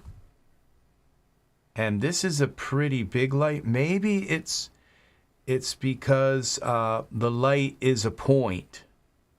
And maybe if I take this spotlight here, we'll delete that spotlight. Okay, which one do I have? Okay, from the spotlight. Okay, let's bring this back around. Okay, from this, and we'll turn this like this. Turn it. How do we turn this? Okay, like this. And okay, all right, we have that pointing through the light. Okay, and now we go back to the camera. See, so they're just not, this light is affecting this because it's, all right, so let's take the spotlight and give the spotlight some width to it, I guess, that we'd go into.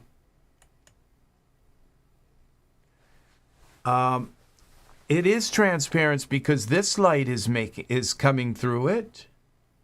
And you can see it as you can see see, it's just that these ones are darker because they're further away from that. So let's really crank it up. Let's give it like a whole bunch of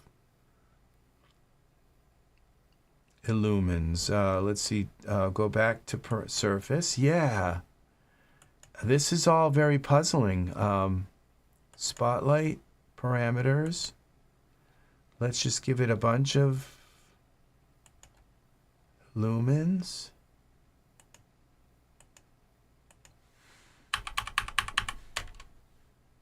Yeah, I just added 5 nines to it, and it just, see, it's like maybe it's not transparent. It should be bouncing off its surface. It's not even affecting the surface of it. That's what's really strange about this.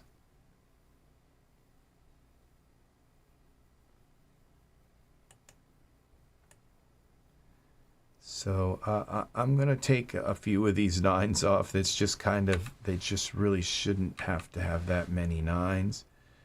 The most it should have is like, 2,000,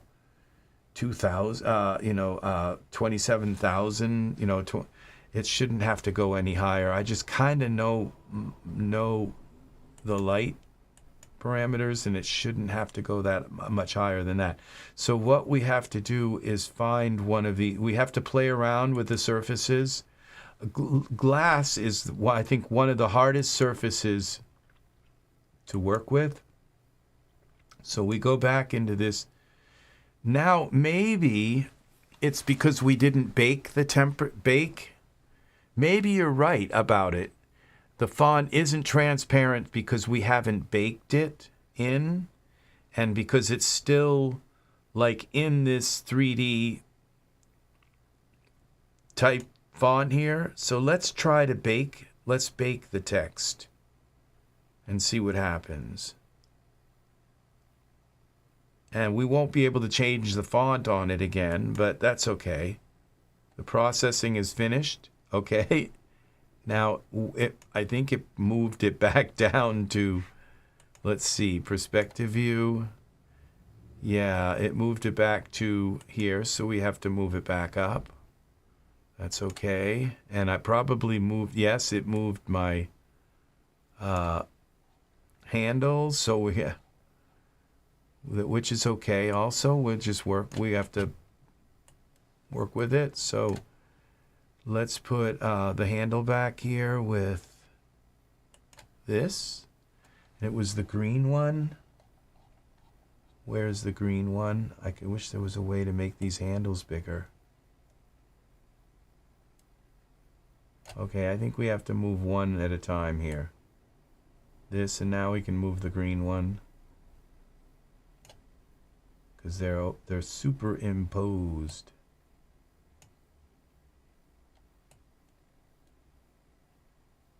All right, now we can rotate it from the center. And I think that's probably down at the bottom again here. So it's just easier to move it from the center. And I'm not sure that's the center, but it's close enough to where it feels like, okay, when you rotate it. Is this in the center of? Not really.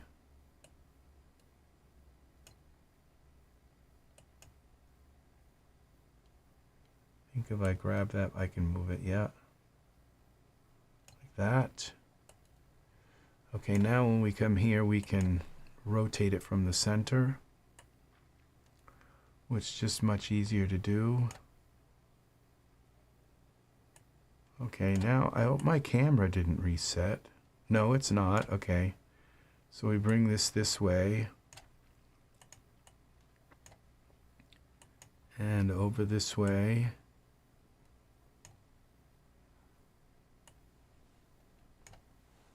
Look at these lights. They're not at the right, and that was something that is kind of weird. Because I thought, oh, look at them. One of them is linked with the terrain. Unparent. I grabbed the terrain and put it right in with the light. When I moved the terrain, it moved the light. Okay.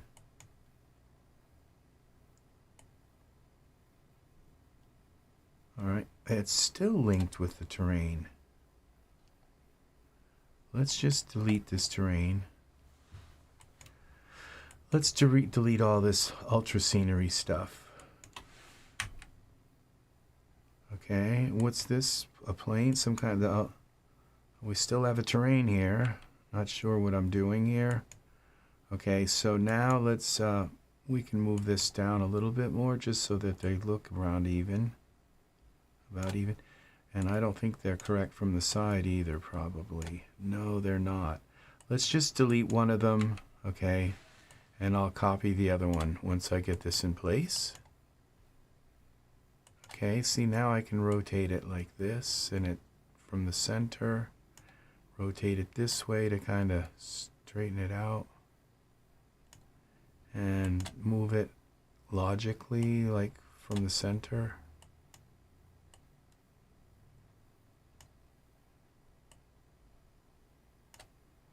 Let's view it from the side.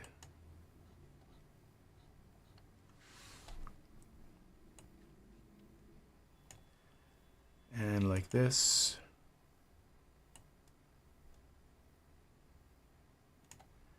And let's see if we can see that from our camera. Yeah, okay, we've got it in the ballpark.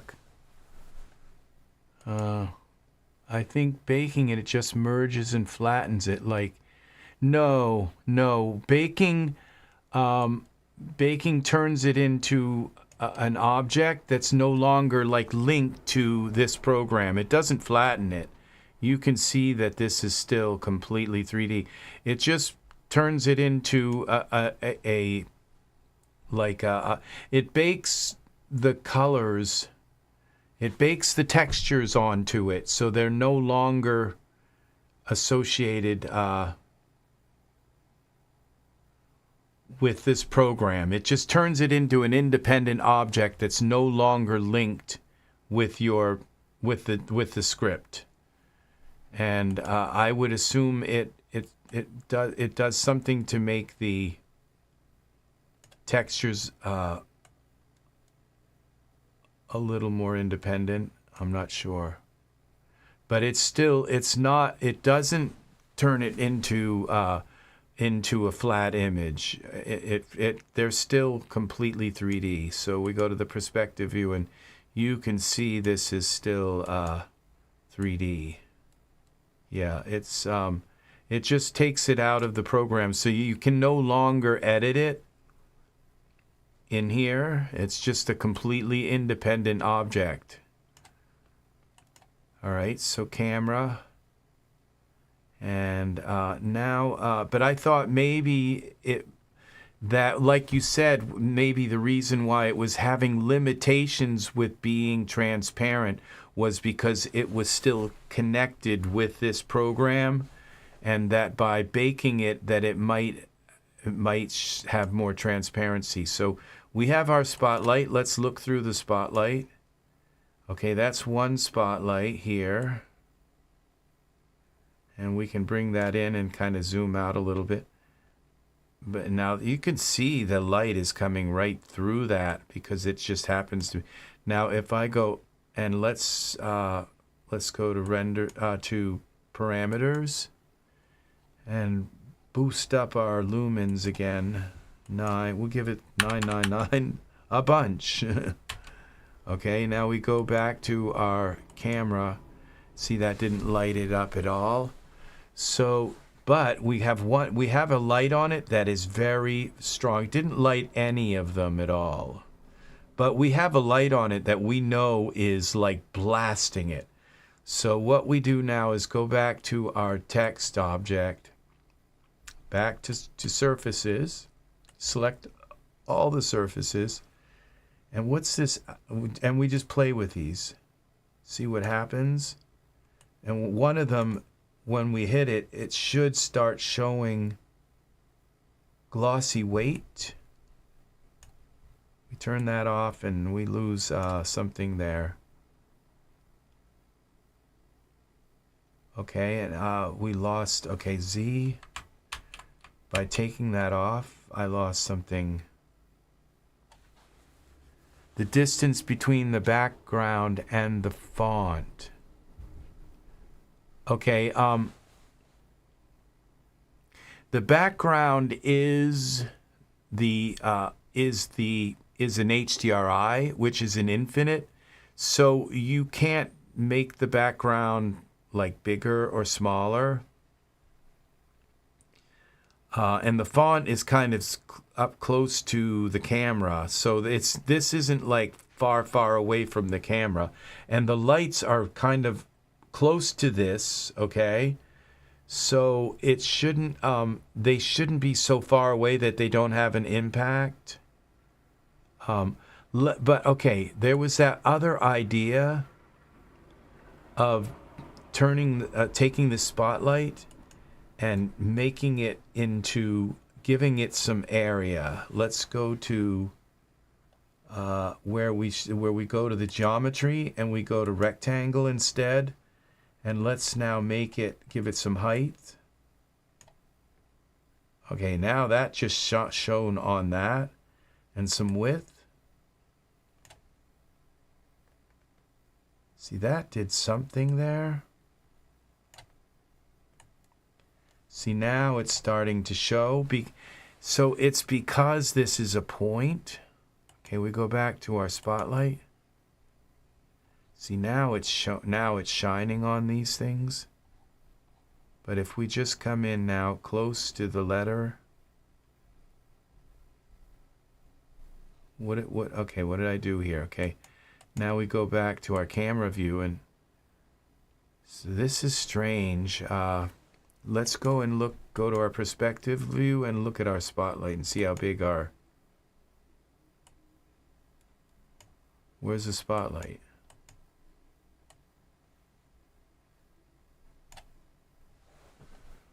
Wow. Okay, there's our spotlight. How far away is the spotlight from our... It's... Okay.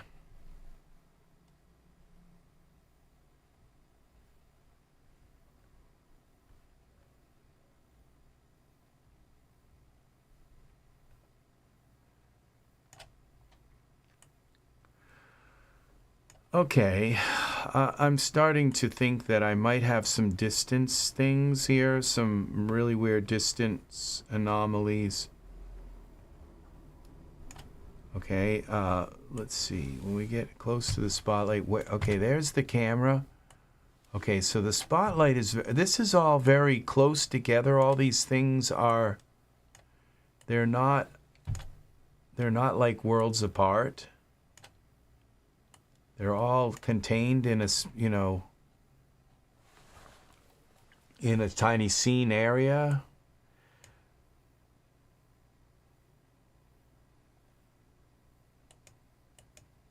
Okay, and this is very wide though.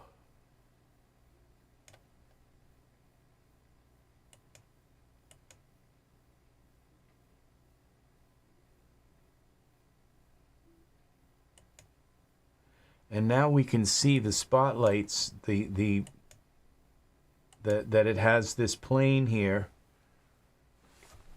Let's delete this spotlight. Let's go to a camera case, because I've done something kind of odd with this camera. All right, let's put a ghost light in, a regular ghost light. Yeah, see, that's what I have done. But when I do that, when I make the font emissive, it doesn't,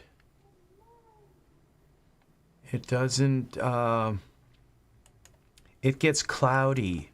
It's like, it's not very pretty. So now I have it as emissive, and when I turn up the emissive, like let's go to 5. Now it's a little bit more there. It just kind of loses that glassy feel. 8. And this is more, it's not bad, but it just, okay, let's go to 20. Yeah, it just kind of like loses, it becomes cloudy. And it's no longer really, it loses that. So if we go back to the 1500, now look at, see, it has this refraction to it. It has this. Now I wonder if we were to turn on, okay, if we were to turn on the, go into these render settings, and we have things here called like specular rendering. What happens when we turn that on? And then we also have another one called caustic sampler on. And that usually has to do with something else, when something else is like in the proximity of it.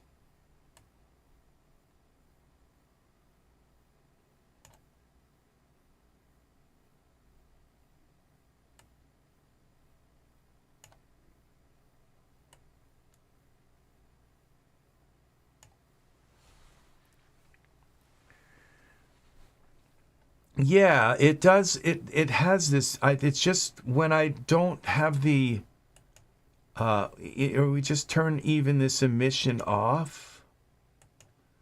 It just has a much more glassy look. So okay, let's try backlighting it with a ghost light. Oh, if I backlight it with a ghost light, we're going to lose the sun. The sun won't be, it'll block the sun from shining into it. So I'd have to front light it with a ghost light.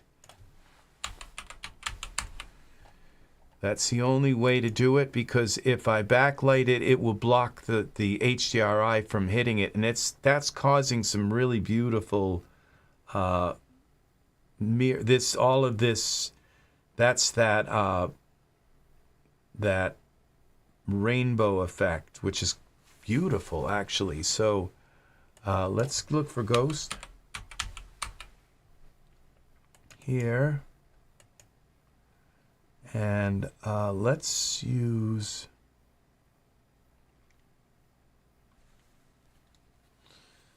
yeah, let's use this half cylinder. Okay, and let's go now to our perspective view and find out where our cylinder is. Okay, the only way to see that is in, because it's a ghost light, is to see it here in, where is our other stuff? Okay, it's up there. I think what I'm going to do is move this, put this text and the camera together. We're going to group them. Okay, text, and we're going to get to the bottom. This is what this is about. This is, it's about making a scene. If we can figure this out, I'll have a nice little logo scene, okay? So it's about making a scene. I don't just like set up a, put a square in the scene and like let's turn it into text or something, and this I try to always make something out of every tutorial. It's the quest is to make something beautiful and artistic, but it's also to experiment and to learn stuff. So what we're going to do now is we're going to move this camera down all of this. Let's see, maybe I can do it by just hitting all of this to 0, 0, 0, 0. Okay, that did work. Okay, so now we have all of this. Now what happens when we look through the camera? Okay, well, we have this cylinder, but we still have this like this.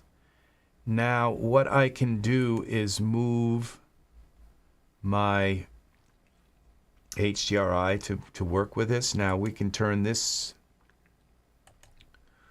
We can, okay, now I'm going to take our camera and let's lock the camera again. Content. Okay, favorites, most used, lock the camera. Okay, that's locked. Now we select this cylinder and go to perspective view. And now we can, okay, that's still pointing up, which is, that's odd that it stayed there like that when I brought that.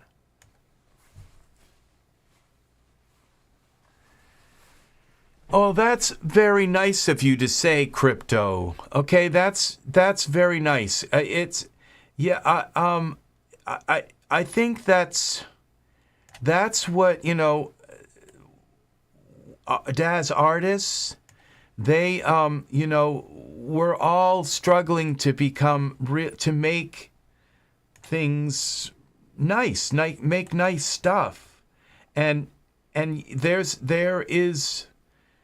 a place for, you know, for art that like tutorials that just quickly, when you're in the middle of something and you say, well, how do I do that? I forgot how to do that. That's when you want a video that's going to just put that square and that like cube in the scene and show you that one thing, and you're done and you're back to your work. But sometimes you just want to be able to kind of get instructions on. Now, if I put this on, you know, how to make, yeah, it's a matter of seeing the whole process and the struggle to get through and learn all the and as you're going along, you notice this and that you can do this kind of thing, and right now we are in a struggle. But you know, we went from lighting it with spotlights, now we're trying a ghost light, and we're gonna see if we can. And the whole idea that we had with now I can see that this isn't quite flat, level here, so we'll level that out a little bit. And now this ghost light, we have to scale it. So we go to parameters. We'll scale it a little bit like this. Or maybe we'll just use it like that and scale it. We can scale it along the Z plane? No, this one, the X plane. No, I guess it's the Y plane. This way. And then we'll translate it along the, what is it, the Y plane? No, the X. If I put it in front of the camera, then every time I go into texture shaded mode, it's going to be in the way. I think I might be able to hide it, but Z, okay, Z. All right, let's try this.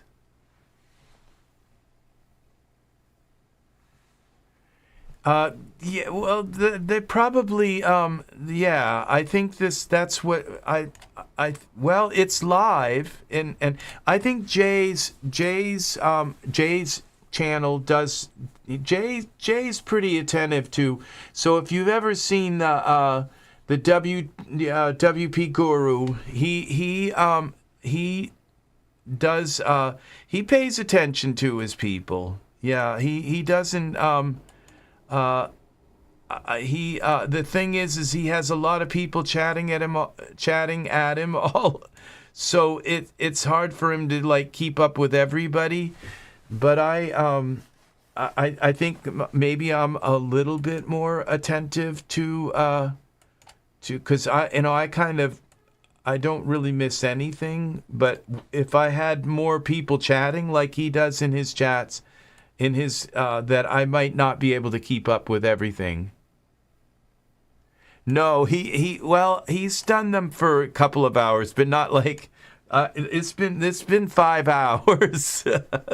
Yeah, so I've got some 8-hour tutorials. It's only 3 more hours to 8. It's actually 4 hours and 58 minutes and 9 seconds. So we're about ready to hit the 5-hour mark. Let's look at this through the camera. Now we have this big gigantic. I think there's a way to turn this off so it's hidden but I guess it's okay because that'll all disappear once we go into. Now, how did this happen? Oh, it's still pointing up. Okay. All right. So now let's crank up our light here and see what happens when we give this some. Maybe it will respond to this light where it won't to the spotlight. I don't know. So our emission. Okay. Okay. I guess that's here. Yeah.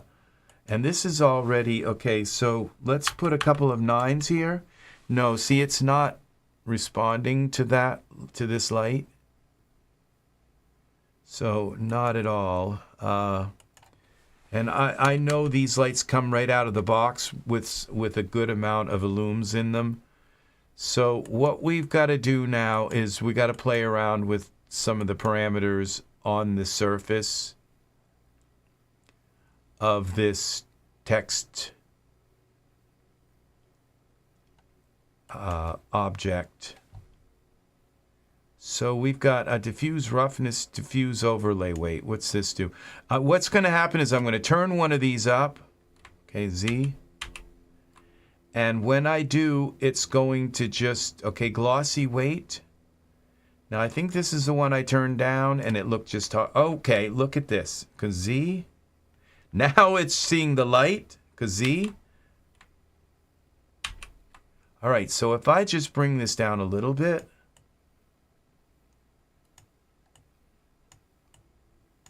Okay, no, it was from turning it off. When I turn it off, we get light. So if I turn off this light here, okay, but we lost our, now we've lost our transparency. Z.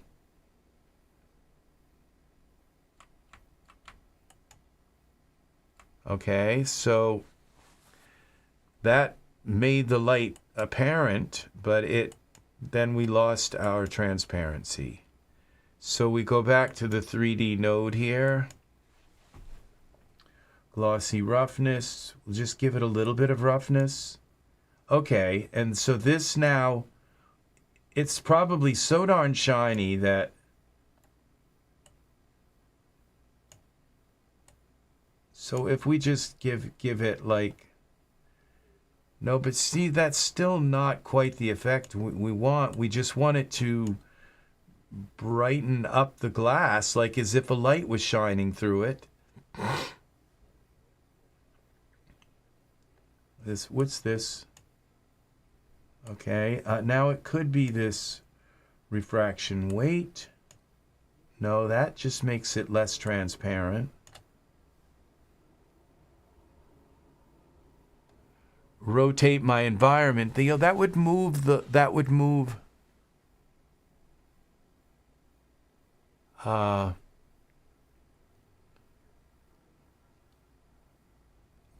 what do you mean rotate the environment? It's going to move then the symmetry of the sky. Okay, all right, well, okay, let's go to parameters. And rotate it. See this, okay, this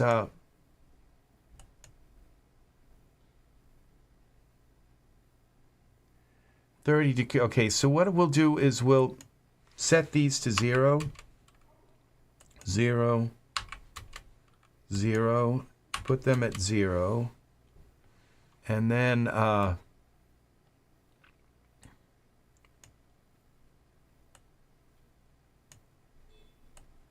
okay, so it's yeah.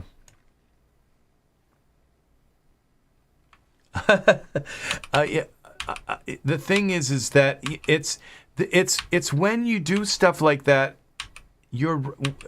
is when you come and have lucky accidents.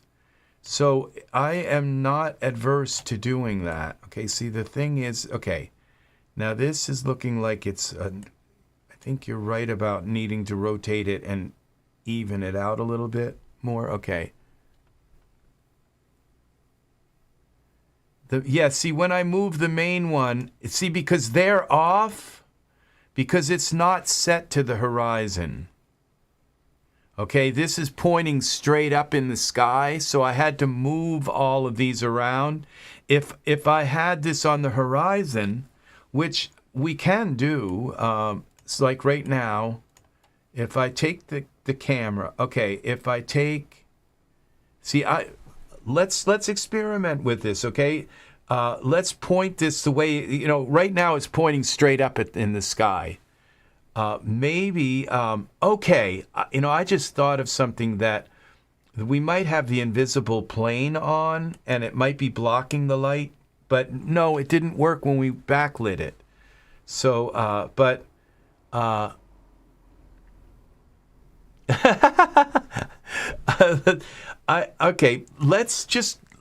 let's keep it here, even though I would rather have it pointing, looking horizontally rather than vertically up in the sky. I would rather, but let's play around with some more of these surfaces here. Okay, and let's transmitted color. Okay, so what's this? What if we make this white? Because we have a strong light on this. Okay, so that didn't do anything. Undo that. Scattering emission color is off now, so we don't have an emission, and none of these. Okay, so we've got these scattering measurement distance. Let's just bring this way up. Okay, and that didn't do anything. Z. Metal flakes top. Okay, see, these are off, so we don't have any top coat affecting. Okay, so we don't have bumps. We don't have normals. Okay, base thin film. What's this? Okay, it looked like it darkened it some.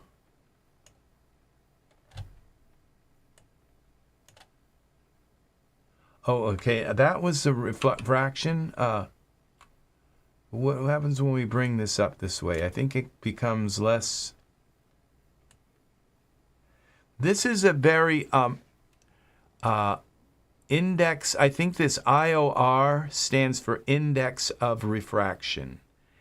And it has to do with, like, if something is like if it's made of jelly, or if it's made of glass, or if it's made of crystal, or, you know. But this doesn't seem to be, like, doing anything when I change it around. And it, you would think, okay, now, okay. So when I bring this film, this thin film up like this, and then I bring the index of refraction up, it works. So it has to do with these two being together. So if we do that to like 0, then okay, then we lose our index of refraction. So we have to have it at like 0.1, okay? And then we get the, I think that's called index of refraction.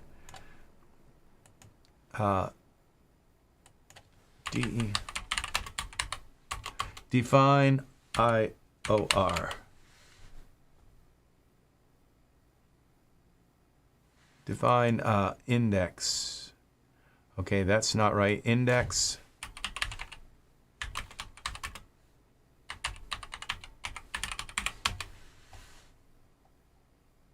Index, also known as refractive index, is a dimensionless number that shows how much light bends when it enters a material, calculated by dividing the speed of light in a vacuum by the speed of light in a material. Well, that explains it all. Okay, where the speed of light, where c is the speed of light and v is the speed of light in the material. Okay. Stuff like this makes me just want to quit forever. It's like, okay, you know, the speed of light. It's like, oh yeah, now I get it. Exactly. All right. So index of refraction, known as refractive index, is a dimensionless number that shows how much light, and that's what this is. This is the IOR, index of refraction. And where seed is, I learned this, what the IOR is in Blender. So that's why I know about it, even though there is one here. but if we go here, it's okay. So known as it's calculated by dividing the speed of light in a vacuum by the speed of light in a material.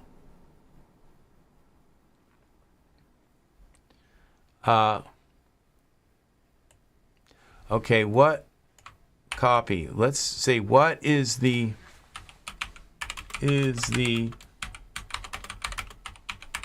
IOR of water? Okay. The index of refraction of water is 1.33. See, this is important. You have to know these numbers to get water, to get proper water so that light works with water. You see, so what is the, okay, so what is the IOR of, so that's 1.33 of A.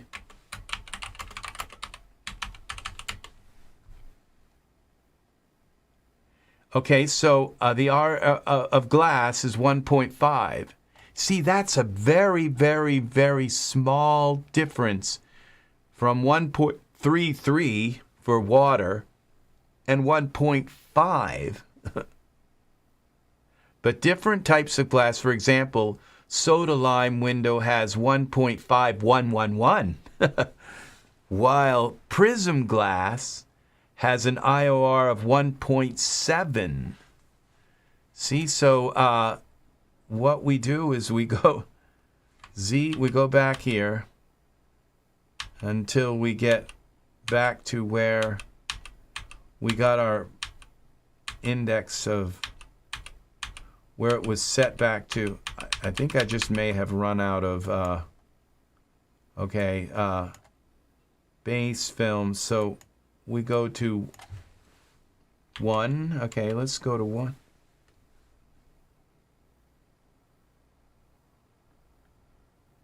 Okay, I guess the base film down here at the base film. Let's set that back to, reset that to, and let's go back to, okay, this index of refraction. Where is that? Okay, here it is. Refraction 1 point. Okay, refraction weight is 1.0. Okay, what did I do? Where was the IOR? I think we lost our okay, this refraction weight.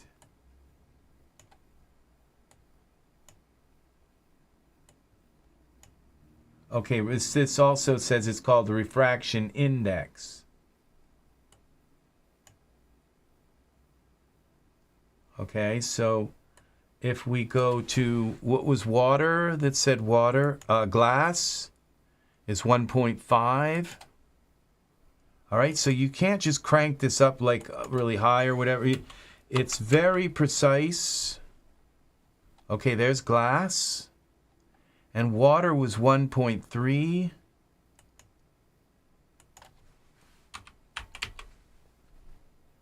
And that looks kind of like water in a way. You can see through it, but it has. What if we set this to reset value 0? Okay. So this refraction weight, it has to have some weight to it or it's not going to work, I guess. And we bring that, okay, look at this now. When we bring this weight up, it has more response. So we go to 1 point. Yeah, I really like this, the text in Daz. It just gives us endless possibilities for making awesome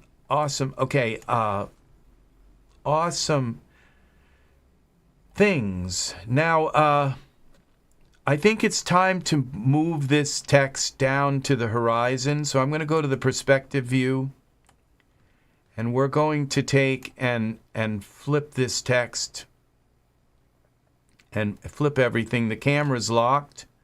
Let's unlock the camera. Favorites. I would like, because I want to start working with a plane in the scene. Okay, so let's go to the opacity is set all the way up. Okay, on this, but yeah, I would, if we were to lower the opacity, that's something to try. The opacity is all the way up to 1, to the highest it can go, I guess, without having to change the. So, all right, so let's unlock the camera. And let's move the camera so that everything is correct here when it comes to, we go to front, okay, and now let's take this camera and turn it towards this way. And then let's go to parameters, and we want the camera at 0, 0, 0. We'll put it right flat on the ground. And rotate would be 0, and rotate this one 0, and Z rotate is 0, okay? And then we bring this down. Okay, not like that, Z. We turn it this way. Okay, this way. And bring it down. Okay, so that should be about 90, okay.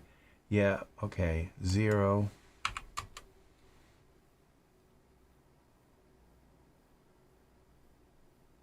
Yeah, yes, definitely for hair. Opacity is huge for hair. Yeah, it just can make hair become very real, very, very quickly.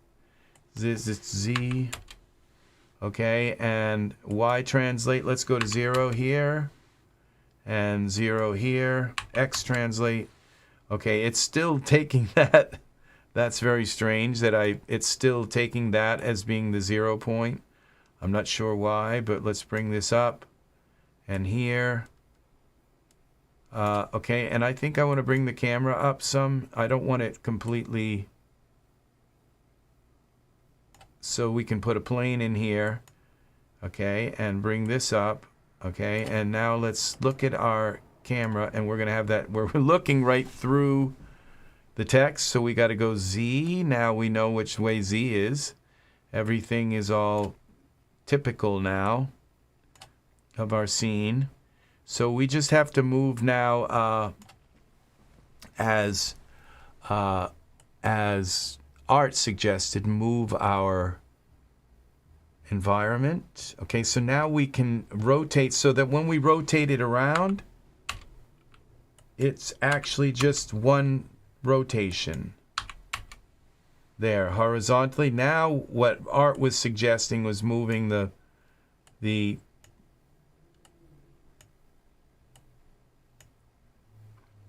there we go. We can move that by just rotating the dome. I think that's what he was expecting. He didn't realize we were pointing it up, doing something really weird by pointing it up in the sky. Yeah, this is exactly. So I figured I'd get things the way they're supposed to be by, okay, we're going to inch this over a little bit until we get this. All right, so this gives us the ability to do something cool, and that is to put yeah.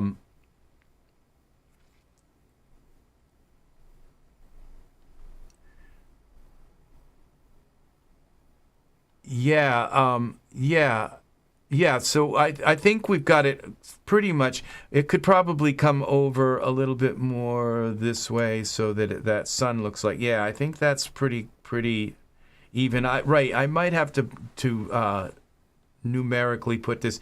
Let's put a plane in here and see, and a reflective plane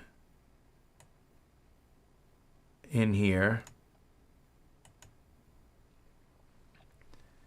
Now this is a white plane. Is my camera still going through the plane? Okay.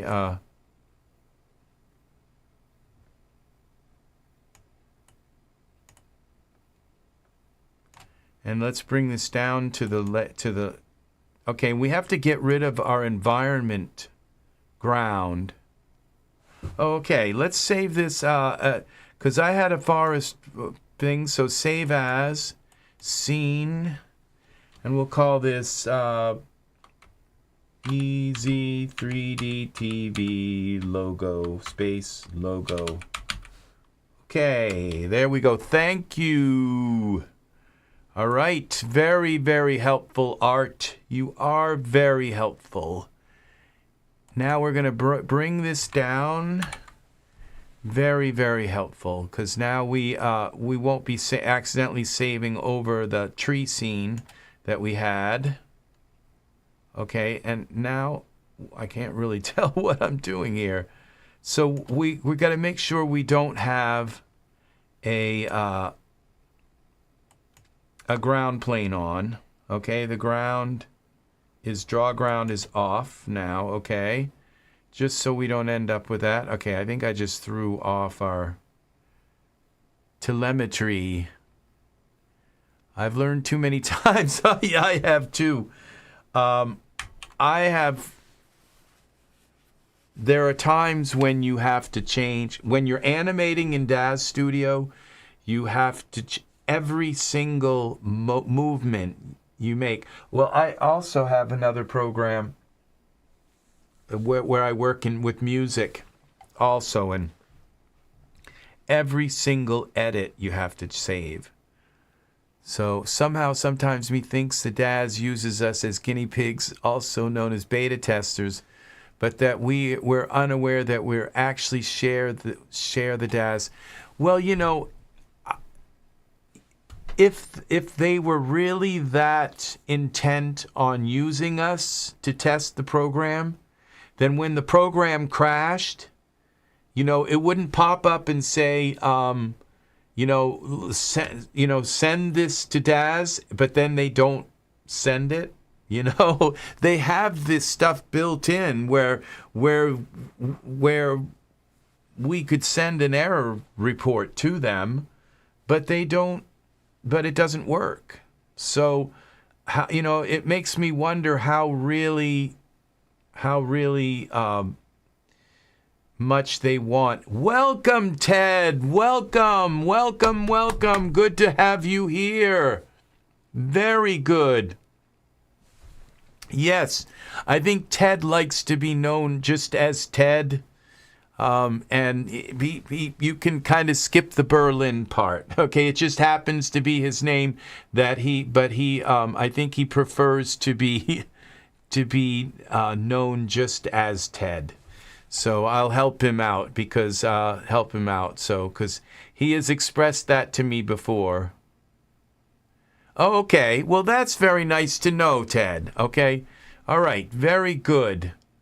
Awesome. Okay, because I just remembered at one point that you mentioned just that it was just Ted. So, okay. Very good. Very good to have you here. We are working with 3D text.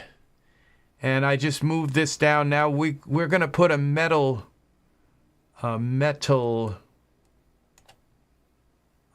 surface on this. Now, I think my text is sitting on right above the, yes, because now it's, yeah, so isn't that weird how how this is creating that strange, like,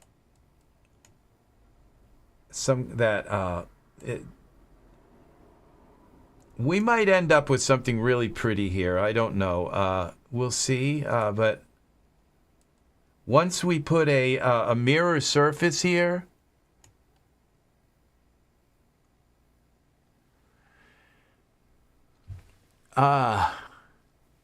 favorite languages to learn on my own are, although I'm probably misspelling all those words.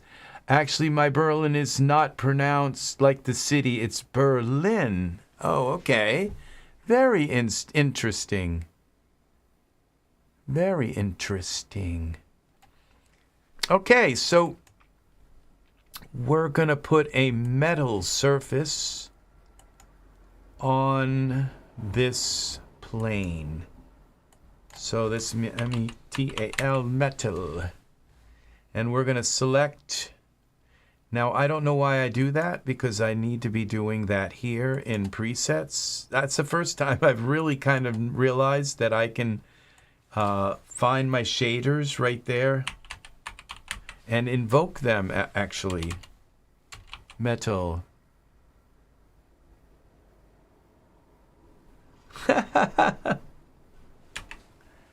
Here we go. Metals.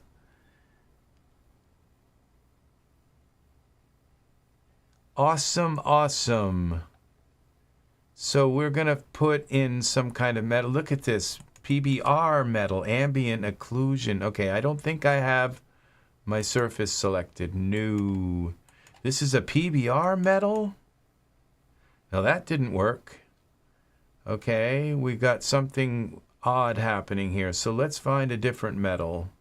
Oh, this is anodized aluminum. Why is this doing this? Aluminum brushed. Okay, we just got to find the right kind of metal. We'll get to our golds here in a minute.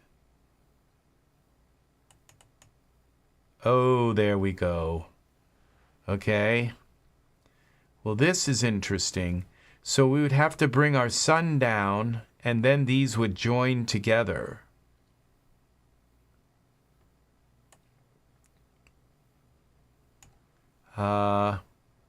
Okay, so we have now our environment options. Parameters.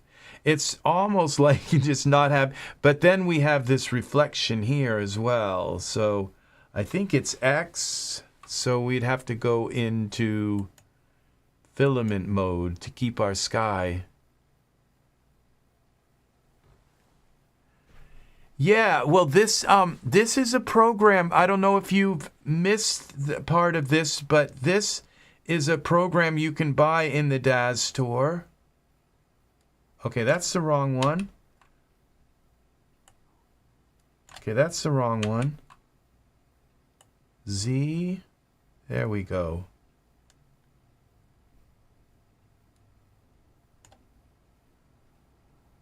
And now we can go. Yeah, I am. You mentioned green apple. It's like one of my favorite kinds of candies. Those that old green Jolly Rancher.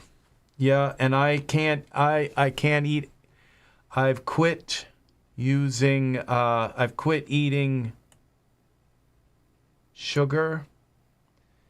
And so I'm on a very strict non-sugar diet. Yes, the Jolly Rancher. Those Jolly Rancher greens, they can destroy thousands of dollars worth of dental work in one bite. Yep. And I know. And it's like the thing is that you can buy it at the dollar store. You can buy like a whole bag of Jolly Ranchers candies, and all it takes is one chew, and thousands of dollars worth of dental work are gone. So yeah, I think if I lift this up a little bit, it might have a cooler effect if it doesn't look like it's... If it's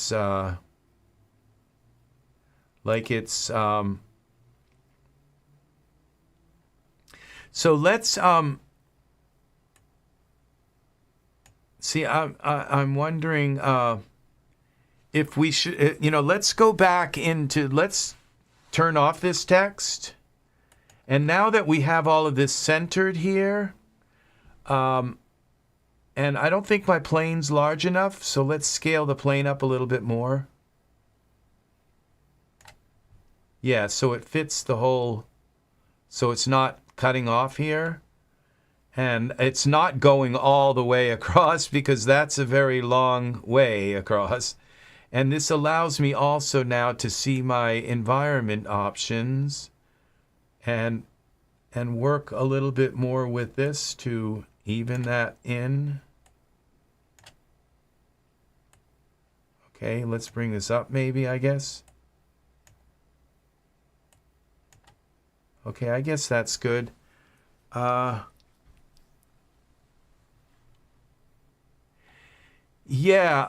let's try to make the font more transparent. We can go with surfaces, and we're gonna go into surfaces editor. That's with the this is what happens when you bring the cutout opacity down. Okay, see, it doesn't really change the way the light's going through. It just looks a little bit more ghost-like. Okay, so this is how the cutout opacity. See, I have been with that. So you really kind of want it to, you know, look like it's here in this world. The problem we still have with this, and choose the color of glass I want.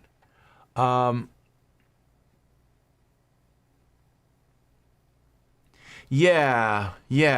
So, and that's not what you would think. You would think it would still retain its beauty, but just become more transparent, more like allow light to go through it more. No, it's still blocking the light, even though it's becoming less kind of here. So I'm going to hide this because this is what we're here to do, is check out this 3D and put in some more text. So let's create another 3D text node, all right, and see what happens. Now let's type in select the node. I'm going to go back with my EZ3DTV, so but let's try some different fonts. EZ3DTV. Okay, where did it go? Where's our font? Let's go to our perspective view. Okay, there it is. Now, it could just be the texture that I used. Maybe we can... Okay, where's my camera? Okay, there's the camera. So we got to pull this out here and over. Well, you can understand why they used, you know, why it puts the, what do you call it, the joint here, because that's where the first letter begins, and you never know how much they're going to, and it just allows it to compute the letters from that place over and down. Okay, so let's go back to our camera view. All right, here we go. We've got some new letters here.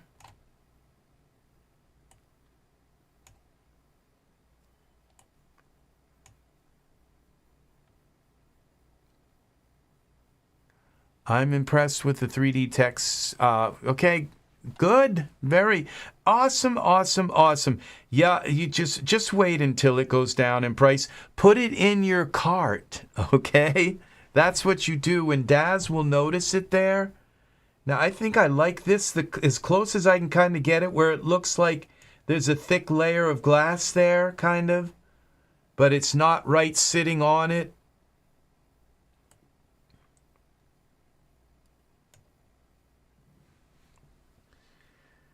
All right, so now that it's no longer baked, we can still kind of mess with some of these things, like spreading the letters apart and line spacing. We can't do that. Font height, okay. I don't know what that doesn't seem to, it seems to be more, I don't know why that's called height when it should be just scale, okay. And then we also have this extrude, where we can make it really, it comes at us, sort of. But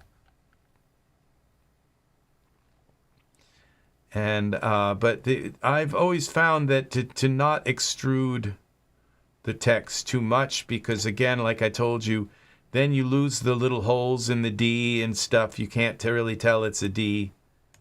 So, and this bevel radius. Now, if we look at these bevel steps and the bevel radius. Okay, so this is so that when you go around corners, Yes, it could be very like spontaneous explosion or whatever that that's painful as well. So yes, at least I've been told. Well, I don't know that I've been told that, but at least you can assume it is. So yeah. So now okay, since we have this, let's start at the top here with our fonts. Do you think I have enough fonts on my system? Maybe just a few more. This is agency. And now I can use the down. Okay, and we can just kind of go through the fonts. Oh, now this is kind of cool.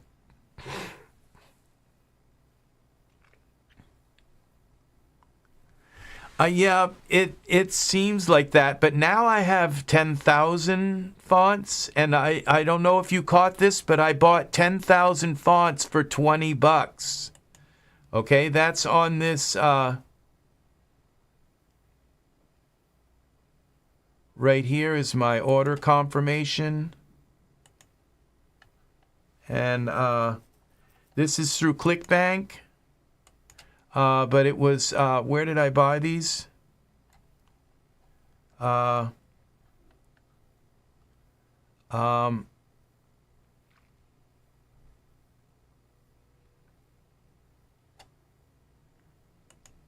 Okay, was it 10,000?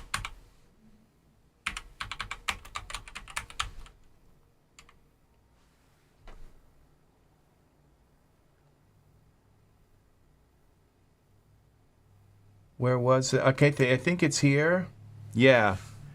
Now this says 1,000 free fonts, okay, but I think the one I bought, maybe it was only 1,000 I bought. Okay, no, it says 10,000 fonts with one click. And so you click here for details. And you can, for $20, buy 10,000 fonts. And it's one file you download. And after you, because I just bought it today, it's $19.95, and you can use them commercially. Okay, these fonts here that are here that says 1,001 free fonts. Okay, well, they're not commercial. It says free for personal use, and then it says here buy a commercial license. Okay, so if you buy the fonts here in this kit. In this, it says buy now, and then you say license agreement, and the license agreement says you may use the fonts for personal or employee projects. Okay, you send a copy of font along with a commercial printer. Okay, so you on behalf agree to bound to the term of the license agreements not to alter the fonts or try to sell them as a package or modify. You may not. Okay, so. Employee projects or employee paid, but not limited to artworks, logos, personalized apparel, word art, web graphics. Yeah. You say for personal employee projects or projects for which you and your employee are paid, including but not limited to. I don't know why it says but not limited to. It just said you should be able to use them for employee and are paid for, and then artworks, logos, personalized apparel, word art. Okay, so but yeah, you can use them. You may use them for artwork, logos, personalized apparel, word art, web graphics. Okay, so which also means YouTube, like YouTube preview pages, because every time I make a live video, it takes me about 20 minutes to make the preview before I can click the button and go live. I have to have a page that somehow through my crystal ball, I have to know what I'm going to be doing and talking about. So I come up with some idea. I kind of like this little bubble one. Let's see, this would look nice in glass. And it kind of works with this easy. I'm sorry, we're only down to the aerial rounded. It's like, but let's see what this looks like in with a glass surface, and we'll try to find some other glasses that might actually respond to our light. Now these ones here are like colored glass things. Even these ones aren't really responding to the light for some reason. Let's turn back up our cylinder light. We go to editor surfaces here.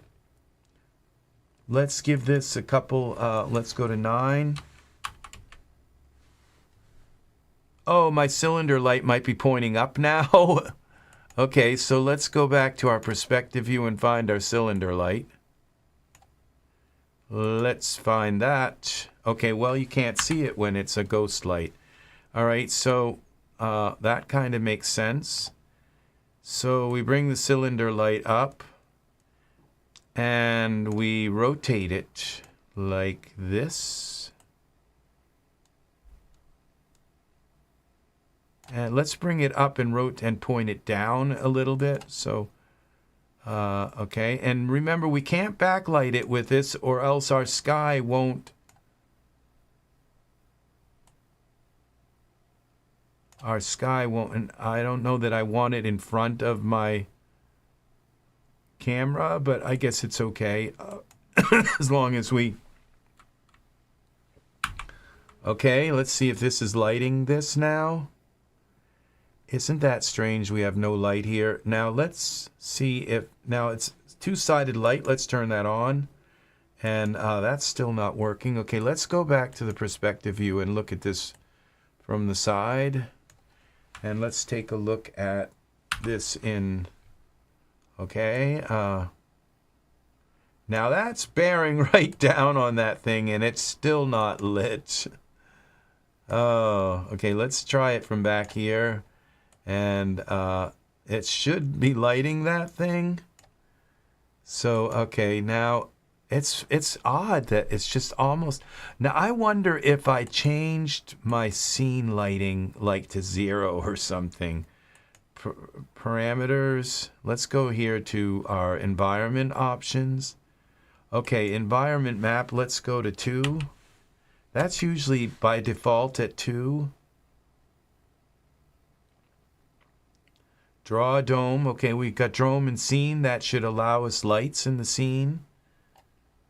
Okay, we've got the ground off, I think. Draw ground is off. Okay, let's go back through our camera view and go back to iRay. Now, we made that much, much brighter now. Okay, we have to take this. We either have to push this back. Let's instead just go back to our Type E. And we'll go to font height and make it a little smaller so it fits in the scene. Oops. Okay, that worked. Okay, over a little bit. Now my camera is in this really weird, because I had to make the camera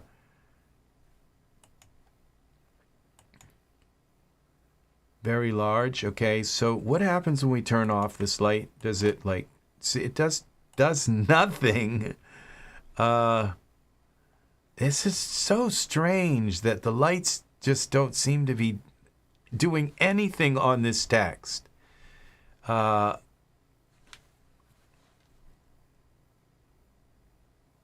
Perspective view.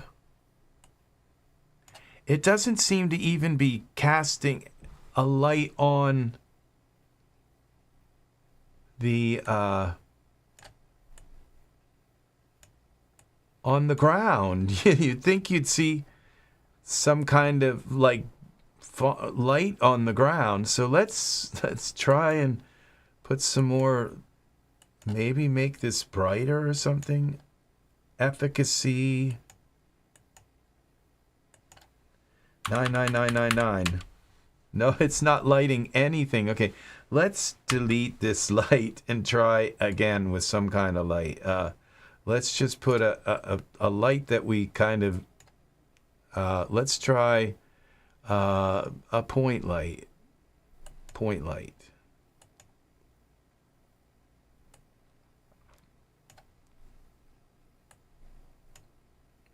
Now that is lighting it. Camera. All right, where's our point light? And we go to parameters, point light, and we crank that up a little bit. It might just be my imagination.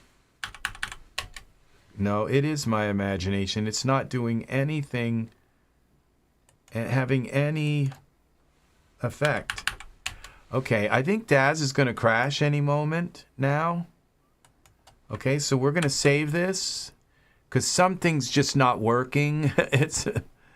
We've messed with it too much. Okay, we're going to close Daz and reopen it. 7, 8, 9, 10,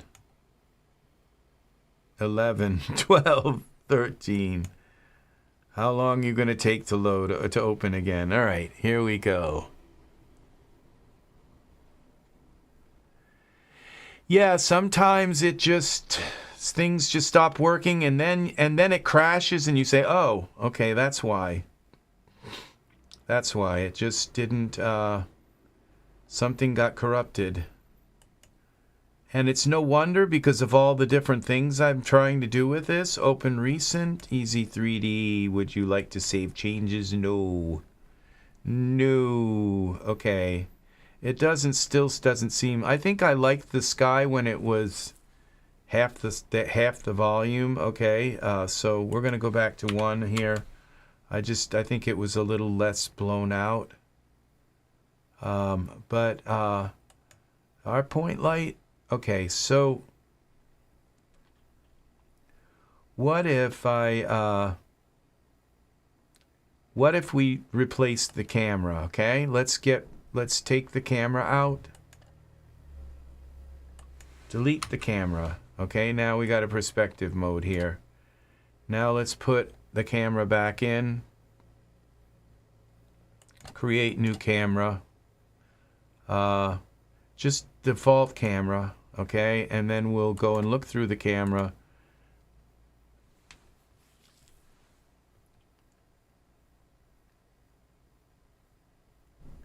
Anyone using, I use Windows 11, yeah, and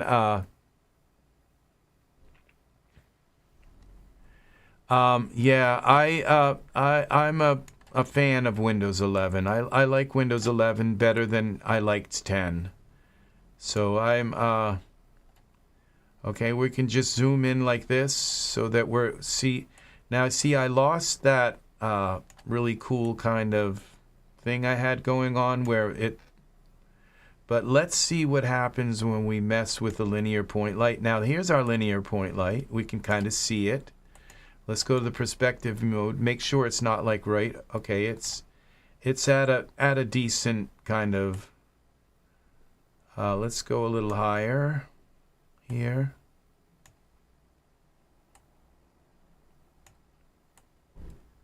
And let's go back to our camera view.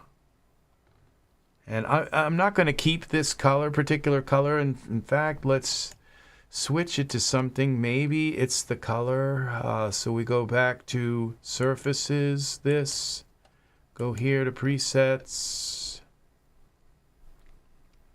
and find my shaders. Default shaders. Let's go down through some of these and find something else we can put on this.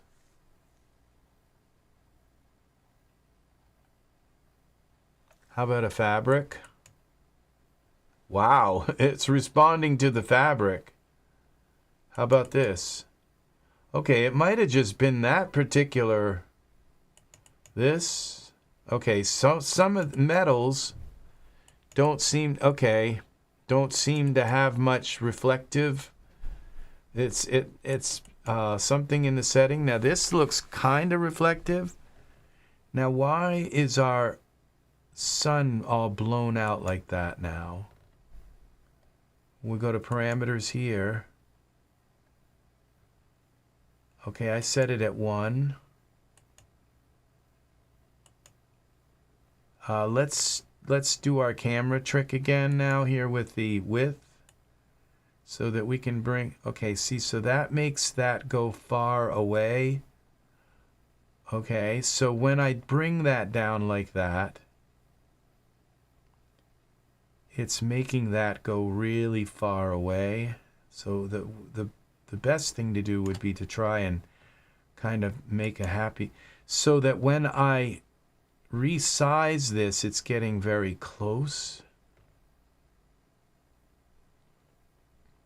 Scale it, or I'm making it really large, I don't know.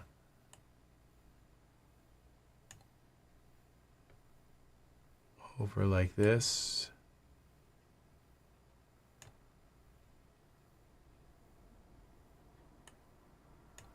And up. And scale it a little more.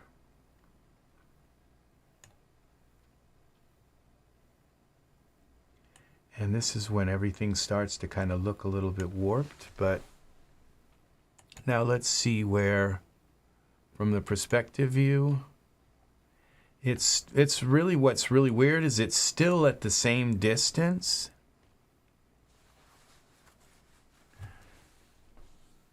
Sadly, the laptop, it only came with Windows 11, I think, right? I like to add new things.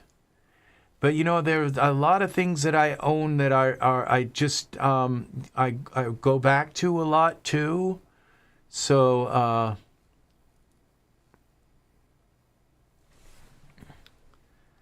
the text reflection, yeah. See, in the center it's too blown out, and on the outsides it's too much. I mean, it's not enough. And so let's go back to this environment options. I've kind of lost a lot of the magic of this scene. Let's go back. Let's go to 0.1. Okay, that's... See, this is kind of nice, but maybe a little bit more, like 5. Yeah, I like that a little better. But again, this light here is just not, if I move it over here, it's doing absolutely nothing to this texture. And that's the thing, is that we got to find out why, okay? Is that there's a setting in the surfaces that allows this to respond to light, and and I could crank this up to 99999999999, and it's not gonna. Okay, I'm wondering if you can sit them in a semicircle on the horizon. Yes, you can do that, but I can't do that here in. The only way I could do that is to use this and put in the only way I could do that is put different, each one would have to be a different text node. So the E would be a different text node, the Z and the 3D and the TV, and then you know what you're doing. It's just a matter of arranging them in space and going from side. See, and that is a good possibility. Like they could go in around the sun like that and come in, or they could go up in here and I could zoom out a little bit. Yes, they have to be individual. And so each one would be a different text node. The thing is that if you want to change one letter, then you got to change all letters. If you want to change the font on them, so I think it's too early to do that kind of thing until we learn how to like get them to respond to light, figure out what texture we're going to use.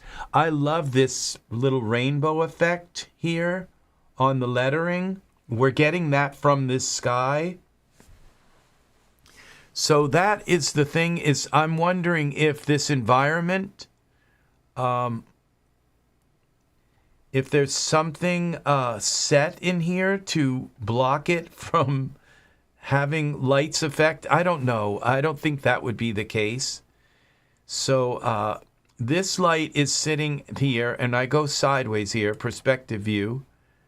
And this light is pretty darn close. And what if I bring it like really up close here? Or, okay, let's put it in behind it. Just right in behind it. Well, where did it go? I put that way behind it, okay? I love the way the shadow, that makes those shadows kind of do some funky stuff. What happens when we put this right, like, or inside of it, you know, or...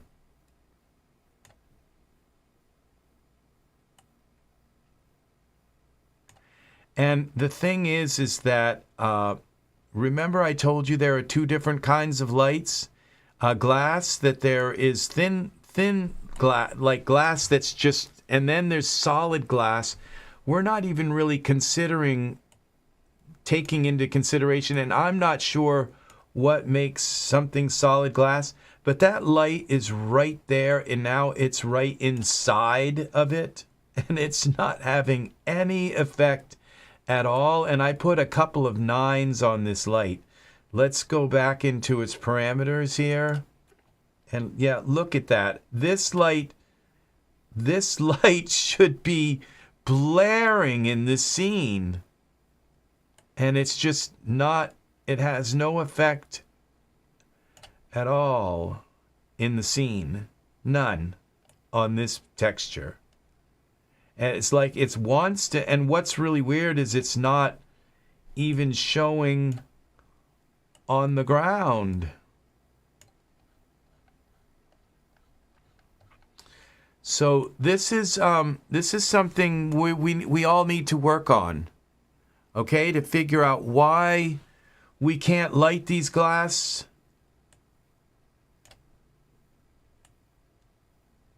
You know, I could understand why the shadows, I don't really understand why there's no shadows. We do have a beautiful reflection here, but we don't, and the reason why this is so big is because we don't have the camera is because I don't have the wide angle, the wide lens on the light. But this point light is just not working.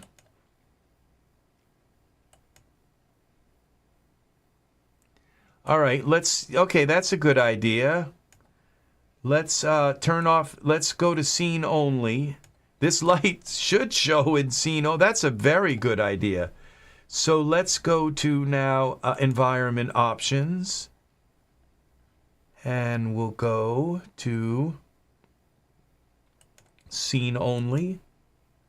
And no, this light isn't working. Isn't that odd? It's working a little bit.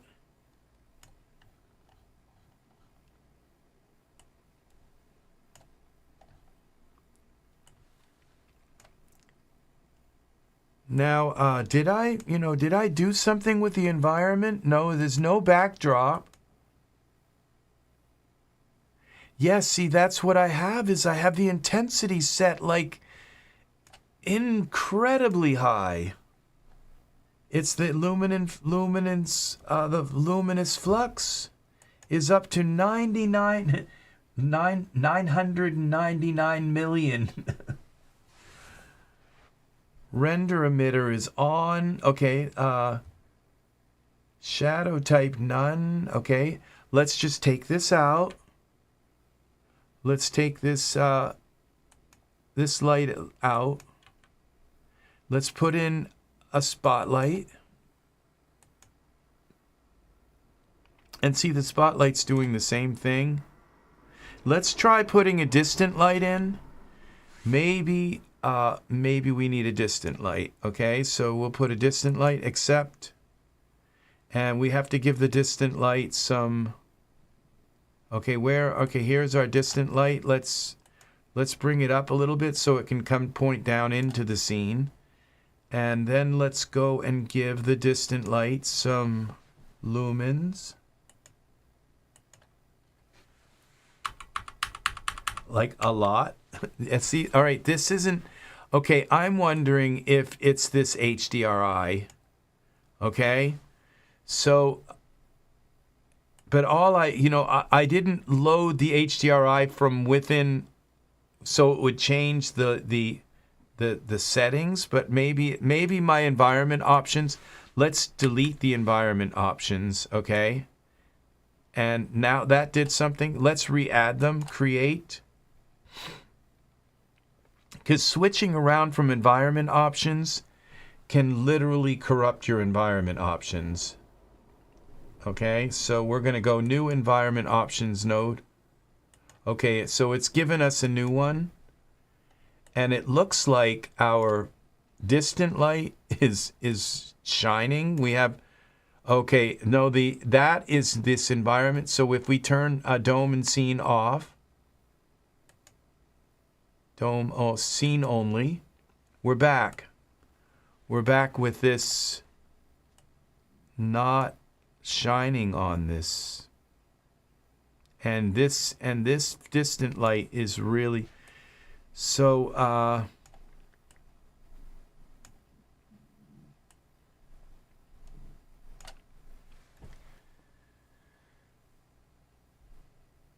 yeah, the shadows looks great. Look at that. And it only shows when I'm moving this. The shadow is actually the texture shaded shadow. It's not showing any shadow when it actually jumps into iRay. So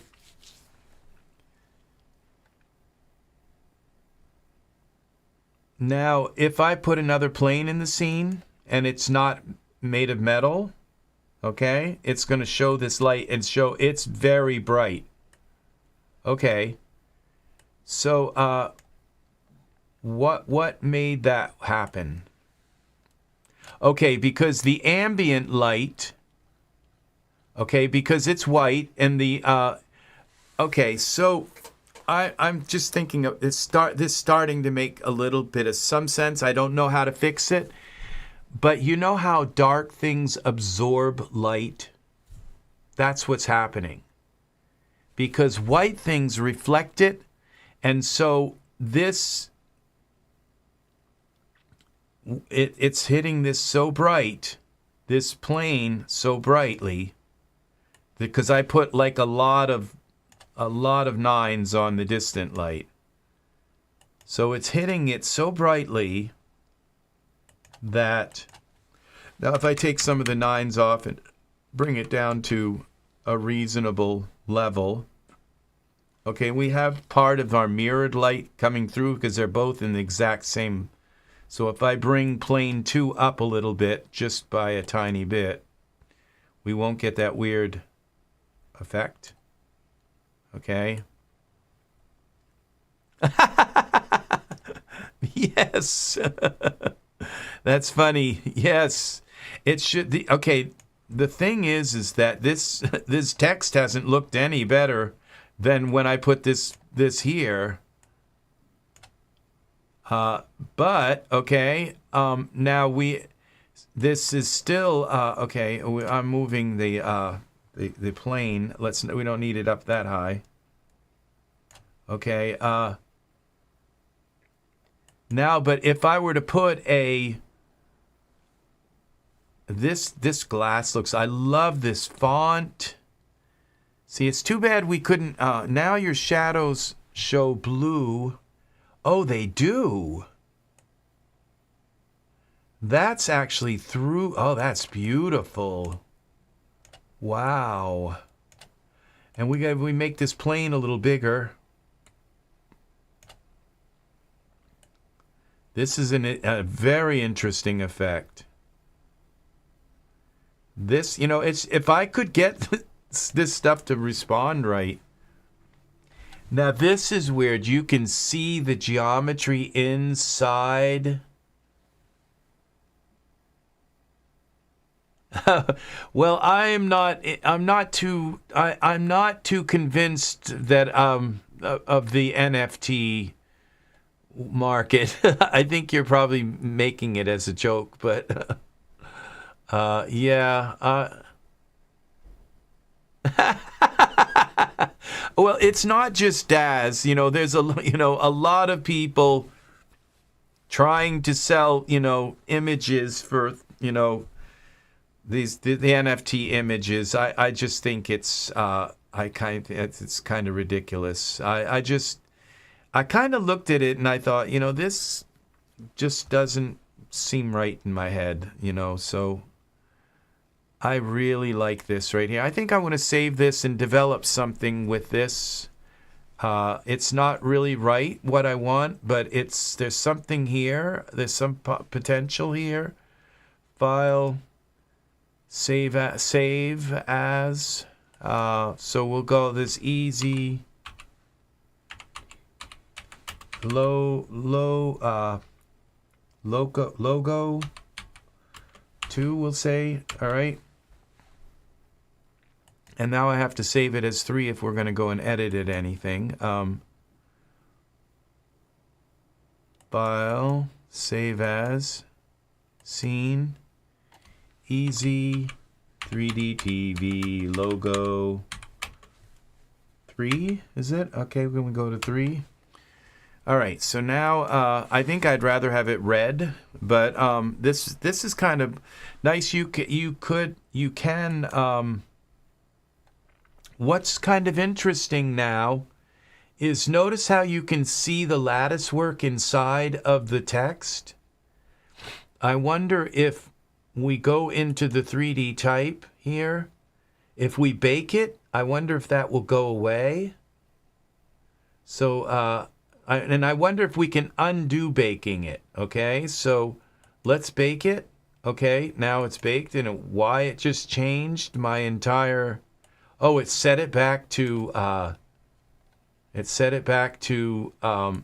where it originally came from, but no, we still have the 3D lattice inside of it. Isn't that weird?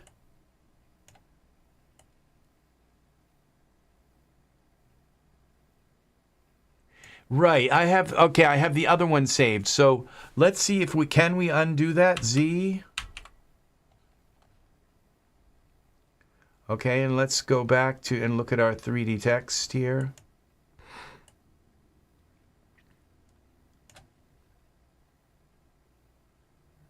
What's wrong? Where did the text go?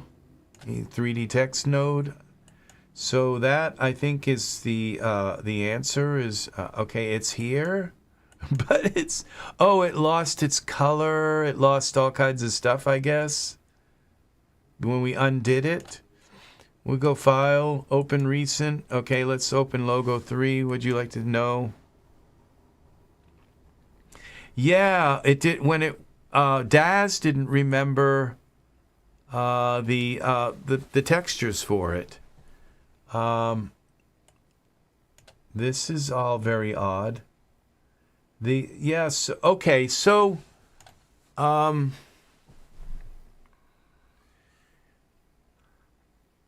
It would seem that this is an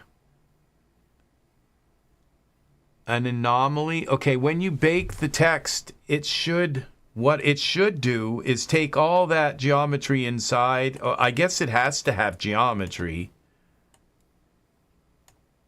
So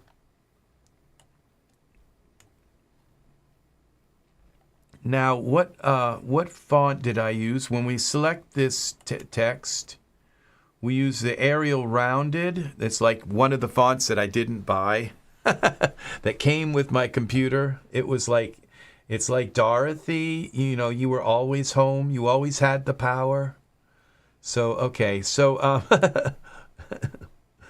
yeah, you didn't have to spend $20 on 10,000 fonts. You already owned it. Okay. So, This is so incredible. Now, if I were to move the distant light, the reason why we have such a powerful is because it's a tiny little speck in the sky, which is the distant light. And Toto, too. Yes, and you, you were all there. Yes, and you, Art, you were there. Yes. So, okay, in the industrial 1920s. So,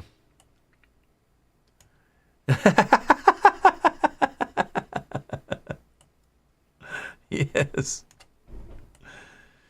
So, this is amazing. All right, so let's brainstorm on this. Why doesn't this text respond to light? Why does it respond to the HDRI? And what makes the HDRI, because the 3 and the D, the light was coming through from the HDRI. Okay, that might be it. It just might not show up in iRay.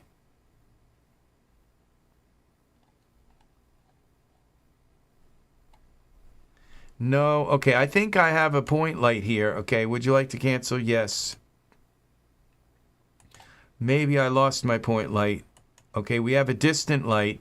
Yeah, I lost my point light. Let's bring in the point light. It could be just that it doesn't show in except it could be that it just because we bring this point light up and it's changing the shadows.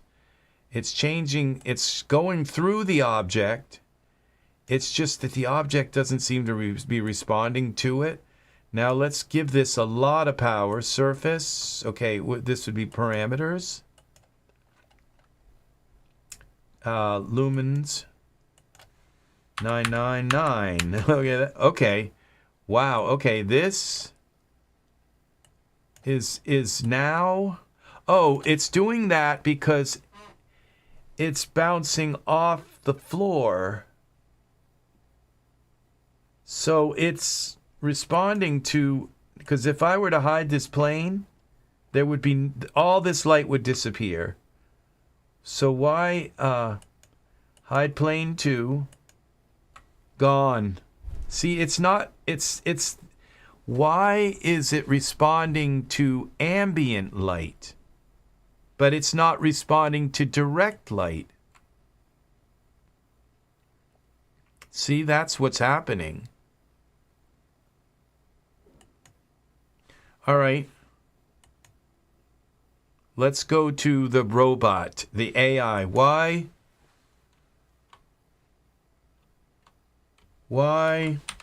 is Daz responding? Why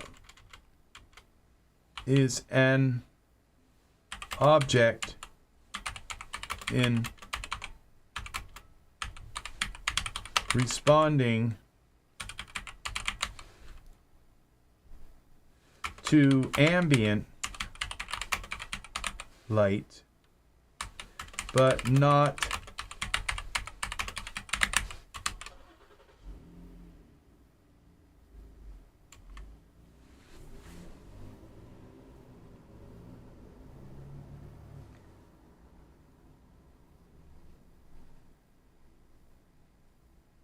No, I don't think it's this program. I think because these are the textures, because there are some textures that do respond to the light. Okay. Okay, so it's thinking that, okay, incorrect tone mapping setting can affect the overall brightness, okay. Luminance flux, adjust the luminance. Illumination is set to on. Intensity is around 100%. Okay, when an object in Daz to ambient but not direct light, it can be frustrating. Let's troubleshoot this issue. Wow, this robot, this AI can get frustrated. Okay, so intensity and check light settings, intensity. Ensure that direct light, such as spotlight or point light, is correctly set up. Okay, so we're directing the light. It's sitting right in front of this. The parent controls the powers of your light. For realistic lighting, consider setting it to higher values of 500,000 instead of the default one. Okay, so we turned up the illums. Light direction, make sure it's facing in the right place. Okay, environment, make sure we have it just dome and scene or scene only and not in the sun one. Okay. Tone mapping can affect the overall brightness. Check the tone. Surface shaders. Some surface shaders have parameters related to shadow reception. Ensure that your object shader is set to receive shadows correctly. If your object is 100% reflective or refractive, like chrome or clear glass, so that's what we're using. We're using chrome and clear glass, okay? It may not show any difference between ambient and direct light. Adjust the shader's settings correctly. Which ones? This is it. This is the problem here. If your object is 100% reflective or refractive, so that's what we have. We have two things. This is what we've come across here. Say copy. Okay, let's go to Notepad. All right, let's put this in here. This may be a question for the forums, okay? But we're going to do this. Okay, so we have two types of shaders in here. One of them is chrome, and the other is clear glass. That's what we're dealing with right here.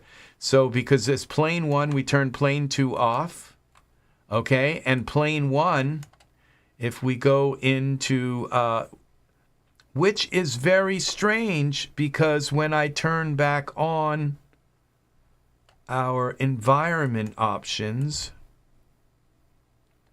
to see dome and scene, then they're affected by the HDRI, but they will not allow themselves to be affected. The shadows a little bit, but not the actual shader of the, and the same thing here is we should be seeing a light over this chrome.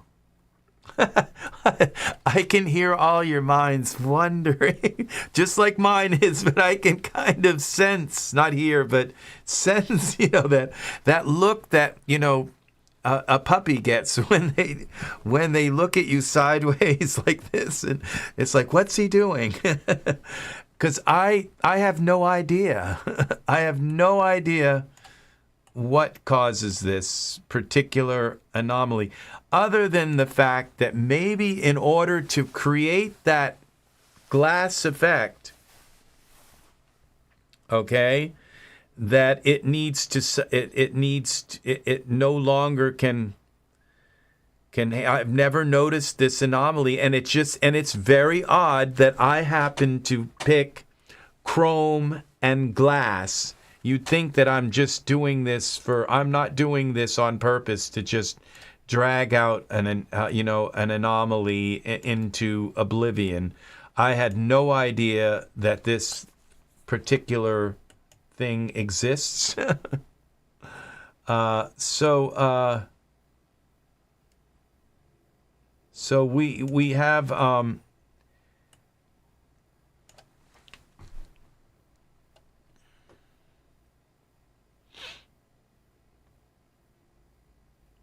so what is it that makes the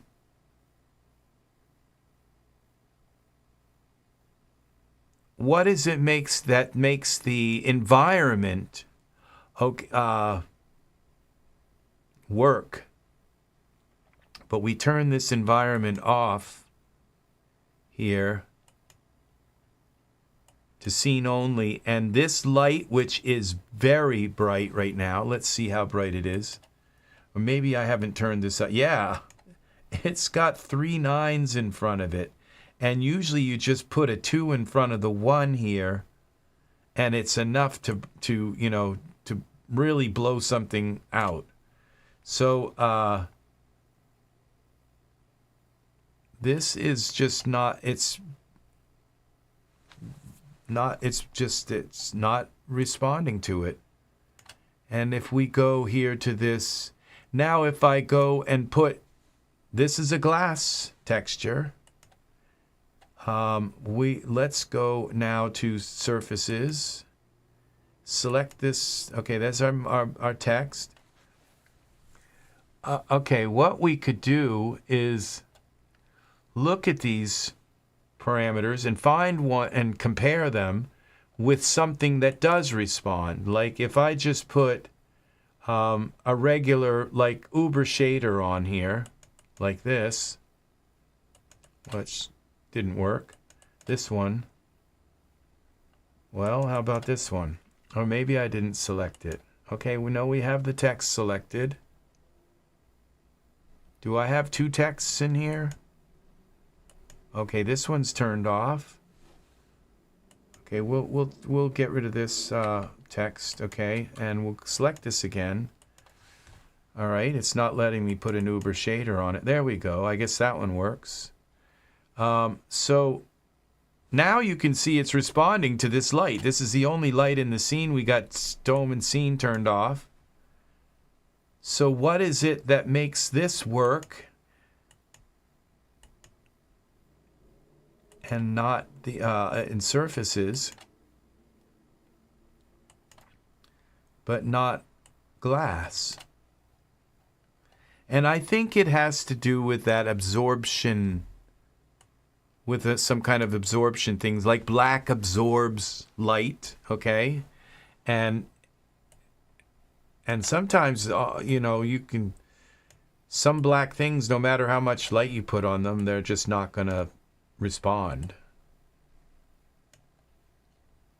Unless you add glossiness to it, you know, roughness. So maybe like 0 rough glossiness is what it is. We go to this glossiness and we bring that down to 0. Now let's turn off our light just to make sure that's our light source. No, we have something else in the scene lighting. Oh, we have a distant light. Okay, so let's turn that off. Okay, now let's turn back on our linear light. See, yeah, that's the only thing now in this scene. On, off, and it's lighting this. Now we go to surfaces on our text.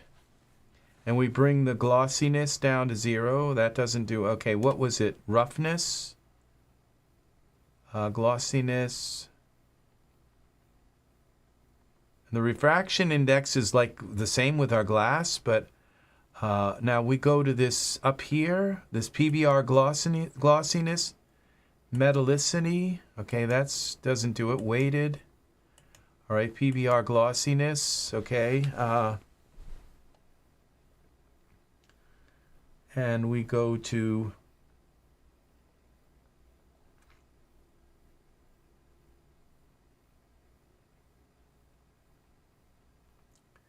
let's go back here and reset this again. Editor. Okay, those are all selected again. And then we go back to surfaces. And where is I don't even see. Okay, that's roughness. I don't even see the roughness that goes with glossiness. Oh, refraction weight. Okay. We bring it down a little bit like this. The index, that looks about right.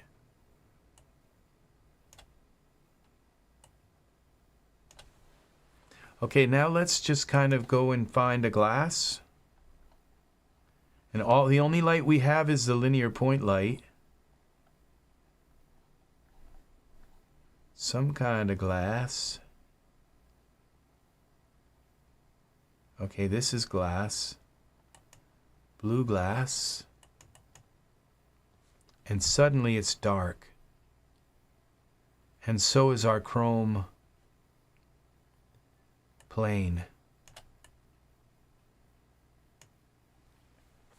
So we have reached an enigma. And what I'm going to do is I'm going to leave this all up to you guys as well to research this and see, open this stuff up, explore it, put some chrome, put some glass in your scene, okay? Put some light on it, and let's see who can come up with the answer. Now these are that's like a pearl. Okay, this is like something in between. It's like this is a metal shader. So it's like chrome, but it has a little bit of color, kind of like, it's got a little bit of like an opalescent surface. It's like right in the middle of all of this. This would be really pretty if we could get this to light up.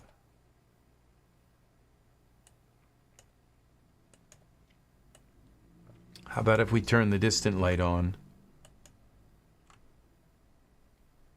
Okay, so now we're getting a kind of a more broad kind of lighting. What if we crank that distant light up? Surface. Okay, where are my parameters?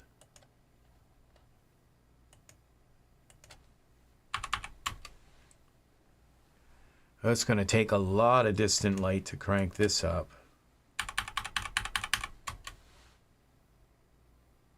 Now it's just kind of washing out. It's just not really showing.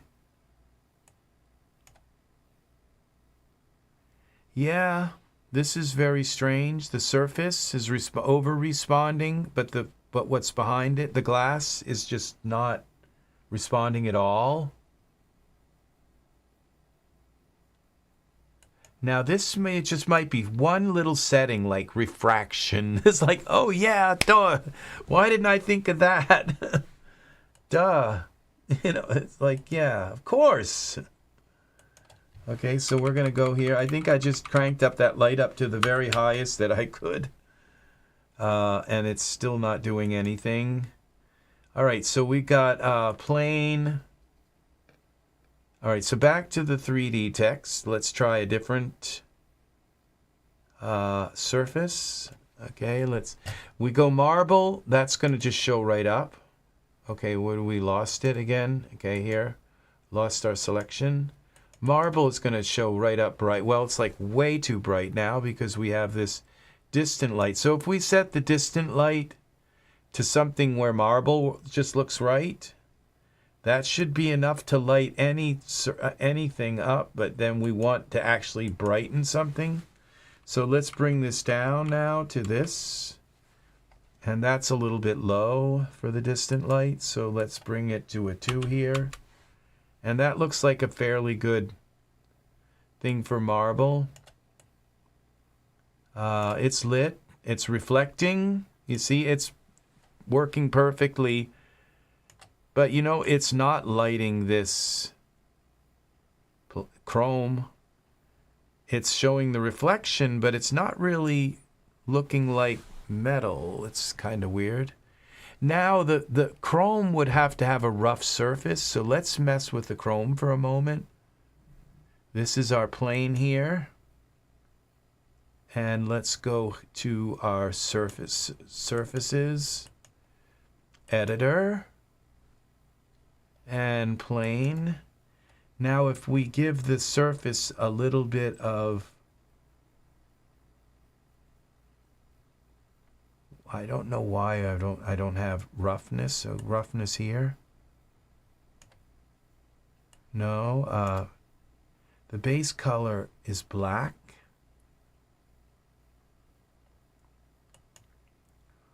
What if we just make it a little bit less black?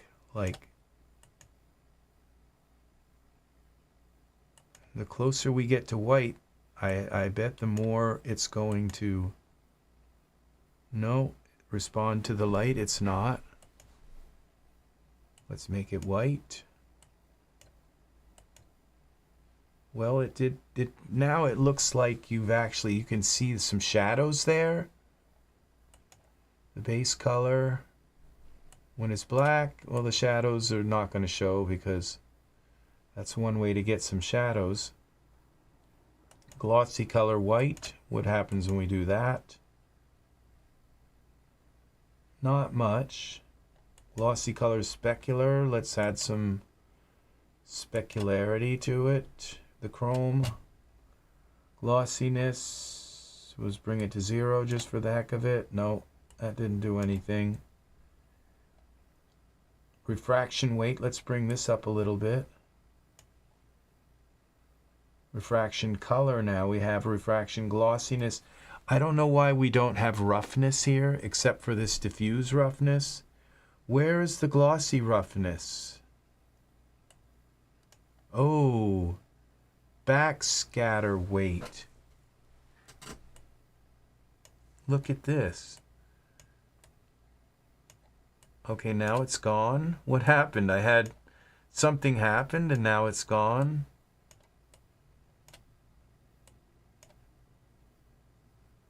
Plane. There, it's back again.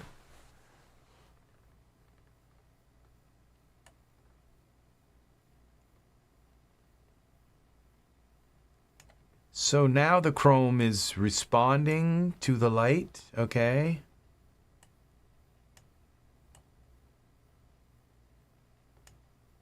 Okay, so and then you move it around and you lose it, and the only way to get it back is to set it back to 0 and turn it back on. Isn't that weird? These are things that we have not, I haven't noticed these things before. Backscatter weight.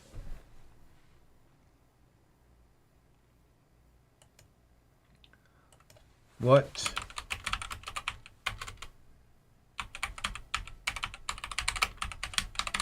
What is backscatter weight? It's probably something at the gym.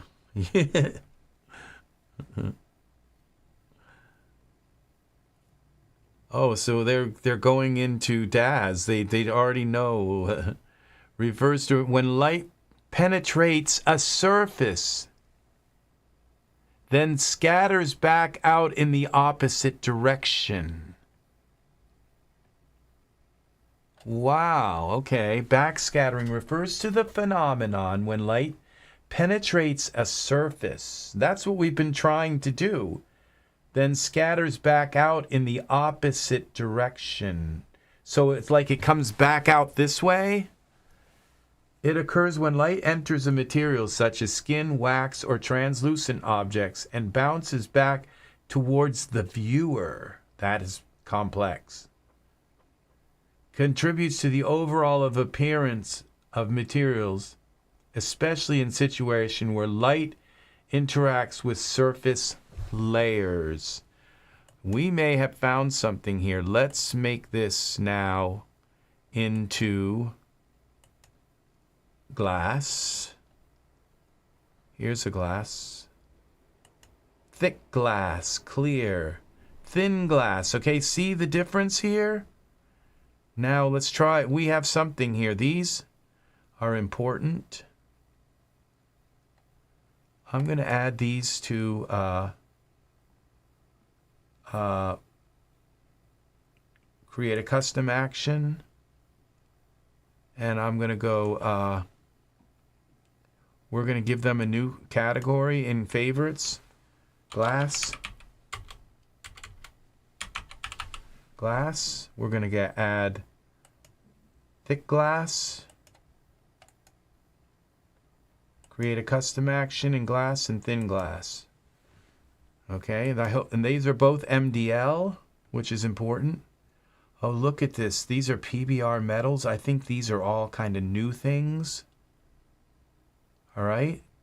And let's put this in through also PBR metal. Custom action. All right. And let's do this ambient occlusion.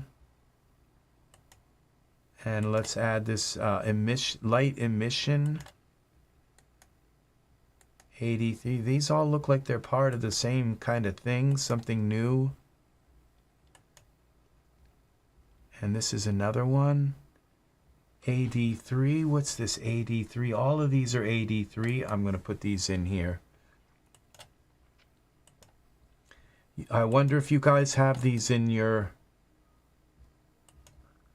then that might tell me if they're like part of the new or part of Daz, or if they're part of something you have to buy. Did I throw this one in already? Create custom action. Emission. Okay, so we go into what favorites? Glass. Light emission. Okay, here we go. I dreamed I fell asleep. When I woke up and I realized I did fall asleep. All right, Rex and Chad, I'm calling it an evening. While there are still 30 minutes left in a day, good night. Okay, good night, Art. You were sleeping. No, I don't know. So, but it was very nice. You certainly have been active in a part of this tutorial very much tonight. So I can tell you that you haven't been asleep long. So, all right, we're going to try this glass. Okay, here's some glass. This glass, now it's obviously got, that's a glass. That's probably the glassiest glass we've seen tonight. And now let's change it to thin glass. Okay, now this is the difference between our glasses. Some glass isn't really as glass as other glass.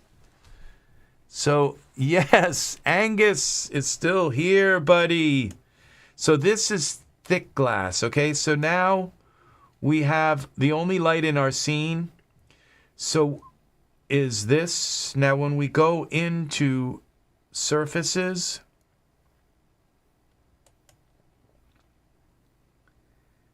okay, there are not many, we can go to parameters here for this glass. There's only a very few, thick glass and clear glass. And then we have the index of refraction. Let's make it purple glass. This looks pretty cool, actually. I like this. But how do we make it glassy or glass? What we don't have is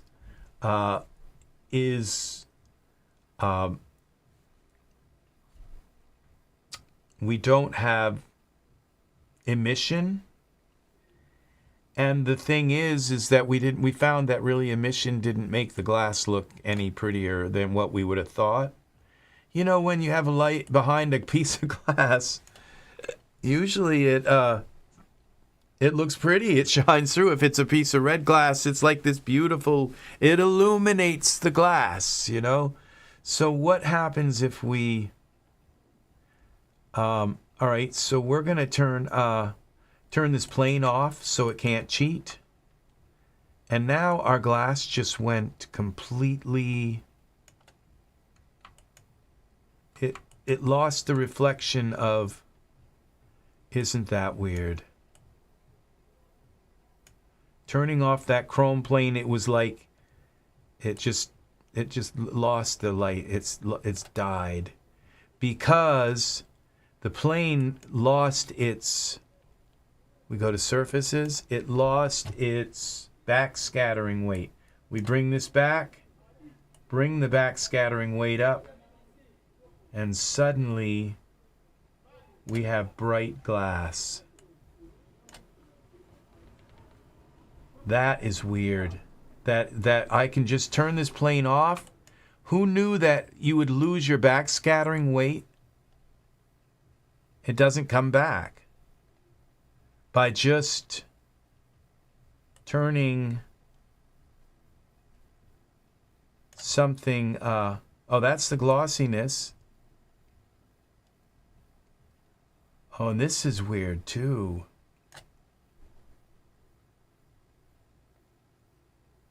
And this is the backscattering weight.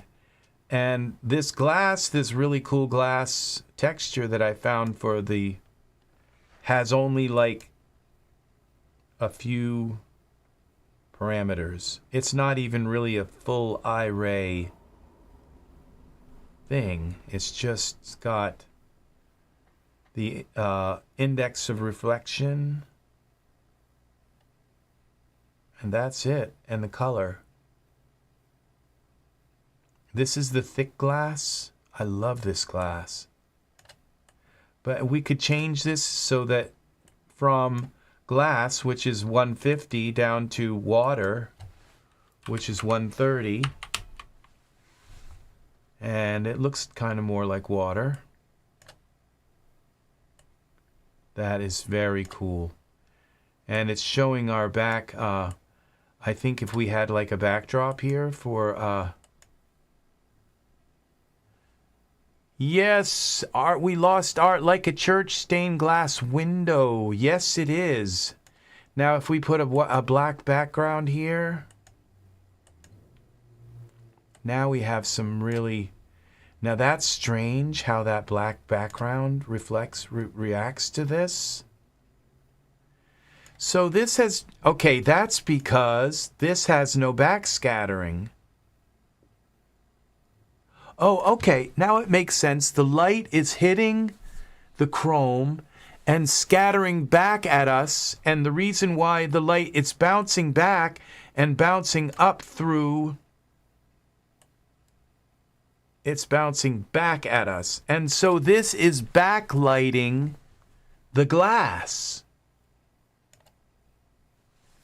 because it's coming back at us.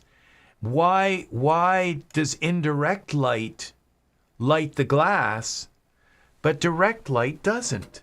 That is very, very, very strange. So we haven't solved this because our if I were to turn up, if I turn off, like if I just turn off the floor, the distant light won't have any effect on this glass. So this is a question for our forums, okay? It's that backscattering light will light glass. HDRI will light it because it's scattering from behind, and there a noose. Yes, because the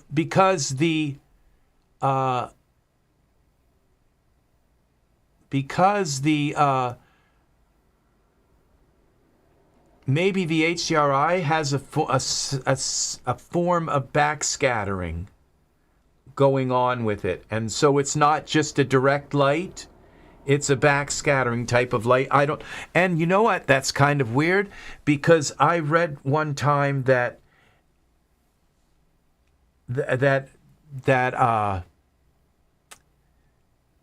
HDRI sky is a projection. Now, I'm not sure how all that works. So I think I'm going to call it a night because I could just spin my wheels and spin them here. It's not like an image on a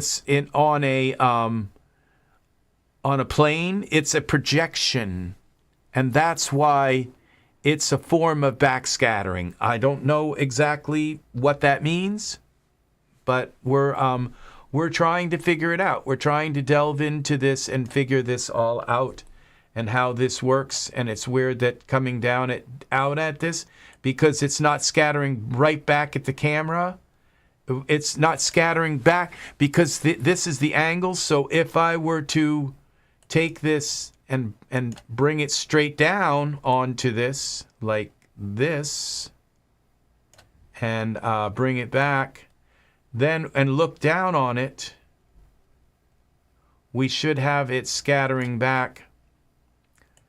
So this whole backscattering thing, I think that's something about a HDRI could have been canceling out the light. I don't know that it's canceling out the light. I think there's something we don't have turned on in the glass that and it might only just need a tiny bit of shine or something like that, or refraction, something we're not turning on in the light, because it can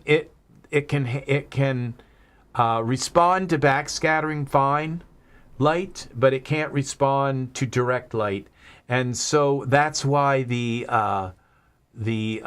HDRI is working, because it's a form of backscattering light on a dome. It's all scattering back, which is brilliant. Why? I don't know. I don't know, and I don't know these things yet, and so we'll figure this out. That's what we do. That's what we do here, is we uncover things, we observe, and we all put our minds together and try to figure stuff out. Okay, so unfortunately, we're going to leave this slightly unresolved, but we've learned something, okay? Backscattering light, okay? So thank you for watching. I'm going to put on a little bit of tune. Please like, subscribe, click the bell for notifications. I really need to have oh my gosh, I didn't realize I didn't even have my earbuds in. I hope I haven't been over talking too loud or anything. Okay, so okay, there we go. I might have been too loud. I hope I wasn't too loud or obnoxious here. Yes, have a good night, Angus. Take care, you guys all. I will see you again in the next. Okay, now I've done something here. Escape. Okay, take care. I will see you again in the next EZ3D tutorial. Good night to all. Christo, thanks for being here. Christo X and Anus Art. And let me run up through here. We got Angus.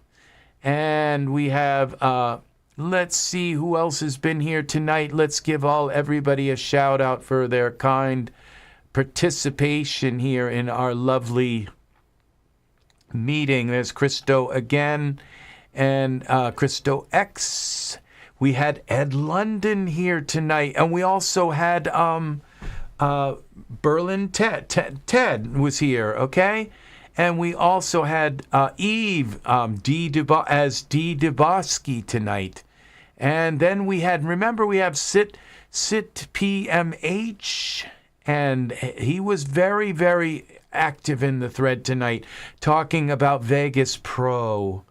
And so, yes, it's been a wonderful night. We had 7 likes. I'll take it. Very nice. Nice to have the likes. So again, take care. I will see you again in the next EZ3D. We got a midnight purple letters here. I hope you've enjoyed this with the Typey 3D asset from Daz Studio. And pick up 10,000 fonts for $20 and you can use them commercially. Okay? All right. Bye-bye. Bye-bye. See you again soon.